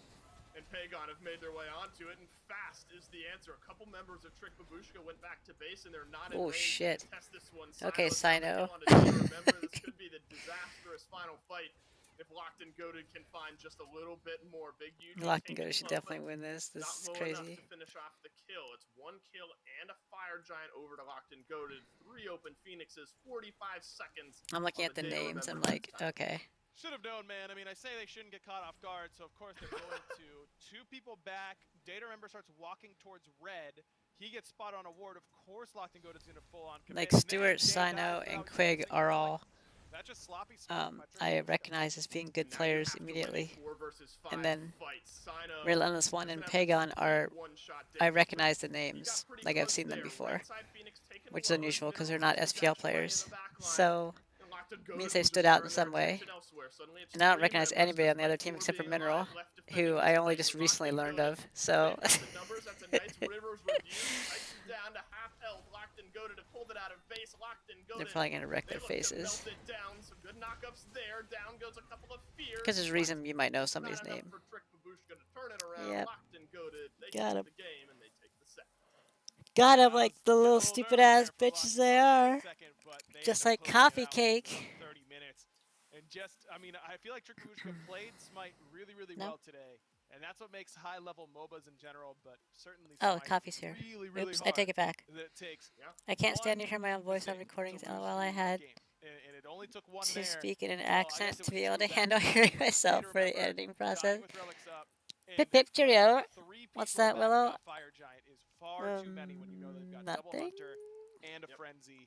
Locked and Goaded do not take very long to kill that Fire Giant, and unfortunately, it just ends up Nothing at costing all. Trick Babushka. Nothing's going on here. The KDAs Nothing to for see everyone here. in this Just move game. along. It'd be hard to tell me which team won. No real standout except maybe Stuart at 5, 2, and 4 on that Hachiman.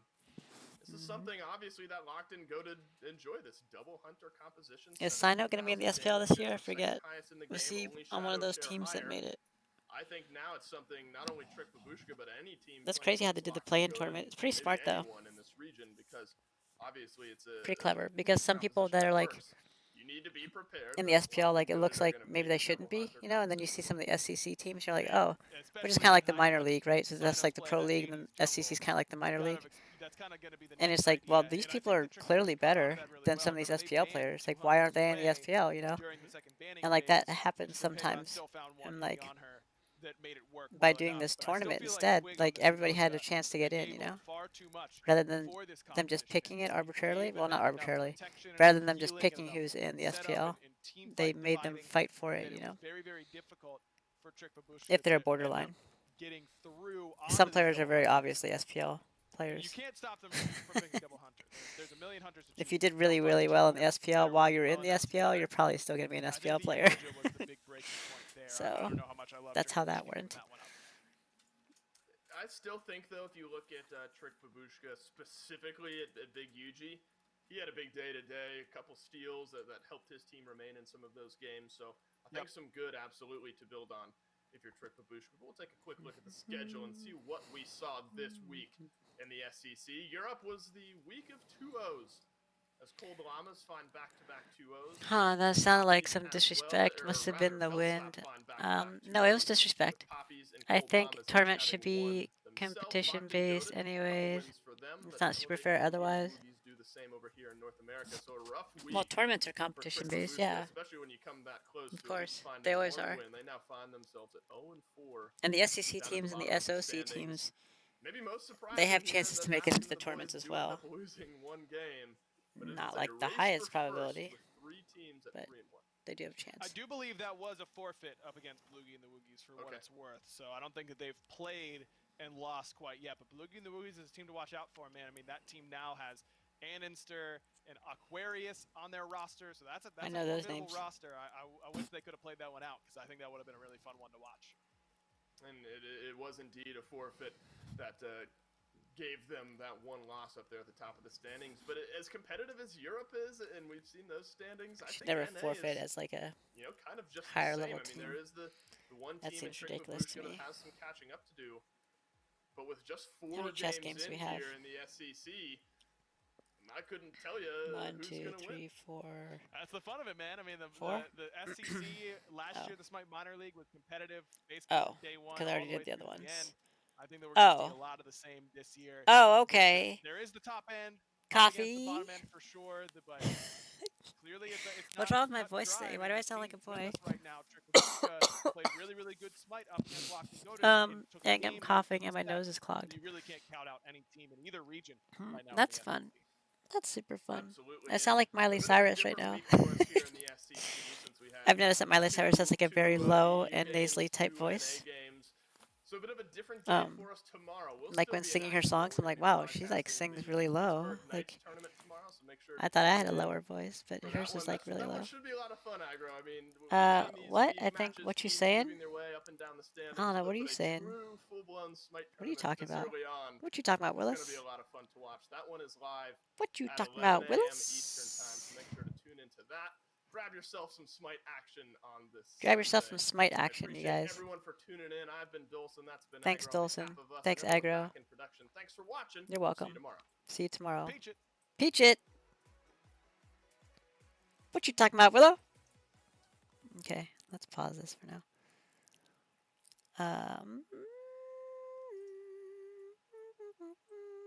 What picture do I have up? Oh god, that's bright. 100 hearts? What's that? 468 others. I'm sorry, what? Where did that happen? How did that see? Like, I don't even understand that. Isn't that weird? So like, this one has like 47, 49, right? I posted this one yesterday. It's got 469. What? How? Why? Like 39, 60, 49. They used to get like 200 each. And now, like, I'm not getting more followers, just a bunch of likes. That's really strange. Isn't that weird? I have a whole bunch of likes on this picture, but I didn't get an increase in followers. So,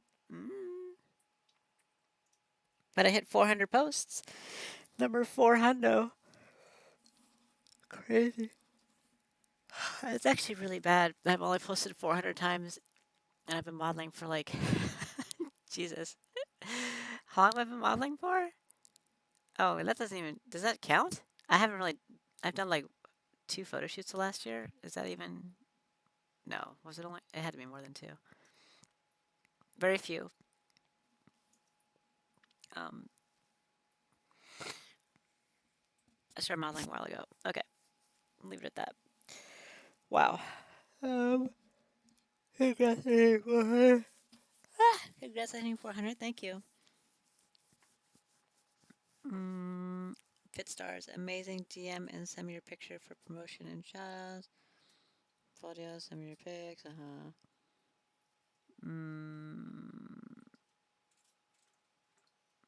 22.5 million network with guaranteed results. See, all these people that want me to like send the picture to them and stuff like that, all these comments, they're all like people that want you to pay for them to post your pictures, you know?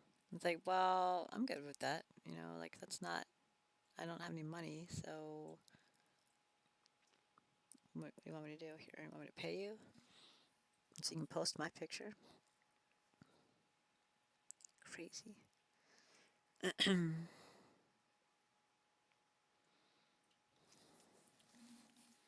Crazy, y'all.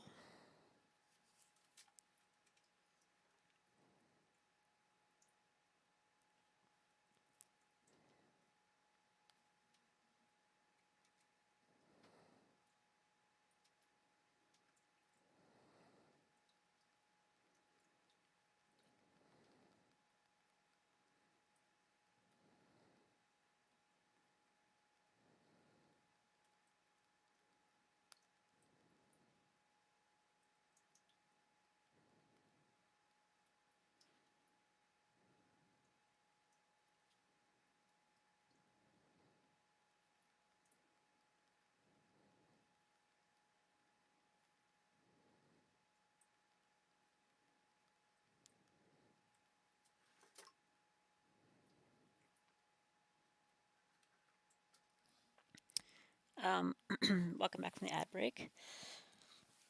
Um, yeah, I'd feel a bit weird to pay someone to post my stuff. I get that it's a good advertising, but still, yeah, it is something, I guess.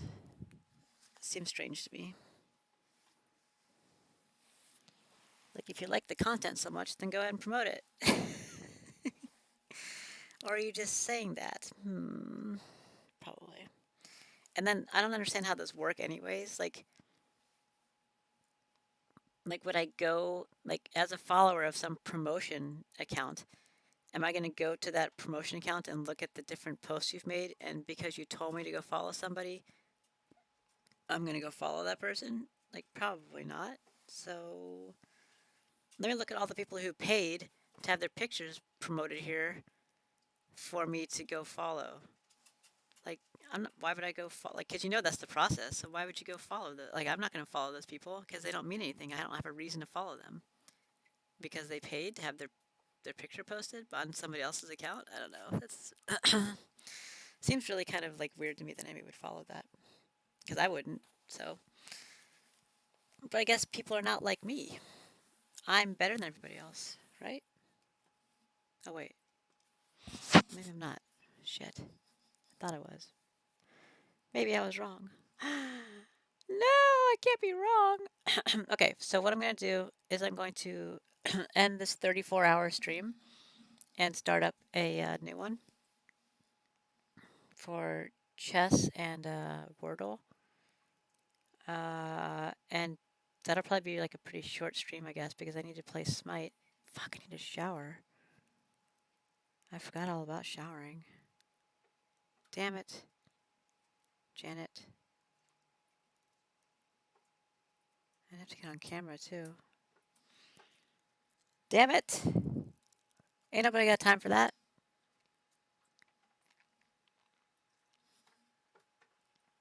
I guess I should put a bra on because my nips are definitely falling out of this shirt.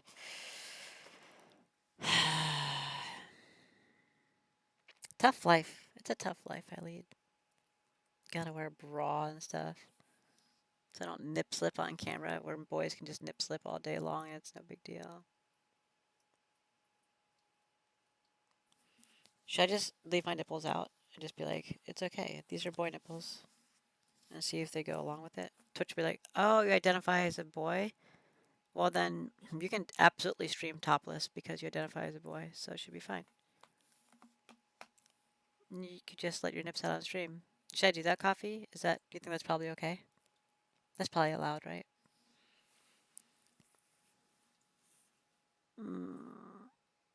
Oh, I'm irreplaceable?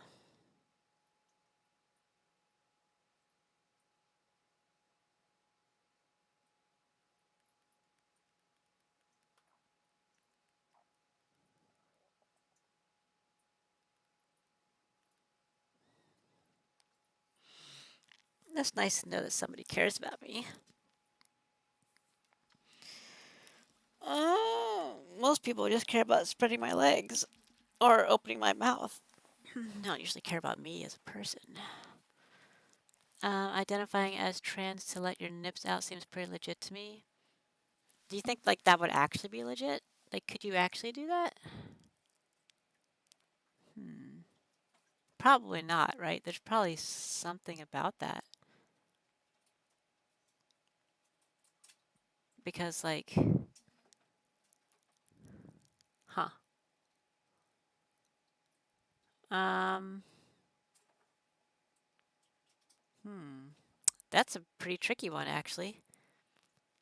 Because you don't want to, like,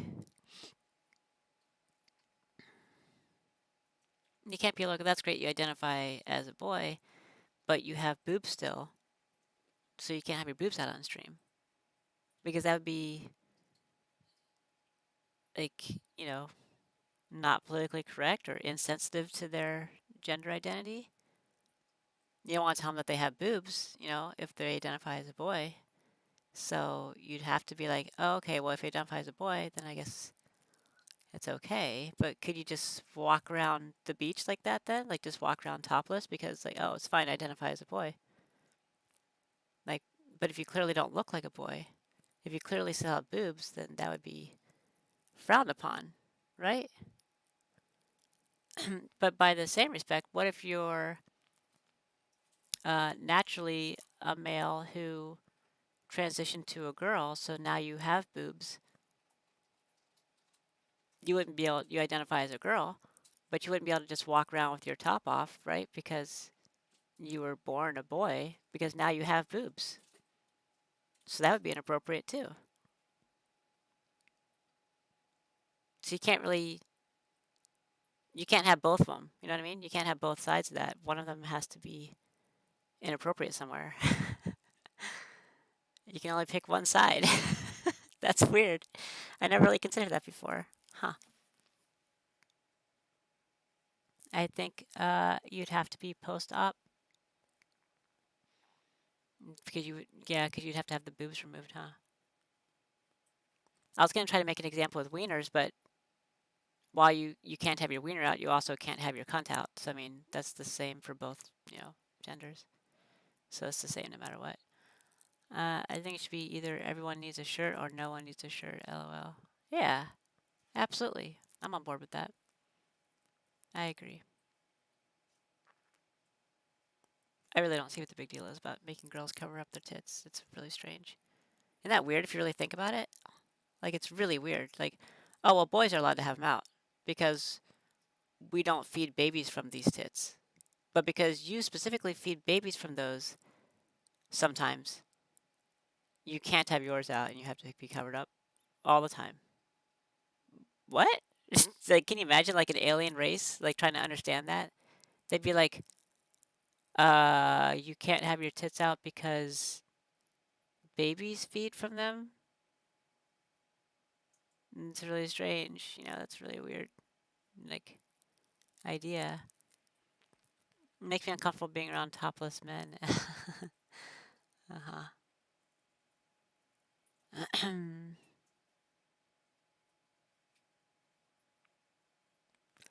I don't know how we got on that conversation. So I'm going to stream topless. Okay? Should be totally fine. Let's see what this DM is.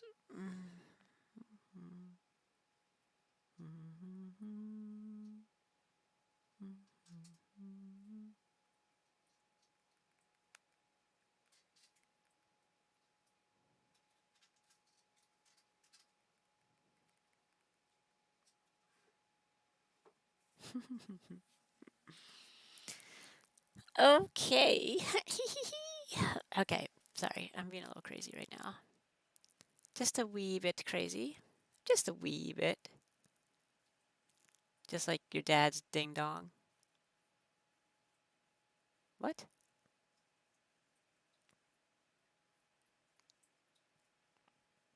I guess Bloop left again. I guess Bloop passed out again. Jeez, this guy, I tell ya. I tell you, right? Yeah, I kind of don't feel like changing the stream, but it's been 34 hours, so. Jeez, Bloop. Should I rub it again? I mean, maybe. It's only been like 12 hours, so. Has it even been 12 hours? Maybe. Because I could break the record if we look at a 24-hour period, because right now I'm at 7. So my record is 7. So, like, maybe. Maybe I should. Break the record! Okay. Maybe I'll break the record.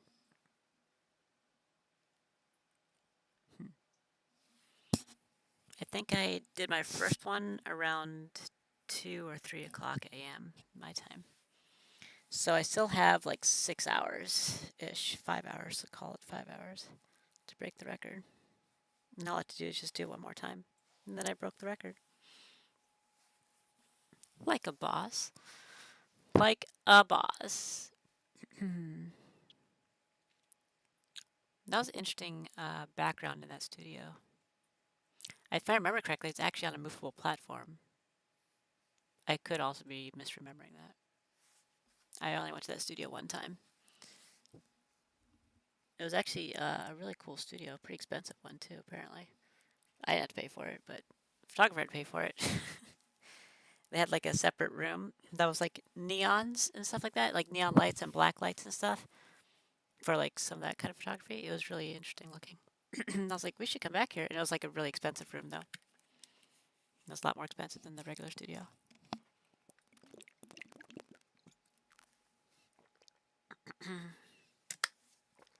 Wow, I sound really terrible today.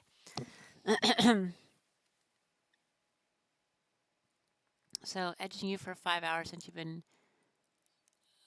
disrespectful little shit the past couple days. What? What do you mean? We don't have to do that. What are you talking about? What are you talking about?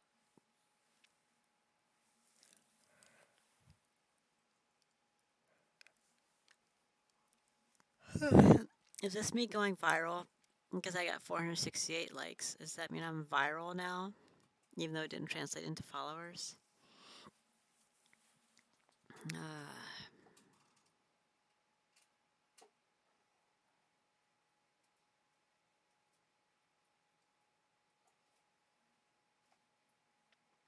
Okay, see this girl? Not a model. You just took a picture in your car. So, cool story. 1 million followers. That one looks pretty hot, actually. That first one.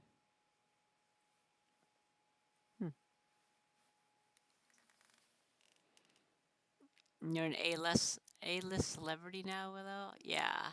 Maybe like C-list. That's probably about it.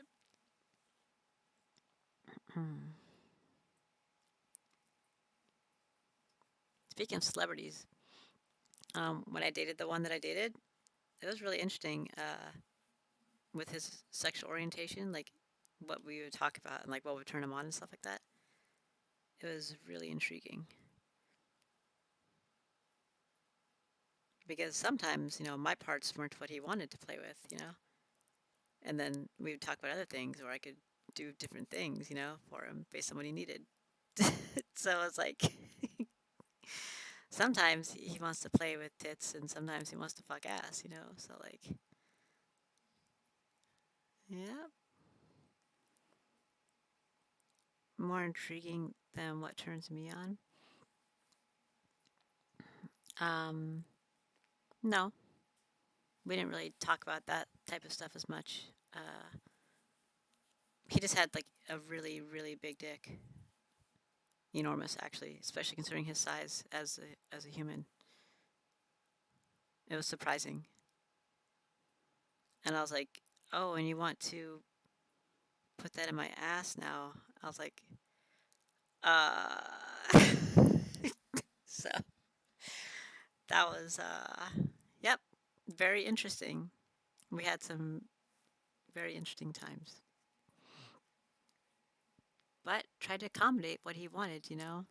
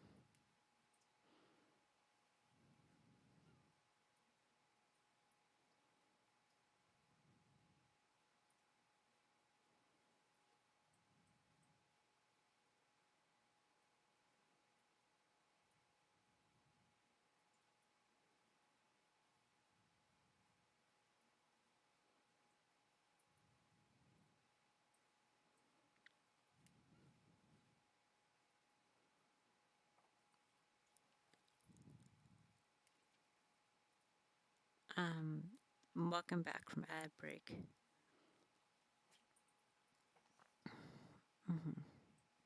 I wasn't talking about anything too crazy. Just, you know, normal stuff for me, so it's fine. This is fine. Everything's fine, you guys. Everything's fine. This is fine.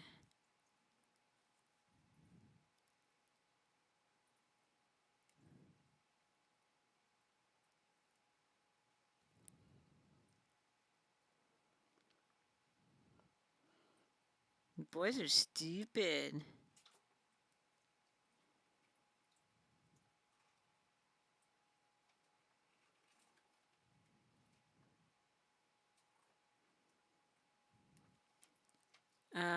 Big dicks and getting fucked in the ass is another day for Willow.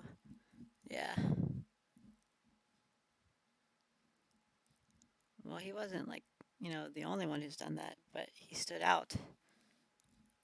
Stood out quite a bit. He's also the same one who didn't like receiving blowjobs because he had had so many of them in his life that they just didn't really do anything for him anymore. So he didn't really want them. He didn't really derive much pleasure from it anymore.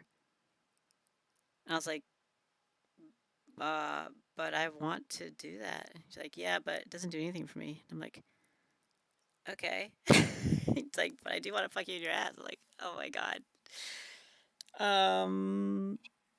Conflicted? It was very strange. Yeah, boys are stupid. So, I was just gonna leave the stream on, but I guess I should reset it, right? How the fuck can you be blowjobbed out? Yeah, I don't understand that one. I don't care how many times somebody's gone down on me, it's always gonna feel good. Maybe it doesn't feel as good as something else might feel at that time, but it's still gonna feel good, you know? It's not like it's gonna feel bad unless they're doing it badly. But, I mean, pretty hard to mess that one up.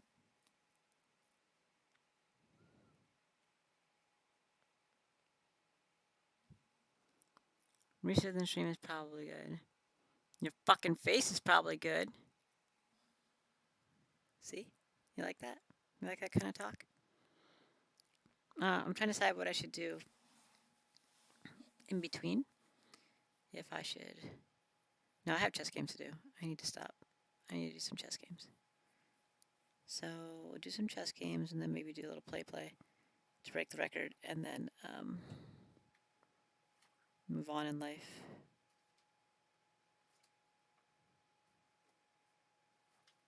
It hurts down here though. It hurts quite a bit because of playing with it too much. And my nipples are basically completely broken. They're probably the sorest I've ever felt them feel.